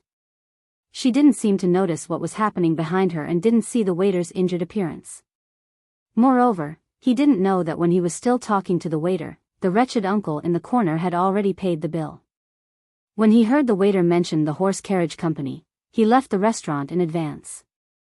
Zhang Xiaohua walked out of the restaurant and turned to the left. She looked up and saw a big courtyard at the end of the street. She could vaguely see a flag flying in front of it. It must be the horse carriage company that the waiter mentioned. She estimated that there was still some distance to go. Zhang Xiaohua couldn't help but quicken her steps. In this small town that she was unfamiliar with, Zhang Xiaohua thought that the only way home was by horse carriage company. What a joke. Even the well-informed waiter didn't know where Pingyang City was. It must be very far away. If she were to walk home, how long would it take? The first time in his life that he went on a long journey was by horse carriage. This time, he naturally thought of horse carriage. He couldn't deny that the ancients said, read 10,000 books and travel 1,000 miles. Zhang Xiaohua walked for a while and saw that she would reach the entrance of the horse carriage company after crossing a junction. Zhang Xiaohua could also see the words on the flag clearly. It was really, Fast Horse Carriage Company, mission accomplished. But just as Zhang Xiaohua was crossing the junction, a middle-aged man rushed from the side. Perhaps the road was slippery because of the snow. He bumped into Zhang Xiaohua. Just as their bodies came into contact, Zhang Xiaohua suddenly felt a hand reaching into her clothes and was about to take her money bag. Zhang Xiaohua's senses were very sharp at this moment. She was also very agile. She immediately stopped in her tracks, turned her body and reached out with her left hand to grab that person's hand. She said, "What are you doing?" That middle-aged man saw that he was grabbed by Zhang Xiaohua, but he didn't panic. He deliberately slipped and fell on the ground in front of Zhang Xiaohua. He then shouted, "Aya, you little boy. Why are you so careless? You knocked me down." "Aya, I'm injured." After saying that, he lay on the ground and started groaning. At this moment, Zhang Xiaohua was holding onto that person's wrist. That person was lying in front of her. Zhang Xiaohua didn't know what to do. Just as she was hesitating, she heard more voices. She turned her head and saw 6 or 7 youths who were slightly older than Zhang Xiaohua coming from the junction. They came over with smiles on their faces. As they walked, they said, "Where did this poor boy come from? How dare he offend our brother Fan?" Seeing this scene, how could Zhang Xiaohua, who had already stolen money bags from Pingyang City, not know what was going on? However, things had changed with the passage of time. The current Zhang Xiaohua was no longer the Zhang Xiaohua he used to be. Not to mention that the current Zhang Xiaohua had used his own small sword to successfully assassinate a black-clothed expert. Just based on his proficient fist of the North Star, he wasn't afraid of these youths who were slightly older than him. Hence, he let go of that middle-aged man's wrist and crossed his arms in front of his chest. He smiled at the people coming from afar, full of confidence. At this moment, Zhang Xiaohua was no longer the timid and brainless country boy he used to be. That middle-aged brother Fan saw a group of youths surrounding him and laughed in his heart. Seeing that Zhang Xiaohua had let go of his wrist, he didn't get up. He just sat cross-legged on the ground. Some of the people around them avoided them as if they had seen a ferocious dog. Those who were braver stood far away and looked at Zhang Xiaohua with pity. Those who were timid had already run away, afraid that these local ruffians would see them. When the group of youths came in front and surrounded Zhang Xiaohua, that wretched middle-aged man opened his mouth and said, "Little brother, you accidentally knocked me down. Look, I'm injured to the point that I can't get up. What do you think we should do?" Zhang Xiaohua looked at the surrounding youths and smiled at Brother Fan. "Big brother, I walked very normally. Even if I was a little fast, you were the one who bumped into me from the side. If we were to talk about injuries, it should be me." Brother Fan said in a sharp voice, "You're right. Look at the situation now. Are you sitting on the ground or am I sitting on the ground?" Zhang Xiaohua said, "There's so much snow on the ground. I'm not in the mood to sit down." "Who knew that you would have such a weird habit of sitting in such dirty places?" Brother Fan said with a smile, "Little brother, you're quite eloquent." Unfortunately, the eyes of the surrounding crowd are as sharp as snow. They all saw it. You can't deny it even if you want to. Zhang Xiaohua smiled and said, "Sigh, if that's the case, you say you're right, and I say I'm right. Then let's go to the yamen." Hearing this, Brother Fan sat up and said with a smile, "Little brother, if that's the case, you're definitely not going to follow the rules?" Zhang Xiaohua asked, "So what if I follow the rules? What if I don't follow the rules?" That wretched Brother Fan said in a sharp voice, "Ah, that's right. Little brother, if you follow the rules, then obediently take out the money pouch in your arms. We won't be ruthless. We'll leave you some money and we'll go our separate ways. What if you don't follow the rules? Hee, look at the crowd around you. They're all Samaritans. They represent the hearts of the masses." Zhang Xiaohua smiled and said, I finally know how to represent the hearts of the masses. These are the kind-hearted masses. If they were kind-hearted, why would they mix with you?" Brother Fan said with a smile, "Because I'm also a member of the kind-hearted masses." Zhang Xiaohua said, "Then why do I feel that your actions don't seem like it?" Brother Fan heard this and said impatiently, "Look, this little brother doesn't seem like he's going to follow the rules." Zhang Xiaohua was even more amused and said, "If you're not going to follow the rules, then why do you have to rush to follow the rules?" Seeing that Zhang Xiaohua was teasing him without any sign of compromise, Brother Fan became angry from embarrassment. He waved his hand at the people behind him and said, "Forget it. Teach this kid a lesson. Let him know how powerful I am." When the people behind him heard this, 3 of them immediately walked out. They raised their fists and waved them around, showing off their thick muscles. Unfortunately, Zhang Xiaohua didn't care and just smiled. When the 3 of them saw that they were talking to no one, they looked at each other, raised their fists, and ran towards Zhang Xiaohua. The 3 of them had obviously practiced martial arts for a few days, and their movements were quite good at palm techniques. However, as soon as they got close, Zhang Xiaohua took advantage of them and used a move from the fist of the North Star to block the fist of the person in front of her. Then, she changed her move and swept her leg towards the person's non-existent lower body. With a bang, the man fell to the ground. At this time, another person also came in front of her. Zhang Xiaohua didn't dodge and raised her fist to meet the person's fist. There was also a muffled sound as the 2 fists collided. Zhang Xiaohua didn't move. The person cried out in pain and held his fist. He took a few steps back and opened his mouth in pain. The remaining person came closer, but when he saw what happened to the other two, he was already scared. He retreated and prepared to retreat. How could Zhang Xiaohua let him go? She shot forward and kicked the person's waist. That person also fell to the ground with an ouch. Zhang Xiaohua was puzzled. Her kick wasn't very strong. Seeing that his 3 subordinates had been defeated, Brother Fan was in a dilemma. If he ran away without fighting, it would be difficult for him to convince the others in the future. However, if he continued to fight, the remaining 4 people and himself might not be a match for this person. What should he do? Brother Fan thought for a moment, then took out something from his waist and made a gesture to the other 4 people. The 4 of them did the same. At this time, Zhang Xiaohua saw that each of them had a dagger in their hands. Looking at the daggers that flashed with a cold light, Zhang Xiaohua couldn't help but feel a little flustered. She wasn't afraid of fighting barehanded, but against weapons, she really didn't have any experience. However, there was always a first time for everything.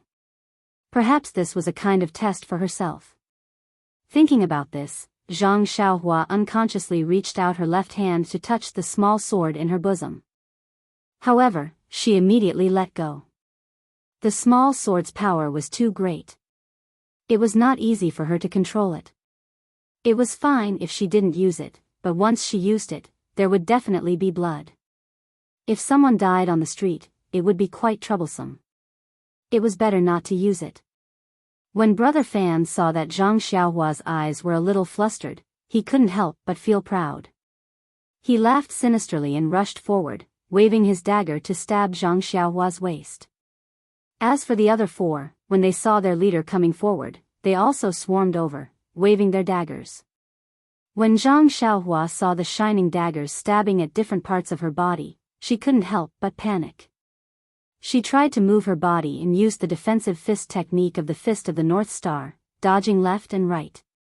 After dodging a few moves, she was careless and her arm was cut by a dagger. A smear of fresh blood instantly dyed her sleeve. The injured Zhang Xiaohua suddenly calmed down. She knew that blindly defending wouldn't be of much use. The best defense was offense. Zhang Xiaohua slightly adjusted her pace. Seeing a gap between the daggers, she took a big stride forward and raised her leg to kick one of the people's wrist. Ouch! That dagger flew into the air.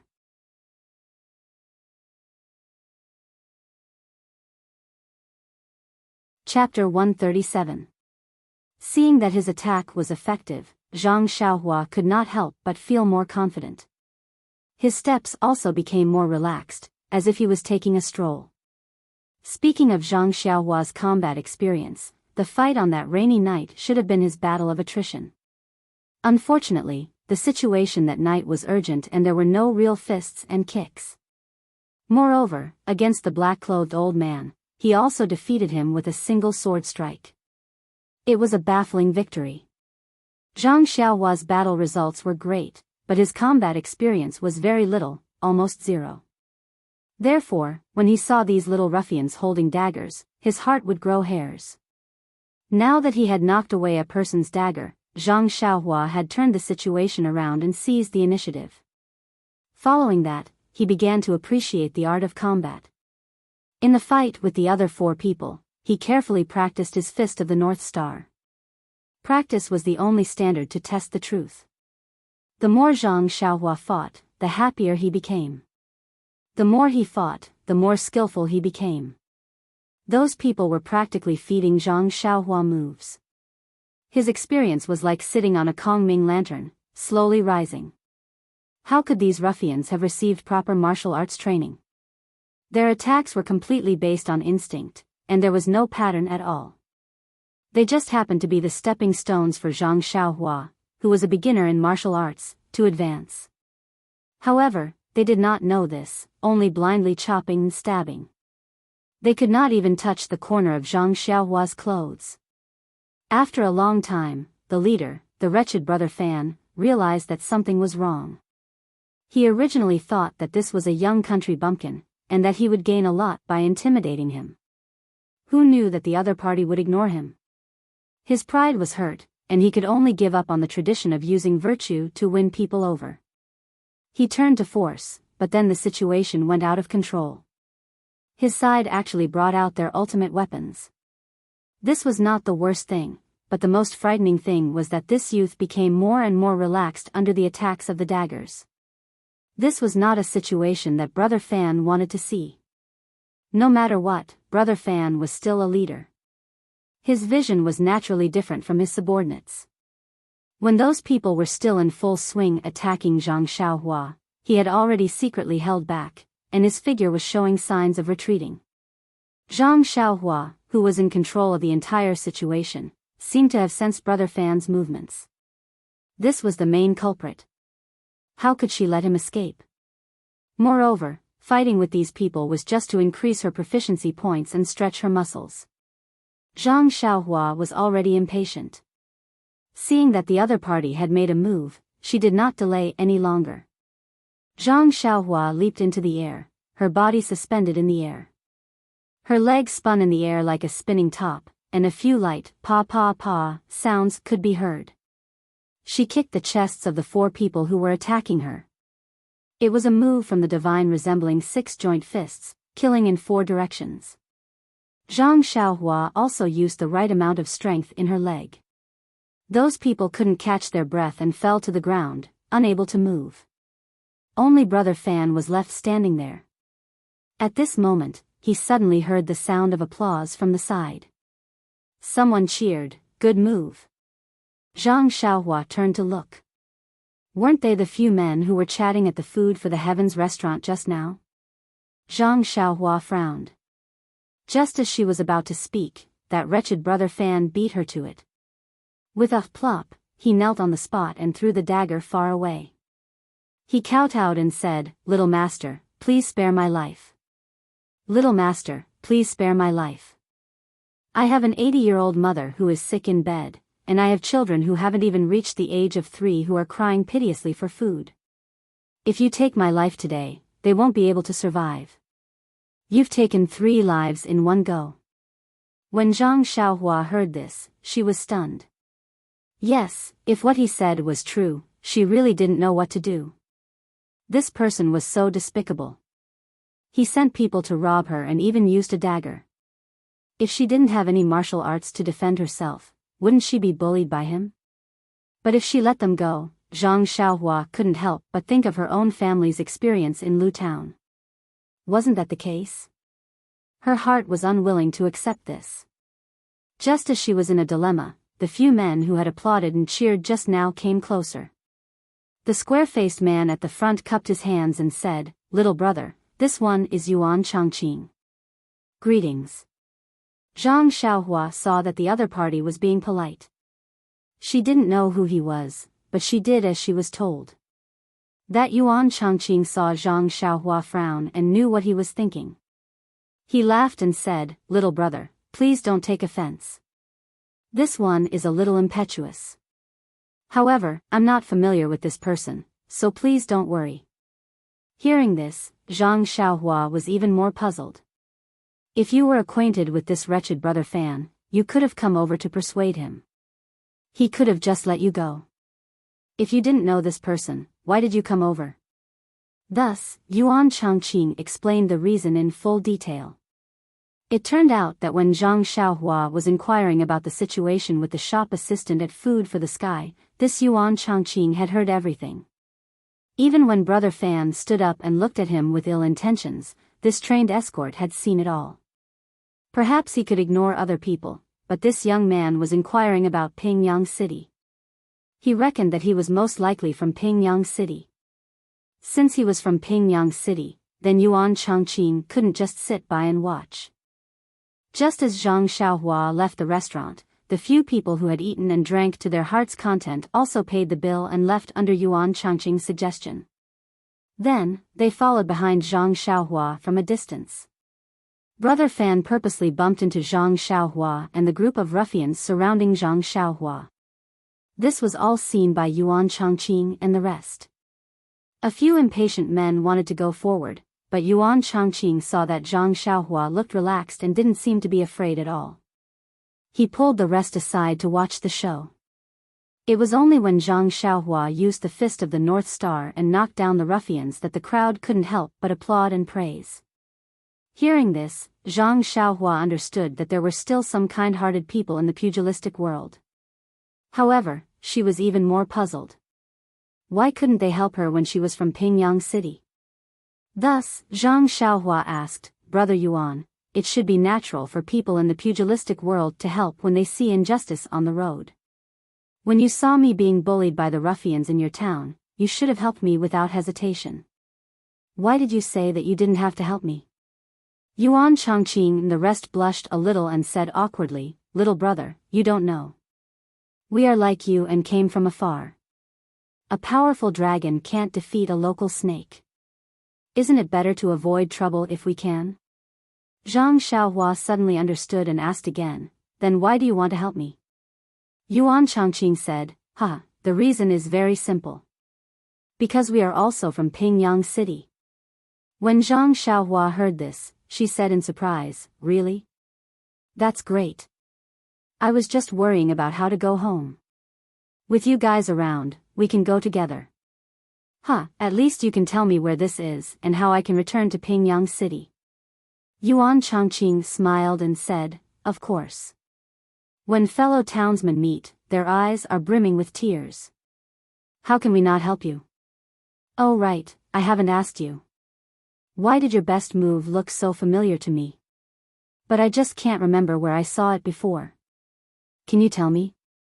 Zhang Xiaohua thought for a while and said embarrassedly, "The last move you mentioned should be one of the Liuha fists. But I can't remember the name. I haven't completely mastered it and it's different from the standard Liuha fists. You might be able to remember it if you think again." Yuan Changqing was enlightened and said sympathetically, "Little brother is right.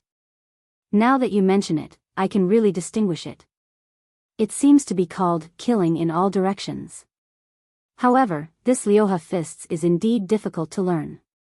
I have practiced it for a long time but I still haven't mastered it. It seems that only our head Zhang is the best at this." Zhang Xiaohua didn't mind and said with a smile, "But you are still better than me. I will forget whatever I practice. You should be happy." Yuan Changqing said in surprise, "But little brother showed off his prowess just now. I can see that your martial arts are also very exquisite." Zhang Xiaohua waved her hand and said, "That was all pieced together by me. My martial arts are mediocre. If I were to practice with these people, I would have been defeated long ago." After saying that, she glared fiercely at Brother Fan and the others who were kneeling on the ground. Brother Fan saw that this group of people knew each other and that he couldn't afford to offend them. He could only obediently kneel and smile. Zhang Xiaohua didn't have any ideas and asked Yuan Changqing. Yuan Changqing thought for a while and said with a smile, "Little brother, you don't have to care about what he said. It's just a lie. At his age, how can he have an 80-year-old mother? He might have sons from 3 dynasties, but most of them are fake. You don't have to worry about anything.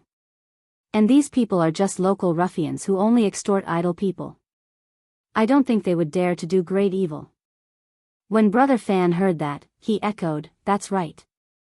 Little master, please spare our lives. We are just making some spare money. What evil can we do?" Zhang Xiaohua said angrily, "Then how can you pick up a dagger? Isn't that harming people's lives? Do you dare say that you haven't harmed people's lives?" When Brother Fan heard that, he defended himself even more.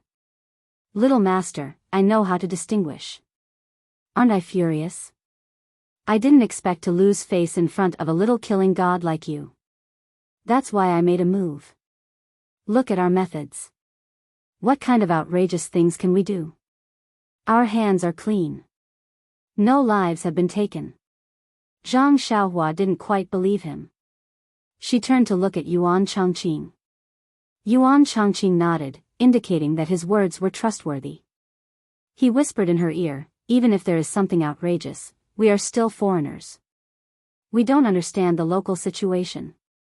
And with his situation, even if we send him to the authorities, it's just a formality. It's meaningless. Why don't we just teach him a lesson and let him go? When Zhang Xiaohua heard that, she knew what to do. She kicked Brother Fan and said, I'll believe you for now. In the future, don't do such things that harm people. If I see you again, it won't be so easy. When Brother Fan heard that, he was overjoyed. He said, I know. Thank you for sparing our lives. I'll take them back and plan for their future. I won't do such things again. When Zhang Xiaohua heard this, he curled his lips and thought to himself, you make it sound better than singing. Who would believe you? At this time, the others also woke up. They supported each other. When they heard Zhang Xiaohua let go, they supported each other and prepared to leave with Brother Fan. But before they could take a step, Zhang Xiaohua suddenly rolled her eyes and shouted, you guys wait. I still have something to do. When Brother Fan heard that, his face turned pale. He turned his head and smiled. Young master, what is it? Zhang Xiaohua laughed and said, letting you guys go so easily would be letting you guys off too easily. I can't give you guys a deep lesson. With a heart of compassion, I've decided to teach you guys a lesson. Brother Fan's face became even uglier. He said, listen to this young master's instructions. I wonder how you'll teach us. Zhang Xiaohua said, since you want to rob me and take my money pouch, I naturally have to pay you back in your own coin. Besides, Sai, your actions have deeply hurt my heart. You have destroyed my beautiful impression of this town. This loss is huge. You have to compensate me for my mental damage. I've decided. Zhang Xiaohua said, since you want to rob me and take my money pouch, I'll pay you back in your own coin. Zhang Xiaohua took a deep breath and said, I've decided to take your money pouches and let you guys have a taste of being robbed. When everyone heard that, they fainted. If you want to compensate, just say it. Why do you have so many reasons? Brother Fan naturally didn't dare to say anything. He hurriedly urged his subordinates to take out their small pouches and hand them to Zhang Xiaohua. Zhang Xiaohua didn't mind and took them one by one and put them in her bosom. Finally, Brother Fan carefully handed over his slightly full pouch. Zhang Xiaohua weighed it up and down and said, it's not that heavy. It seems your business isn't good. Brother Fan smiled and said, this young master is joking. It's a small business to begin with. It can only be fun, but not rich. Zhang Xiaohua smiled and said, you really don't have anything in your bosom? Brother Fan smiled and said, I really don't have anything. Finished speaking, he rubbed his bosom to show that he wasn't lying. However, his hands suddenly stopped moving. He awkwardly took out a palm-sized light green jade pendant and handed it to Zhang Xiaohua. He said, this, I forgot. I still have this thing in my bosom. Zhang Xiaohua asked curiously, where did this come from? How could you forget? Brother Fan said embarrassedly, I took this from a rich merchant yesterday. I've already taken it to the town's jade merchant for appraisal. They said it's a worthless fake. I just put it in my bosom. If this young master doesn't mind that it's a fake, please kindly accept it. Zhang Xiaohua didn't stand on ceremony and reached out to take it. She said, I'll take it even if it's a fake. It's just a lesson to you.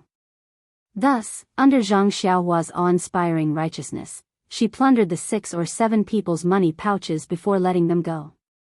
Yuan Chongqing and the others were dumbfounded by Zhang Xiaohua's actions. They didn't know what to say. Zhang Xiaohua's words were good, and he had his reasons too. You robbed me, so I had to teach you a lesson. Since you want to save people, then I'm not afraid of using strong medicine. Then, you ruffians, I'm sorry. Hand over your money bags. You can treat your own injuries. I'll teach you a lesson, and I hope you can remember this lesson. I hope you can remember this lesson. Zhang Xiaohua put the money pouches and the fake jade pendant into her bosom. Her heart was full, and her eyes curved into crescents.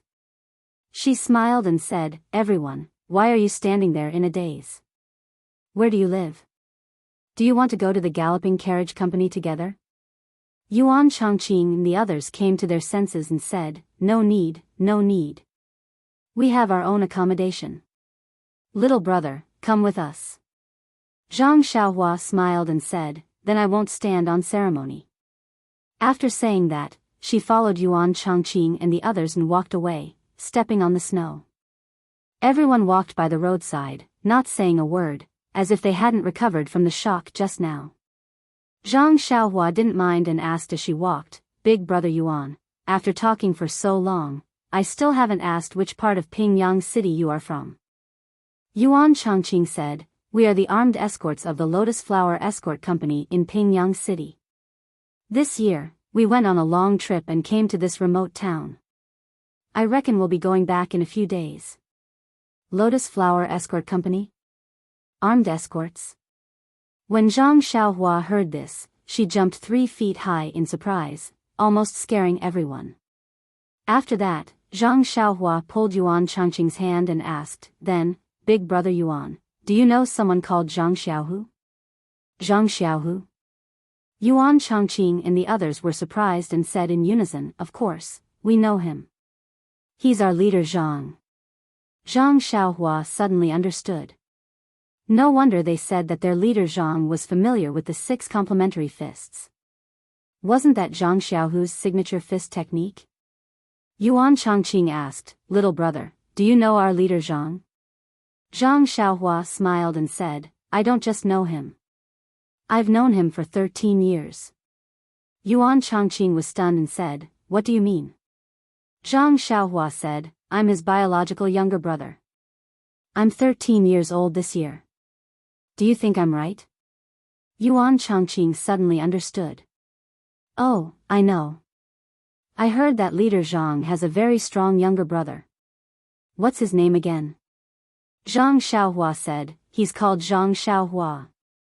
You have to remember such a handsome and mighty name. Yuan Chongqing smiled and said, yes, he's called Zhang Xiaohua. He came to the escort agency with leader Zhang last year to apply for a job. I heard that he even lifted 500 kilograms of stone weights. It's a pity that I wasn't there yet. Otherwise, I would definitely recognize you. Little brother, please don't blame me.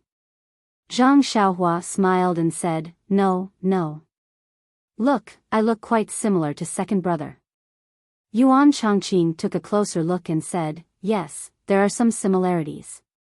However, you're still small and skinny now. Your face is a little chubby, but your brows are still similar. However, if you look at it directly, you might not be able to recognize him.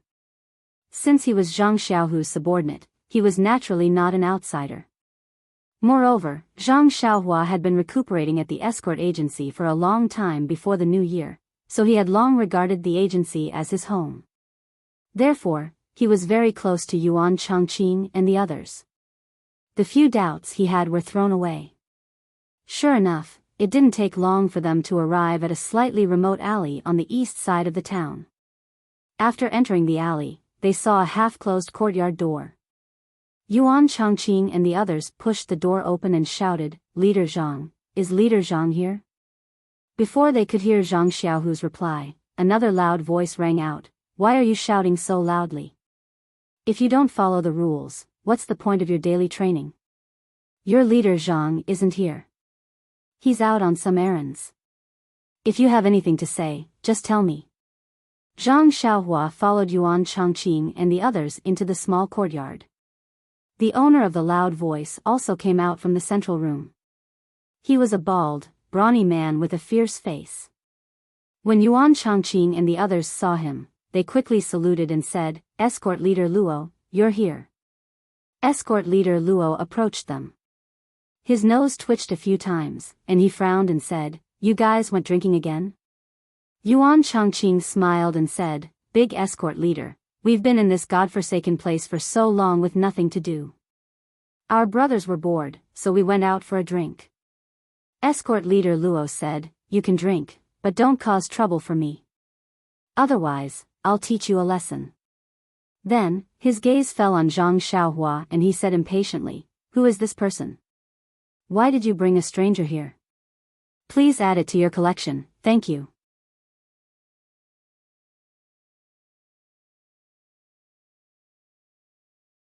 Chapter 138. Seeing the change in escort chief Luo's expression, Yuan Changqing hurriedly explained, "Please don't misunderstand, escort chief. This young man is our chief Zhang's younger brother. His name is Zhang Xiaohua. We happened to meet him in town, so we brought him back to let the two brothers meet. Think about it, even if he isn't Chief Zhang's younger brother, he's still so young. Since he's from Pingyang City, we can't just let him wander around here alone, right?" Escort Chief Luo's expression softened when he heard this. He then asked, "You know him? You know that he's Zhang Xiaohu's younger brother?" Yuan Changqing smiled apologetically. "You must be joking, escort chief. How would I know him? But don't you think this young man looks exactly like our Chief Zhang? What's there to be suspicious about?" Escort Chief Luo looked at Zhang Xiaohua suspiciously for a moment, then patted his bald head and said, "You're Zhang Xiaohua, right? I think I've seen you somewhere before." Zhang Xiaohua smiled. "It's like this, escort Chief Luo. I was injured before the new year and spent some time recuperating in the escort agency. Perhaps we met during that time." Escort Chief Luo thought for a moment and said with a smile, "Perhaps. The escort agency was quite busy before the new year and I often went out on missions, so I didn't spend much time in the agency. Perhaps we met once or twice." Then, Escort Chief Luo said to Yuan Changqing, "Zhang Xiaohu went out to settle some matters and will probably return at night. You can bring this child to his room first." With that, he walked out of the door with his head held high. After Escort Chief Luo had walked far away, Yuan Changqing stopped smiling and said in a low voice, "Ignore him, Zhang Xiaohua. This person always looks down on us escorts just because he's an escort chief. He's always picky about us. Our Chief Zhang, I mean your second brother, has always argued with him over these trivial matters. Otherwise, why would he pick on you?" Zhang Xiaohua didn't mind. She was a stranger who had suddenly barged in. Naturally, they would interrogate her carefully. If she was let off so easily, how could she still be an escort leader? Seeing that Zhang Xiaohua only smiled, Yuan Changqing said, "Let's go. I'll take you to Chief Zhang's room. You must be tired. Take a rest first and wait for your second brother to come back tonight." With that said, the few of them brought Zhang Xiaohua to a simple and crude room. The door was ajar, but when they pushed the door open and entered, the room was not empty. Yuan Changqing smiled and said, "This courtyard was temporarily rented by us when we came over during the new year. It's very simple. We'll probably leave in a while, so we didn't add anything." Zhang Xiaohua smiled and said, "This house is similar to the one second brother has at the escort agency." Yuan Changqing said, "Chief Zhang's house is still alright since he's living alone. Chief Zhang also likes cleanliness, so of course the house is clean. The few of us are just next door, but together, it's not something that can be described as simply dirty and messy. Alright, Zhang Xiaohua, take a rest first. Chief Zhang will be back soon. We'll give him a big surprise." Zhang Xiaohua's heart skipped a beat. She said, "Okay. Then it's a deal. Don't tell him in advance."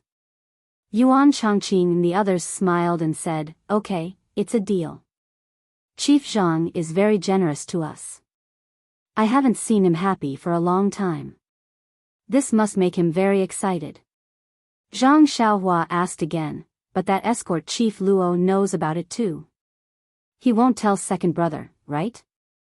Yuan Changqing and the others said, "Haha, don't worry. This escort Chief Luo went out at this time.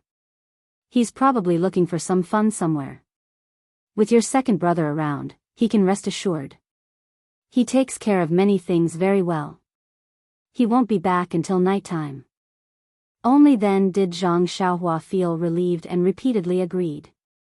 Yuan Changqing and the others saw that Zhang Xiaohua looked tired, so they didn't say anything else and left. Zhang Xiaohua had been running from early morning until the afternoon. When she was eating at the restaurant, she was harassed by the local ruffians. Then, she showed off her power and killed all of them. Naturally, she was tired by now. She looked at the wound on her arm. It had stopped bleeding a long time ago and didn't seem to hurt now. She didn't have the mood to care about it. She spread out the quilt on Zhang Xiaohu's Kong bed and crawled into it. She quickly fell asleep. Time passed quickly. The winter days were short, and dusk arrived quickly. When the lanterns were lit, Zhang Xiaohu came back from outside. He was exhausted but also a little happy. Even though Zhang Xiaohu was only escort leader Luo's assistant and was only there to help him with his work, this man seemed to think highly of him and pushed all the work to him. Just like today, when he was discussing the return journey and route with the merchants, escort leader Luo even asked Zhang Xiaohu to handle it. Did he really think of Zhang Xiaohu as a permanent worker who didn't need to be paid a monthly salary? However, this was good too. Zhang Xiaohu had learned a lot from this escort mission. Even if he was asked to run an escort alone in the future, there wouldn't be a problem. However, Zhang Xiaohu smiled bitterly and shook his head. He was just an escort, not an escort leader. Why would the agency let him be in charge? Fortunately, he had already agreed on the return journey and route with the customers. Returning to Pingyang City was imminent. At the thought of Pingyang City, Zhang Xiaohu was really eager to return home. He had run 2 long escort trips before the new year and actually didn't stay in Pingyang City for the new year. He wondered how his brother was doing in Huanxi Mountain Village. However, thinking about what Zhang Xiaohua said, there were many people in the mountain village who cared and took care of him. He should be able to have a good new year. There was also Li Jinfeng, young Master Li. He had agreed to let him pass a message to his family and bring some money back when he returned home before the new year. However, he came and went in a hurry and didn't have time to see him. At this moment, he should be at home enjoying the happiness of family. He wondered if he still remembered to make a trip to Guizhuang House. Zhang Xiaohu entered the courtyard. As he greeted the people in the courtyard, he quickly walked back to the house. He pushed open the half-closed door and walked to the small table in the house. He took out a fire starter and lit the oil lamp. He then poured a cup of water and sat on the stool while drinking, heaving a sigh of relief. When he finished drinking the water, he then realized that there was another person lying on his Kong bed. Zhang Xiaohu shook his head and thought to himself, which escort agency's brother is this again? After drinking, he entered the wrong house. Hence, Zhang Xiaohu stood up, picked up the oil lamp and walked to the Kong bed. That person was lying sideways on the Kong bed and was sound asleep. Zhang Xiaohu rolled him over and scolded him with a smile, "Hurry up and get up. It's already dark. Quickly go and eat. If you want to sleep, go back to your room and sleep." However, this person was very small and light. Zhang Xiaohu easily flipped him over. Just as he was feeling surprised, he couldn't help but exclaim when he saw that person's face, "Xiaohua." The oil lamp in his hand almost fell on Zhang Xiaohua's face. Zhang Xiaohu was shocked. He quickly calmed himself down and held the oil lamp tightly to prevent Zhang Xiaohua from being disfigured. He took a closer look and rubbed his eyes. If it wasn't Zhang Xiaohua's small face, who else could it be? Was he dreaming? Zhang Xiaohu walked to the door and looked at the courtyard. There were a few bodyguards and armed escorts walking around. The snow in the courtyard was still very deep. Wasn't this the courtyard he had just entered? Then, Zhang Xiaohu pinched his cheeks unconfidently. The pain proved that he wasn't dreaming. But why did Zhang Xiaohua come to his Kong bed from Pingyang City? With that thought, Zhang Xiaohu walked quickly to the Kong bed. He wanted to wake Zhang Xiaohua up and interrogate her. However, when he saw Zhang Xiaohua sleeping soundly, he immediately retracted his hand. It was better to let Xiaohua have a good sleep. No matter what happened, no matter how serious it was, since she was under his protection, this burden would naturally be shouldered by him, the older brother. His younger brother was still young and must have suffered a lot when he came here. Even if the cause of the matter was complicated, now was not the time to ask. Everything would have to wait until he woke up. Thinking of this, Zhang Xiaohu carefully blew out the oil lamp and put it down. He then tiptoed carefully and walked out softly. He carefully closed the door, afraid that he would make a sound and disturb Zhang Xiaohua's good sleep. Walking to the courtyard, Zhang Xiaohu stopped one of the armed escorts and asked, "Is Escort Chief Luo here?" That person smiled and said, "Chief Zhang, you still don't know when Escort Chief Luo ate here at night? He must be outside at this time." Zhang Xiaohu laughed and scolded, "Of course I know that. I'm asking if you saw him today." That person said, "Not since this afternoon." Zhang Xiaohu probed again, "Then did you see anyone enter my house?" That person thought for a while and said, "I don't remember. Our courtyard is remote and no strangers usually come here. If someone came, I would naturally remember." "Why?" "Chief Zhang, did you lose something?" Zhang Xiaohu smiled and said, No, I'm just asking." After saying that, he let that person go. Then, he asked a few other armed escorts and they all gave the same answer. Zhang Xiaohu was a little puzzled. Did his younger brother fly here? Moreover, how did he know he was here? Just as he was thinking, he bumped into Yuan Chongqing and a few other armed escorts who were on good terms with him coming back from outside. When Yuan Chongqing saw Zhang Xiaohu, he smiled and said, "Chief Zhang, did you just come back from outside?" Zhang Xiaohu smiled and said, "Yes, I just came back." "Why did you all go out again?" Yuan Chongqing said, "It's very boring to stay in the courtyard. Why don't we go out?"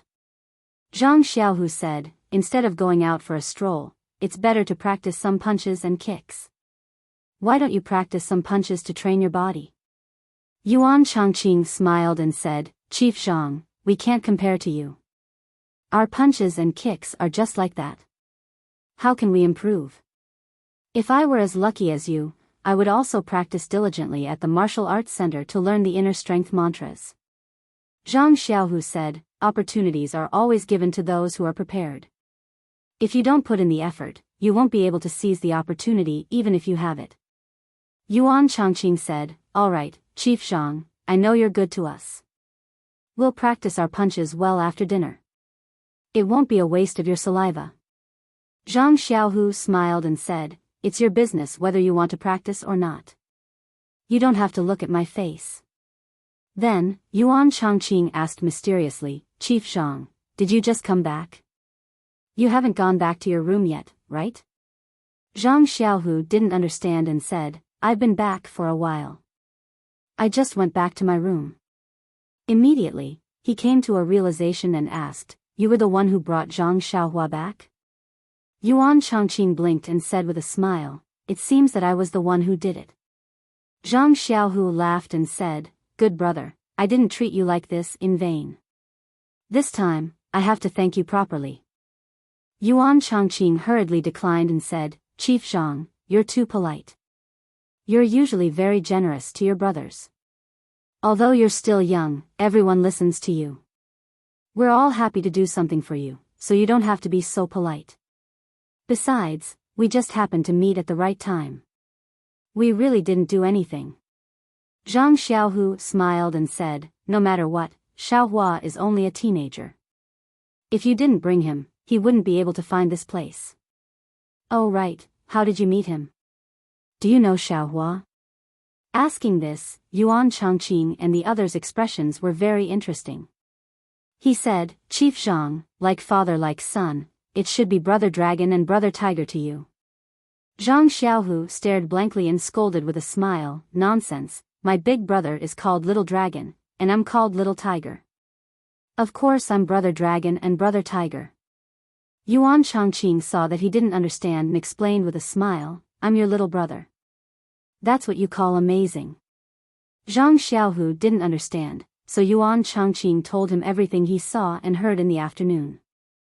With this, he spoke for a full quarter of an hour. It had to be said that this Yuan Chongqing's eloquence was excellent. Not being a storyteller with a bright future was a big loss to the storytelling world. There were a few people nearby who all gave a thumbs up and praised Zhang Xiaohu for having an amazing little brother. Zhang Xiaohu's expression was uncertain as he listened. He was worried about Zhang Xiaohua's arm injury. After waiting for Yuan Changqing to finish, he said, "You guys wait here for a moment. I'll be right back." Under everyone's puzzled gaze, Zhang Xiaohu quickly ran back to his room. However, he came back with a normal expression. Yuan Changqing asked, "Chief Zhang, did you forget something?" Zhang Xiaohu smiled and said, "I didn't forget anything. I'm just worried about Xiaohua's injury. If I don't see it with my own eyes, I won't be at ease." Only then did everyone understand. They secretly sighed in their hearts. Others were only concerned about the excitement of the fight. Only his own brother didn't care about the result and only cared about his little brother's injury. Only when he saw that the injury was fine could he be at ease. Yuan Changqing was also ashamed and said, "Chief Zhang, this is my fault. I only cared about bringing Zhang Xiaohua back and forgot about this matter for a moment. I don't know how his arm is now." Zhang Xiaohu smiled and said, "It's fine. It's just an oversight. I also roughly looked at it just now. I couldn't see clearly under the oil lamp. It seems to have scarred. It should be just a superficial wound. I guess it's because of the blood loss. Xiaohua is so tired. He's usually so lively." Yuan Changqing said fiercely, "It's fine if Xiaohua is fine, but if there's a little problem, we brothers will definitely find justice for him." Zhang Xiaohu also said with a gloomy face, "That's right. My little brother can't be injured for no reason. Although they were spared in the afternoon, since they're injured, it's another matter. I'll go look for them tomorrow and make them bleed a little." Hearing this, Yuan Changqing's expression was strange. Just now, in order to protect Zhang Xiaohua's heroic image, Yuan Changqing used the spring and autumn annals technique. Some things were omitted. Since Zhang Xiaohu said this, Yuan Changqing couldn't hide it. So Yuan Changqing looked around and pulled Zhang Xiaohu to the side. Yuan Changqing whispered into his ear. Hearing this, Zhang Xiaohu's face was in high spirits. When Yuan Changqing finished, his mouth almost split open from laughing. He still didn't believe him and asked, "He really did that? You really saw it with your own eyes?" Yuan Changqing smiled and said, "How can I lie to Chief Zhang? Why don't you ask him tomorrow? Or you can go back and take a look later." Zhang Xiaohu laughed and said, "If that's the case, then I won't go look for trouble with them." Ha ha ha. After saying that, he said, "Brothers, in a while, let's go drink. We won't go back until we're drunk." Well, this was good. After hearing that his little brother was fine, he was so happy that he wanted to go drink. However, it couldn't be said that this was a celebration of the brothers' coincidental meeting. Everyone was surprised to see Zhang Xiaohu's angry eyes just now, but now he was beaming with joy. They surrounded Yuan Changqing and the others and asked for the reason. How could they explain it? They just kept evading and told them to go look for Zhang Xiaohu. Zhang Xiaohu also kept them in suspense and refused to say anything. Everyone was depressed. At the dinner table in the evening, when everyone took advantage of Zhang Xiaohu's drunken state to ask again, Zhang Xiaohu finally said it clearly. Hearing this, everyone laughed and gave a thumbs up, saying, "Zhang Xiaohua, you're really funny." Then everyone's faces turned white. Although it was said that they wouldn't go back until they were drunk, how could Zhang Xiaohu drink too much with his slightly injured little brother sleeping on his kong bed? The rest of the people went back full of joy. Only Zhang Xiaohu returned to the small courtyard sober. At night, Zhang Xiaohu slept close to Zhang Xiaohua, far away from him, afraid that he would accidentally wake him up. However, he was also worried that Zhang Xiaohua was a strong sleeper. How could he wake him up so easily? The next day, when Zhang Xiaohua woke up from his flickering dream, the first thing he saw was the second brother he had been thinking about day and night. He couldn't help but be overjoyed. Just as he was about to call out, he heard that Zhang Xiaohu was still sound asleep. he quickly covered his mouth with his hand. However, this small action still woke up Zhang Xiaohu, who was thinking about him. Zhang Xiaohu opened his eyes and saw Zhang Xiaohua's happy little face looking at him. He jumped up from the Kong bed and said with a smile, "Xiaohua, you're awake." Zhang Xiaohua also smiled and said, "Yes, second brother, I'm awake." Not much was said, but the two were happy. Then, Zhang Xiaohu asked, "You didn't sleep enough. How about you sleep a bit more? It's still early." Zhang Xiaohua said with a smile, "Second brother, as long as I wake up, it'll be hard for me to fall asleep again. Besides, I fell asleep when I came to your room yesterday afternoon. I've slept for so long. Otherwise, I'll be sleepy again." Zhang Xiaohu said, "Okay then, let me take a closer look at the wound on your arm." Zhang Xiaohua stretched out her arm. Zhang Xiaohu used the light coming in from the window to take a closer look. He took a towel and wiped off some of the blood on the outside. The wound was as he thought. It had already scabbed over, as if it had been healed for several days. Zhang Xiaohu was completely relieved. "Please add it to your collection, thank you."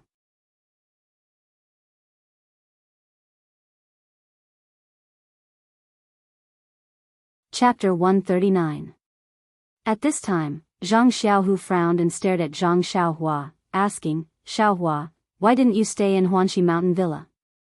Why did you come to this small town for no reason? This place is very far from Pingyang City. Did you come alone? Or did you come with someone else? Did you make a mistake in the mountain villa, so you escaped here without permission? If that's the case, Little Blossom, don't be afraid. Tell me what's going on. Don't be afraid. Even if the sky falls, I'm here to hold it up. However, you have to tell me the truth." Zhang Xiaohua heard her second brother asking so many questions, which were getting more and more ridiculous. She quickly waved her hands and said, "Don't, second brother. Even if the sky falls down, there's someone higher than you. You don't have to worry about me. How do you expect me to answer so many questions? You'd better pour me some water first. I'm thirsty. After I drink the water, I'll tell you in detail." Zhang Xiaohu had no choice but to turn around and pour him some water. Seeing him gulp it down, he asked again, "Now you should tell me."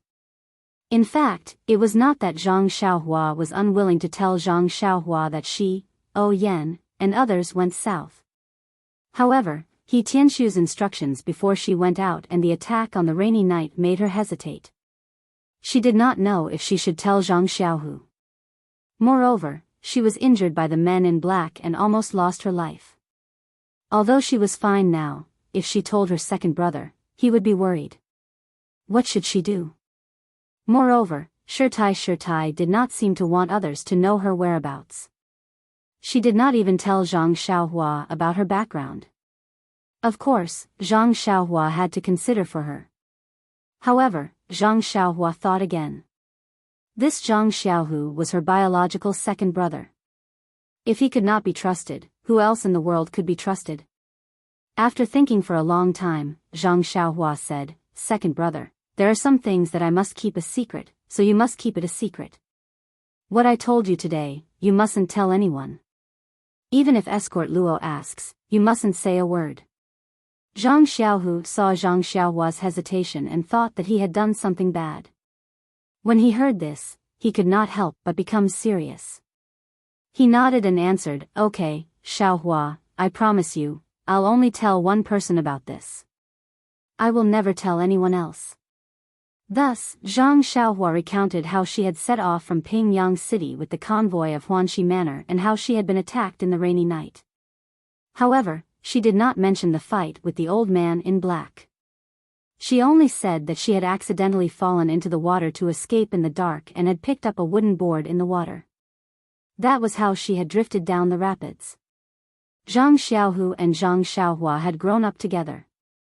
He knew Zhang Xiaohua's swimming ability like the back of his hand. She could be a little frog in the small river in front of the Guozhuang house, but she was a far cry from being a loach in this river. Thus, He did not have the slightest doubt that Zhang Xiaohua could not get ashore in time with a wooden board in the rapids. However, when he heard that Zhang Xiaohua had drifted for a long time and was only rescued by someone in a slower stream, he was so scared that his face turned pale. Zhang Xiaohua was puzzled when she saw her second brother's scared look. She asked, "What's wrong, second brother? Am I not fine? What's there to be afraid of?" Zhang Xiaohu smiled stiffly and said, "The ignorant are fearless. Xiaohua, you should know that this place is very close to the sea. The rivers on the left converge to Luojiang, which is not far ahead. I think the river that you drifted over is the same. If you were not rescued at that time, you would have drifted into Luojiang soon. The river is wide and it would be even more difficult to get ashore. Moreover, this is the estuary of Luojiang. If you could not get ashore before entering Luojiang, you would have no chance. Tell me, how can I not be scared?" When Zhang Xiaohua heard this, a trace of cold sweat appeared on his back. In his heart, he secretly thanked Xiao Meng for her fishing rod. If it were not for her fishing rod, he was afraid that he would have been sleeping in the boundless sea by now. Then, Zhang Xiaohua said that she had drifted for a long time and fell ill when she got ashore. It was not until yesterday that the person who saved her brought her out and put her in this strange town. When Zhang Xiaohu heard that his younger brother had almost died, he was already distressed. How could he still distinguish between his words? He only held Zhang Xiaohua's little hand and held it tightly.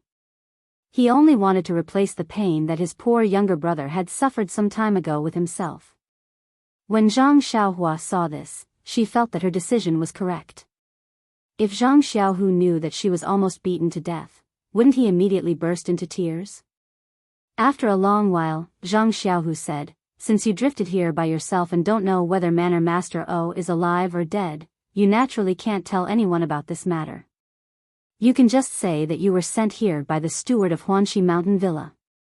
However, he immediately smiled and said, "It's also difficult. How can a small child like you be sent so far away? Why don't you say that you came here with someone else and got separated when you reached here? Now that you have coincidentally met us, just follow the escort team back. Everything will naturally be clear when we reach Pingyang City." Zhang Xiaohua blinked and said with a smile, "Then we will do as second brother says. Fortunately, big brother Yuan brought me back yesterday. He saw that I was tired and didn't ask me in detail. Otherwise, I really wouldn't know what to say." At this point, Zhang Xiaohu seemed to have thought of something and said with a smile, "I heard that someone was very impressive yesterday. She killed everyone and obtained a lot of spoils of war." When Zhang Xiaohua heard this, she immediately blushed and muttered, "I also didn't want to let them go for nothing." Then, she shook Zhang Xiaohu's arm and said, "Second brother, I won't dare to do it again, okay?" However, Zhang Xiaohu's face turned stiff and he said in a strange tone, "Why not? Not only will I do this in the future, but I will also make them bleed a lot. I can't wait to beat these local ruffians up personally. Why would I blame you?" Zhang Xiaohua looked at Zhang Xiaohu in surprise and stopped shaking his arm. She couldn't believe her ears and asked, "You really agree with what I did yesterday?" Zhang Xiaohu said with a smile, "Yes, second brother agrees wholeheartedly." When Zhang Xiaohua heard this, she giggled and said, "That's my good second brother. That's right, I haven't taken a look at yesterday's loot. It's a good time to take an inventory." When she finished speaking, she took out a pile of money bags of different sizes. She casually took a bulging bag and opened it to take a look. Zhang Xiaohu also took one and opened it. Zhang Xiaohua's money bag had some scattered silver and some copper coins. While he was counting, he heard Zhang Xiaohu shout, "Oh, there's a lot of things in this money bag. There's even a pearl hair clip. Why is there a small stone?" Zhang Xiaohua looked up and saw that her second brother was holding the money bag she picked up and looking at it with great interest. Zhang Xiaohua snatched it and said, "This isn't yesterday's loot. I picked it up on the mountain a few days ago." Zhang Xiaohu was surprised, but he didn't doubt her and said with a smile, "Xiaohua, your fortune has come. How can you casually pick up a money bag?" There's a lot of silver inside. Zhang Xiaohua was too lazy to explain to him. She took a money bag from the table and threw it to him, saying, "Hurry up and take a look." Zhang Xiaohu caught it and said, "It's too slow to look at it like this. It's better to pour it all on the table." Zhang Xiaohua said with a smile, "Second brother, that's a good idea." Thus, the two of them picked up the money bags and poured out the contents one by one. Although there were 7 or 8 money bags on the table, there were very few things inside. Apart from one of the money bags, which should be Brother Fan's, which had a bit more silver, the others were mostly copper coins. Zhang Xiaohua looked and thought, the money bags are so empty. No wonder they want to steal from me.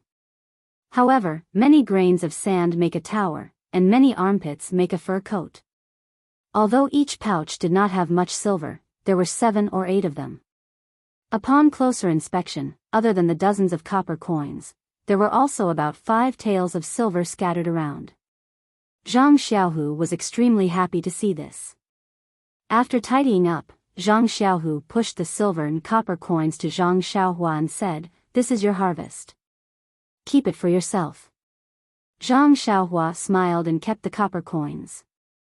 She pushed the rest to second brother and said, "Second brother, I'll keep the copper coins as pocket money. Help me keep the silver for now. When you have time, you can bring it back to father and mother." When Zhang Xiaohu heard this, he didn't refuse. He found a nice-looking one from the empty money bags and put the money in his chest, saying, "All right, it would be impolite for me to refuse. Today, I finally have my own money bag. Hee, it's not worse than the one you picked up from the mountain." Zhang Xiaohua didn't say anything. He took out the jade tablet from his chest and said, "This is also for you. Yesterday, that person said it was a fake. When you have time, find a pawn shop and sell it for some money." Zhang Xiaohu received it with his hands, looked around, and then returned it to him, saying, "Forget it, this silver is not a small amount. This is a fake after all, it's not worth much, just take it and play with it." When Zhang Xiaohua heard this, he kept it in his chest. Then, he took out the small sword from his chest and passed it to Zhang Xiaohu. Zhang Xiaohu saw Zhang Xiaohua taking out things from his chest and couldn't help but laugh. "Is that 100 treasures pouch in your chest? Why do you always have good things to take out?" Zhang Xiaohua smiled and then told Zhang Xiaohu about the incident with He Tianshu at the small town's weapon shop. When Zhang Xiaohu heard this, he was secretly amused. In the past, before he was sent out in Pingyang City, he thought that the price of weapons was the same everywhere. After coming out a few times, he realized that the price of each weapon was different in every place. These 7 taels of silver were probably not much in He Tianshu's eyes, but in the eyes of the blacksmith, it was a huge sum. It was no wonder that the blacksmith would buy one and get one free. Zhang Xiaohu saw that his younger brother liked this small sword very much and took it to take a look. After looking at it from left to right, other than it being very heavy, he couldn't see anything special about it. It also didn't have the feeling of being connected by blood as Zhang Xiaohua said. He smiled and said, "Looks like you hit it off with this small sword. I can't see anything strange about it. However, since it was given for 7 taels of silver, it must be something good." Although Zhang Xiaohu said this, he didn't think much of it in his heart. He felt that his younger brother had only found one because he didn't have many toys since he was young and couldn't bear to part with it. Zhang Xiaohua saw that her second brother didn't think much of it and lost interest. Naturally, he couldn't tell him that he had used this small sword to kill people, so he could only keep it close to his chest. At this time, the sky was already bright. Zhang Xiaohu said, "Let's go, Xiaohua. Let's go eat first. I still have work to do later. You can play in this courtyard. The time of our return is more or less set. Just come back with us. Don't worry about anything else. Just have fun." Zhang Xiaohua pursed her lips and thought to herself, "You're still treating me like a child." Zhang Xiaohu led Zhang Xiaohua out the door and bumped into Escort Luo. Escort Luo looked sleepy, as if he had a hangover. He didn't look embarrassed when he saw Zhang Xiaohu. Instead, he yawned and asked Zhang Xiaohu, "How did the discussion go yesterday?" Zhang Xiaohu replied respectfully, reporting to escort Luo, "Everything has been discussed. After breakfast, I'll report to you for your decision." Escort Luo nodded and said, Good job. Go eat first and come find me later. By the way, is this little brother really your younger brother? Zhang Xiaohu smiled and said, Yes, he is my younger brother, Zhang Xiaohua. It's quite a coincidence to meet him here. I'll tell you the details later. Escort Luo waved his hand and gestured for Zhang Xiaohu and his brother to go eat. He covered his mouth and yawned before going somewhere else. Zhang Xiaohua carefully pulled on Zhang Xiaohu and asked, "Second brother, this escort Luo doesn't look like an escort leader. Are all the escort leaders of the Lotus Flower Escort Agency like this?" Zhang Xiaohu looked around and said carefully, "Xiaohua, you can't say that. Don't talk about others so casually. Be careful of the trouble that comes from the mouth. The other escort leaders don't look like this either. I guess it's because escort Luo has been away for a long time and is homesick."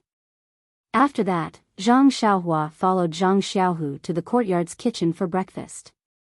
At this time, there were many escorts and armed escorts in the kitchen. Many of them already knew that escort Luo had met his younger brother here. Moreover, Zhang Xiaohua's performance on the streets yesterday had been spread by Yuan Changqing's big mouth. Hence, everyone had a good impression of this inconspicuous young man. No matter what, he was still a brother from Pingyang City. How could he beat up a local bully so badly? Just thinking about it made them feel relieved, as if they were the ones who did it. Zhang Xiaohua had not seen his family for a long time. Now that he saw so many people from Pingyang City, he felt very close to them and spoke to them obediently. Before the meal was over, everyone already found Zhang Xiaohua pleasing to the eye, as if he was their brother. Zhang Xiaohu had a lot of work to do in the team and did not have much free time to take care of Zhang Xiaohua. He was worried that Zhang Xiaohua would not be able to adapt here. Now that he saw that everyone liked Zhang Xiaohua, he was relieved.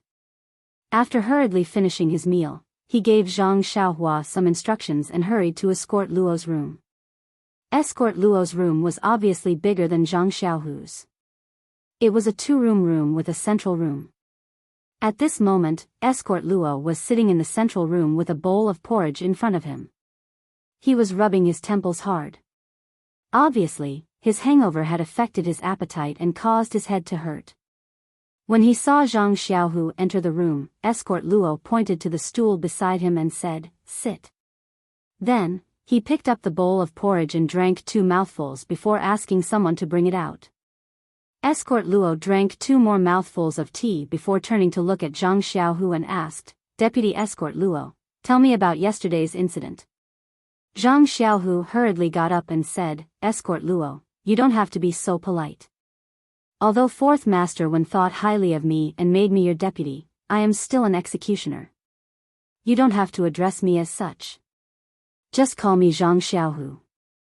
Escort Luo smiled and said, "Deputy Escort Luo may be an executioner in the escort agency now, but you have already entered the martial arts hall to learn advanced martial arts.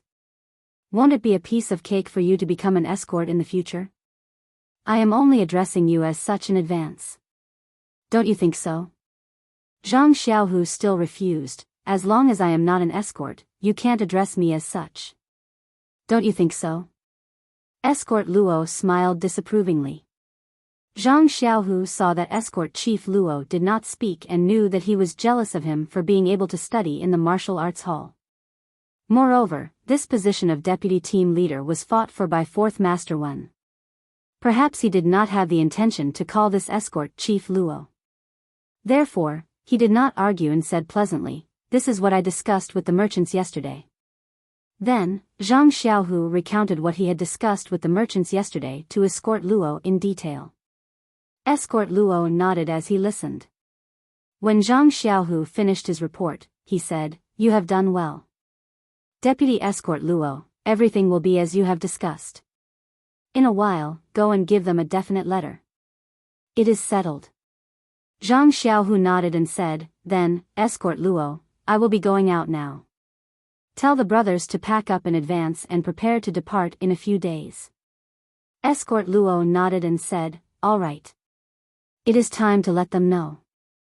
They have been here for so long that the new year has already passed. Zhang Xiaohu bowed and turned to leave.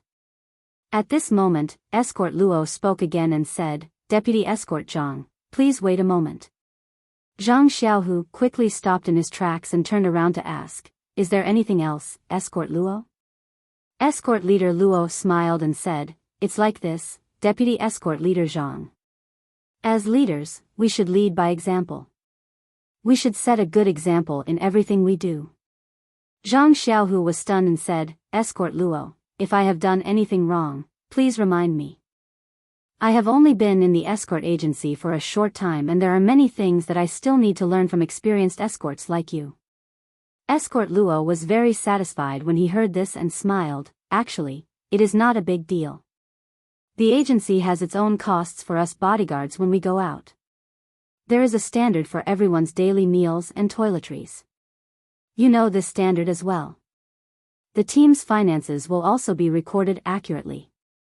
If there is a discrepancy, I will not be able to explain it to the agency, will I? Look at how your younger brother suddenly joined our team. It won't be easy to calculate his food and lodging expenses. Zhang Xiaohu's expression changed drastically when he heard this. Please add it to your collection, thank you.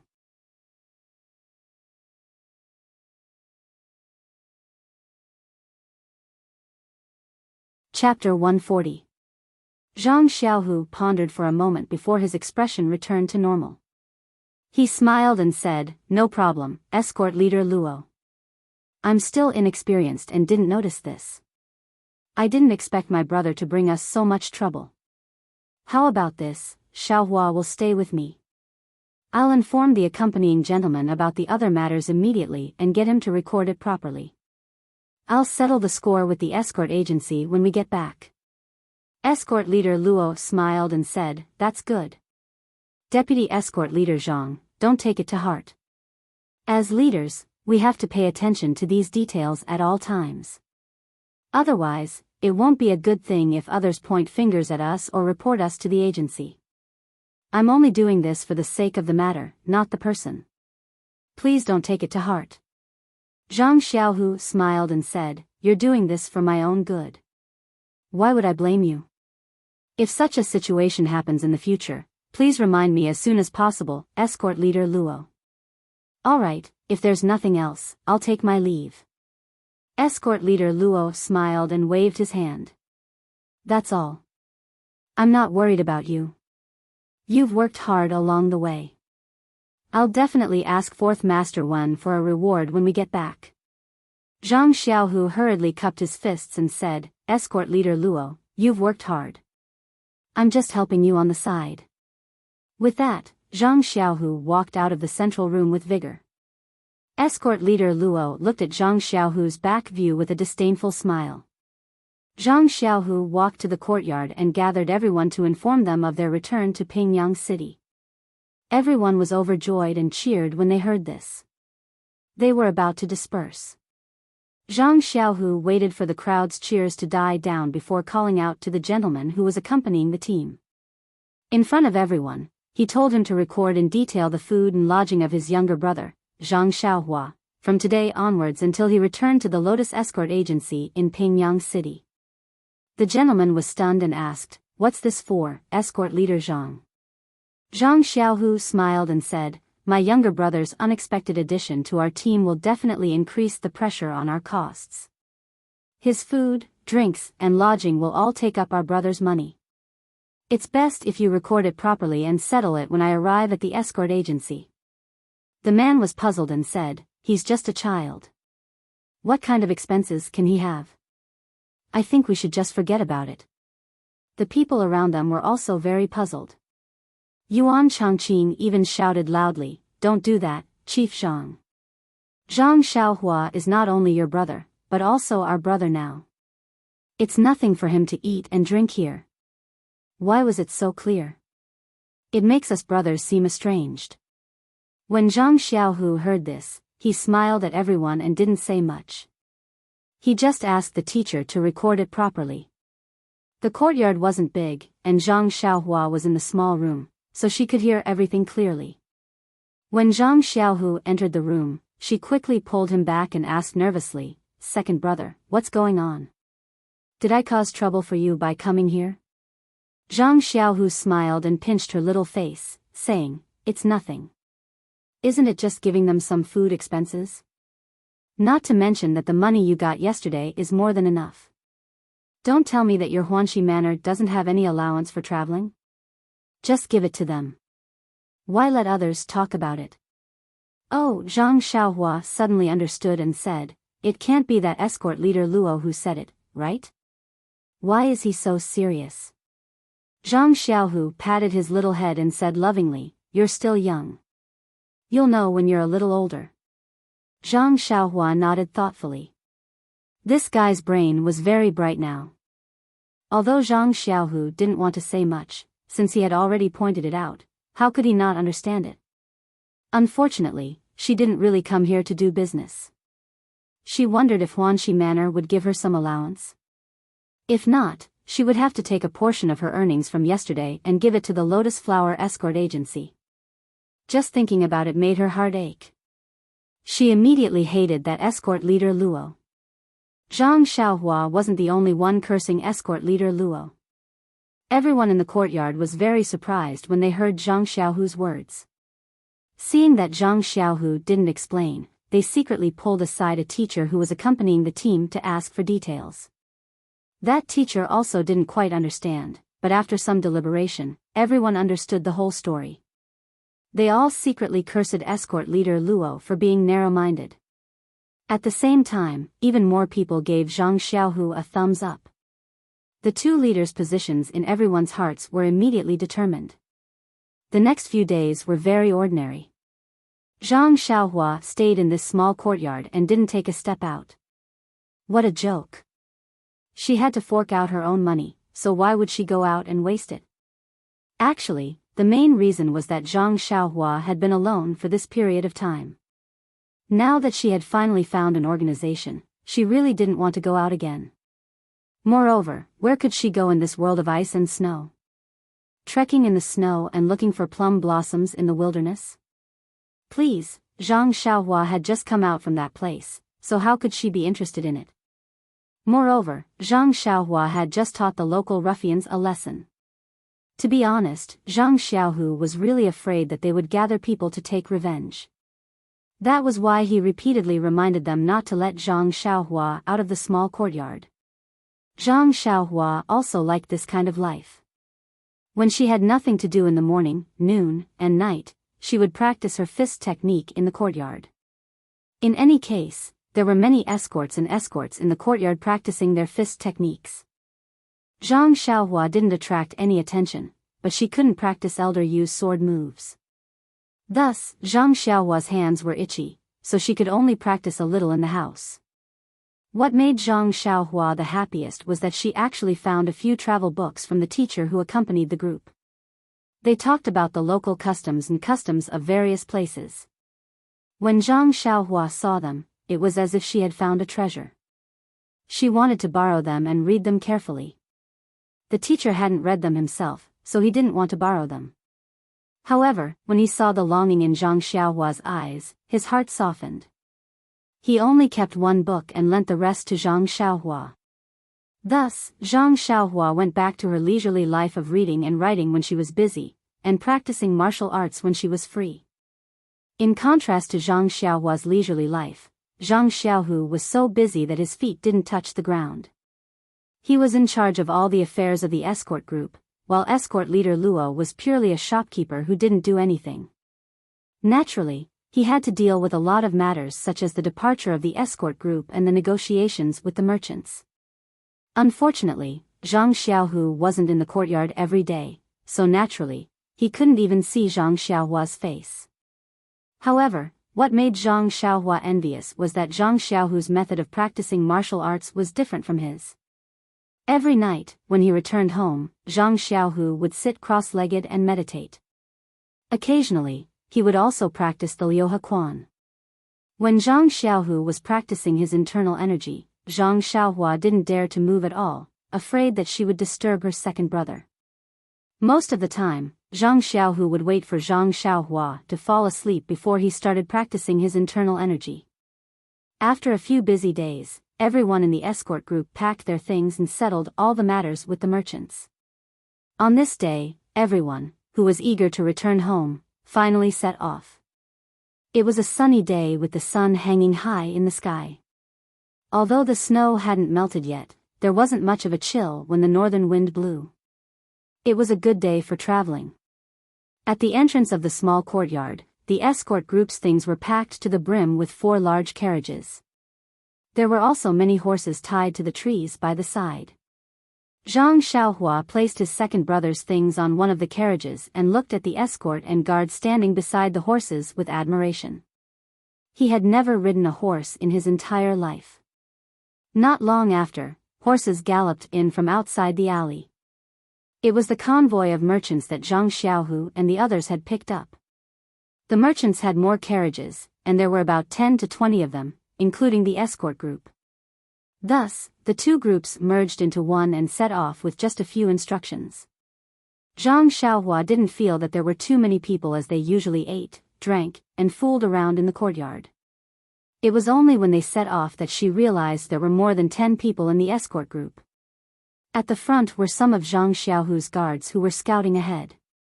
Most of the people in the middle were escort leader Luo and his group of escorts who were protecting the merchants, their carriages, and their goods. The carriages in the middle had a large triangular flag embroidered with the word Lotus. At the back were Zhang Xiaohu and the rest of the guards. Other than the accountant and a few odd job workers, the rest were riding tall horses with weapons hanging from their waists. It was a very impressive sight. Although there were many people and carriages in the escort group, they were all well trained and didn't panic at all. Not long after, they had left the small town and were on the official road. Zhang Xiaohua initially thought that it would be very inconvenient to move with so many people and carriages. However, reality proved that the speed of this convoy wasn't much slower than Yan's 4 carriages. Although Zhang Xiaohua desperately wanted to ride a horse by herself, she was still arranged to sit in a carriage together with the accountant and the rest. At the beginning, Zhang Xiaohu didn't have much time to care about her and only entrusted her to Yuan Changqing and the rest. He looked after Zhang Xiaohua until they reached the main road and the convoy moved steadily. Then, he took the time to come to the front of the carriage. Seeing Zhang Xiaohua's unhappy face, he asked, "Xiaohua, we are already on the road and preparing to return to Pingyang City. Why are you unhappy again?" Zhang Xiaohua pouted and said, "Of course I'm happy to be able to return to Pingyang City. However, I can't always sit in a carriage. I want to ride a horse too. I see that there are still some unridden horses at the back. Can I ride them?" Haha. When Zhang Xiaohu heard this, he laughed and said, "So that's how it is. Little flower, it's not that I don't want you to ride. Riding a horse is also a skill. If you have never ridden before, you have to learn how to ride first. Our escort agency's horses are used to running outside and have very fierce temperaments. They're not suitable for you to ride and learn from. When we return to the agency, we'll find a docile horse for you to learn from first." When Zhang Xiaohua heard this, she realized that she had to learn how to ride a horse. It wasn't something that anyone could ride. However, he still didn't give up and said, "Don't the horses at the back look very docile? Let me try to ride them." When Zhang Xiaohu heard this, he said with a straight face, "Xiaohua, don't be willful. This is an escort agency. How can I let you fool around? The horses at the back look very docile, but it's different when you ride them. Moreover, the horses at the back are spares.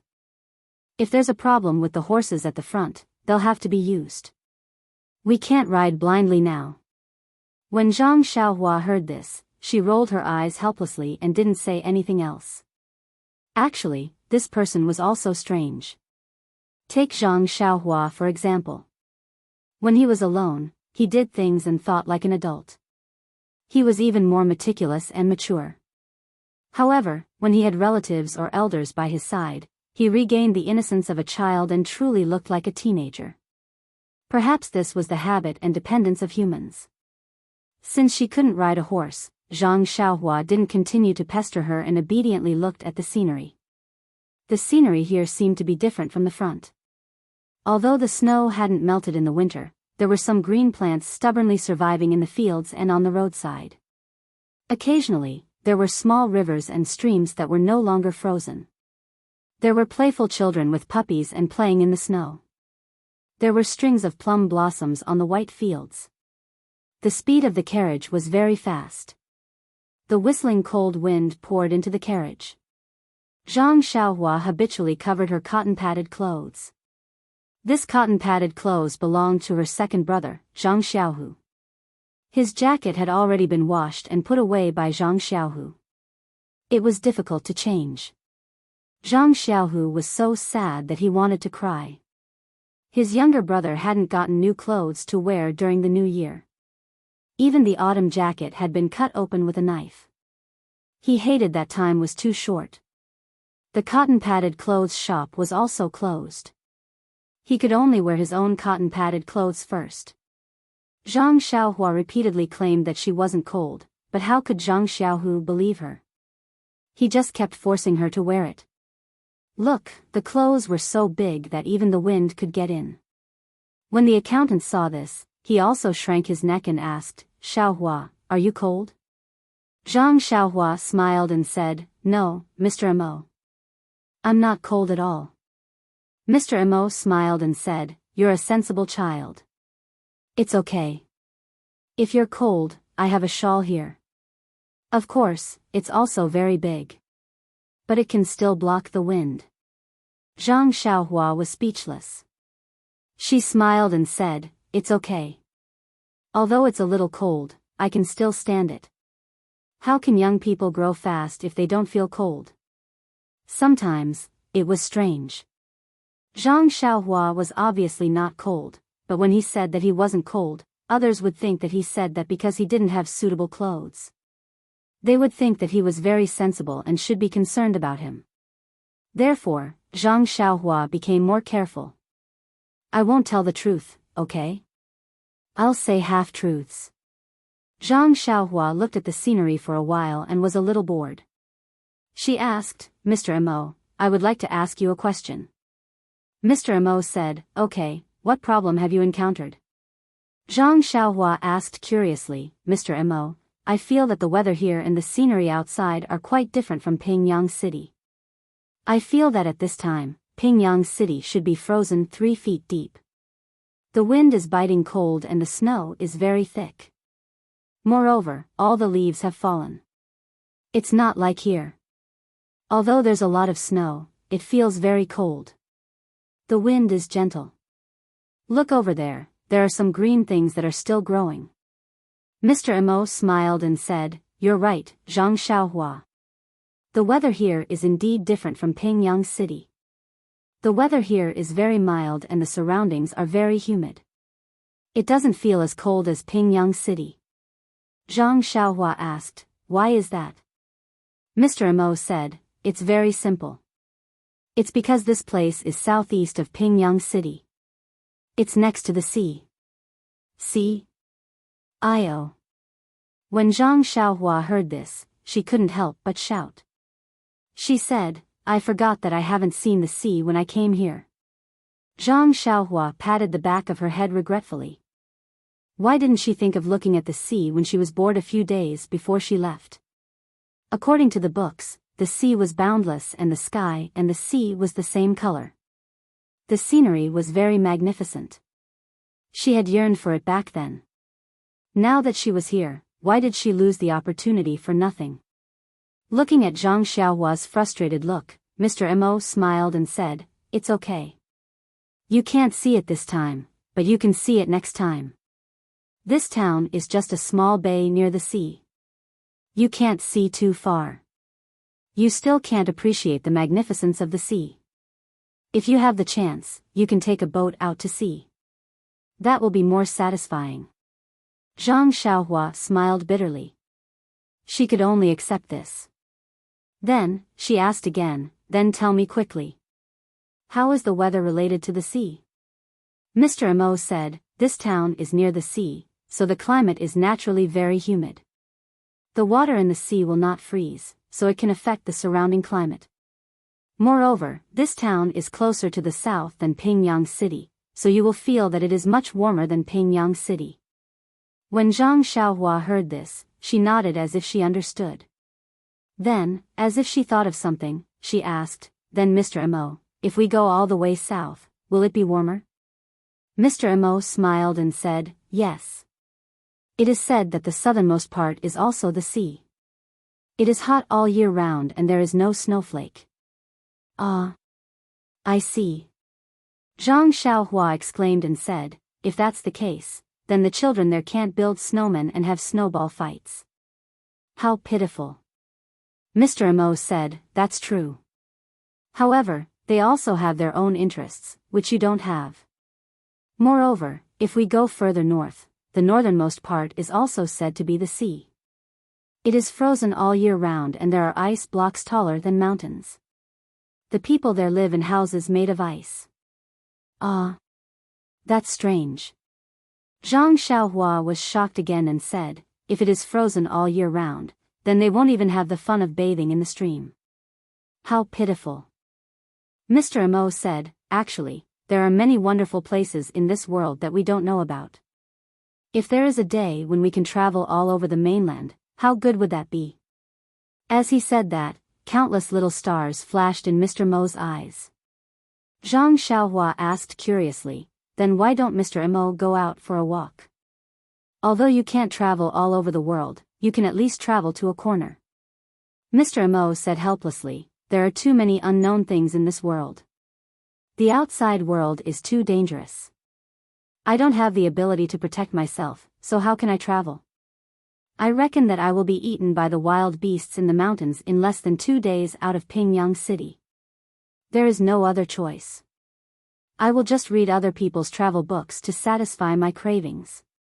When Zhang Xiaohua heard that, she felt the same way. In this world, one must act according to one's ability. If one forced himself to travel without the ability to protect himself, he would naturally become food in the mouth of the wild beasts. The two of them chatted for a while. Mr. Mo seemed to be sleepy because he had woken up too early. He closed his eyes and dozed off.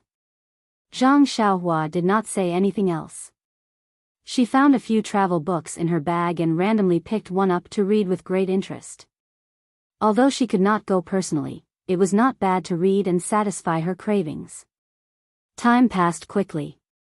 The escort team did not stop for lunch. Zhang Xiaohu rode over and passed some dry food to Zhang Xiaohua and the rest. Everyone ate casually and continued on their journey. "Please collect it." "Thank you."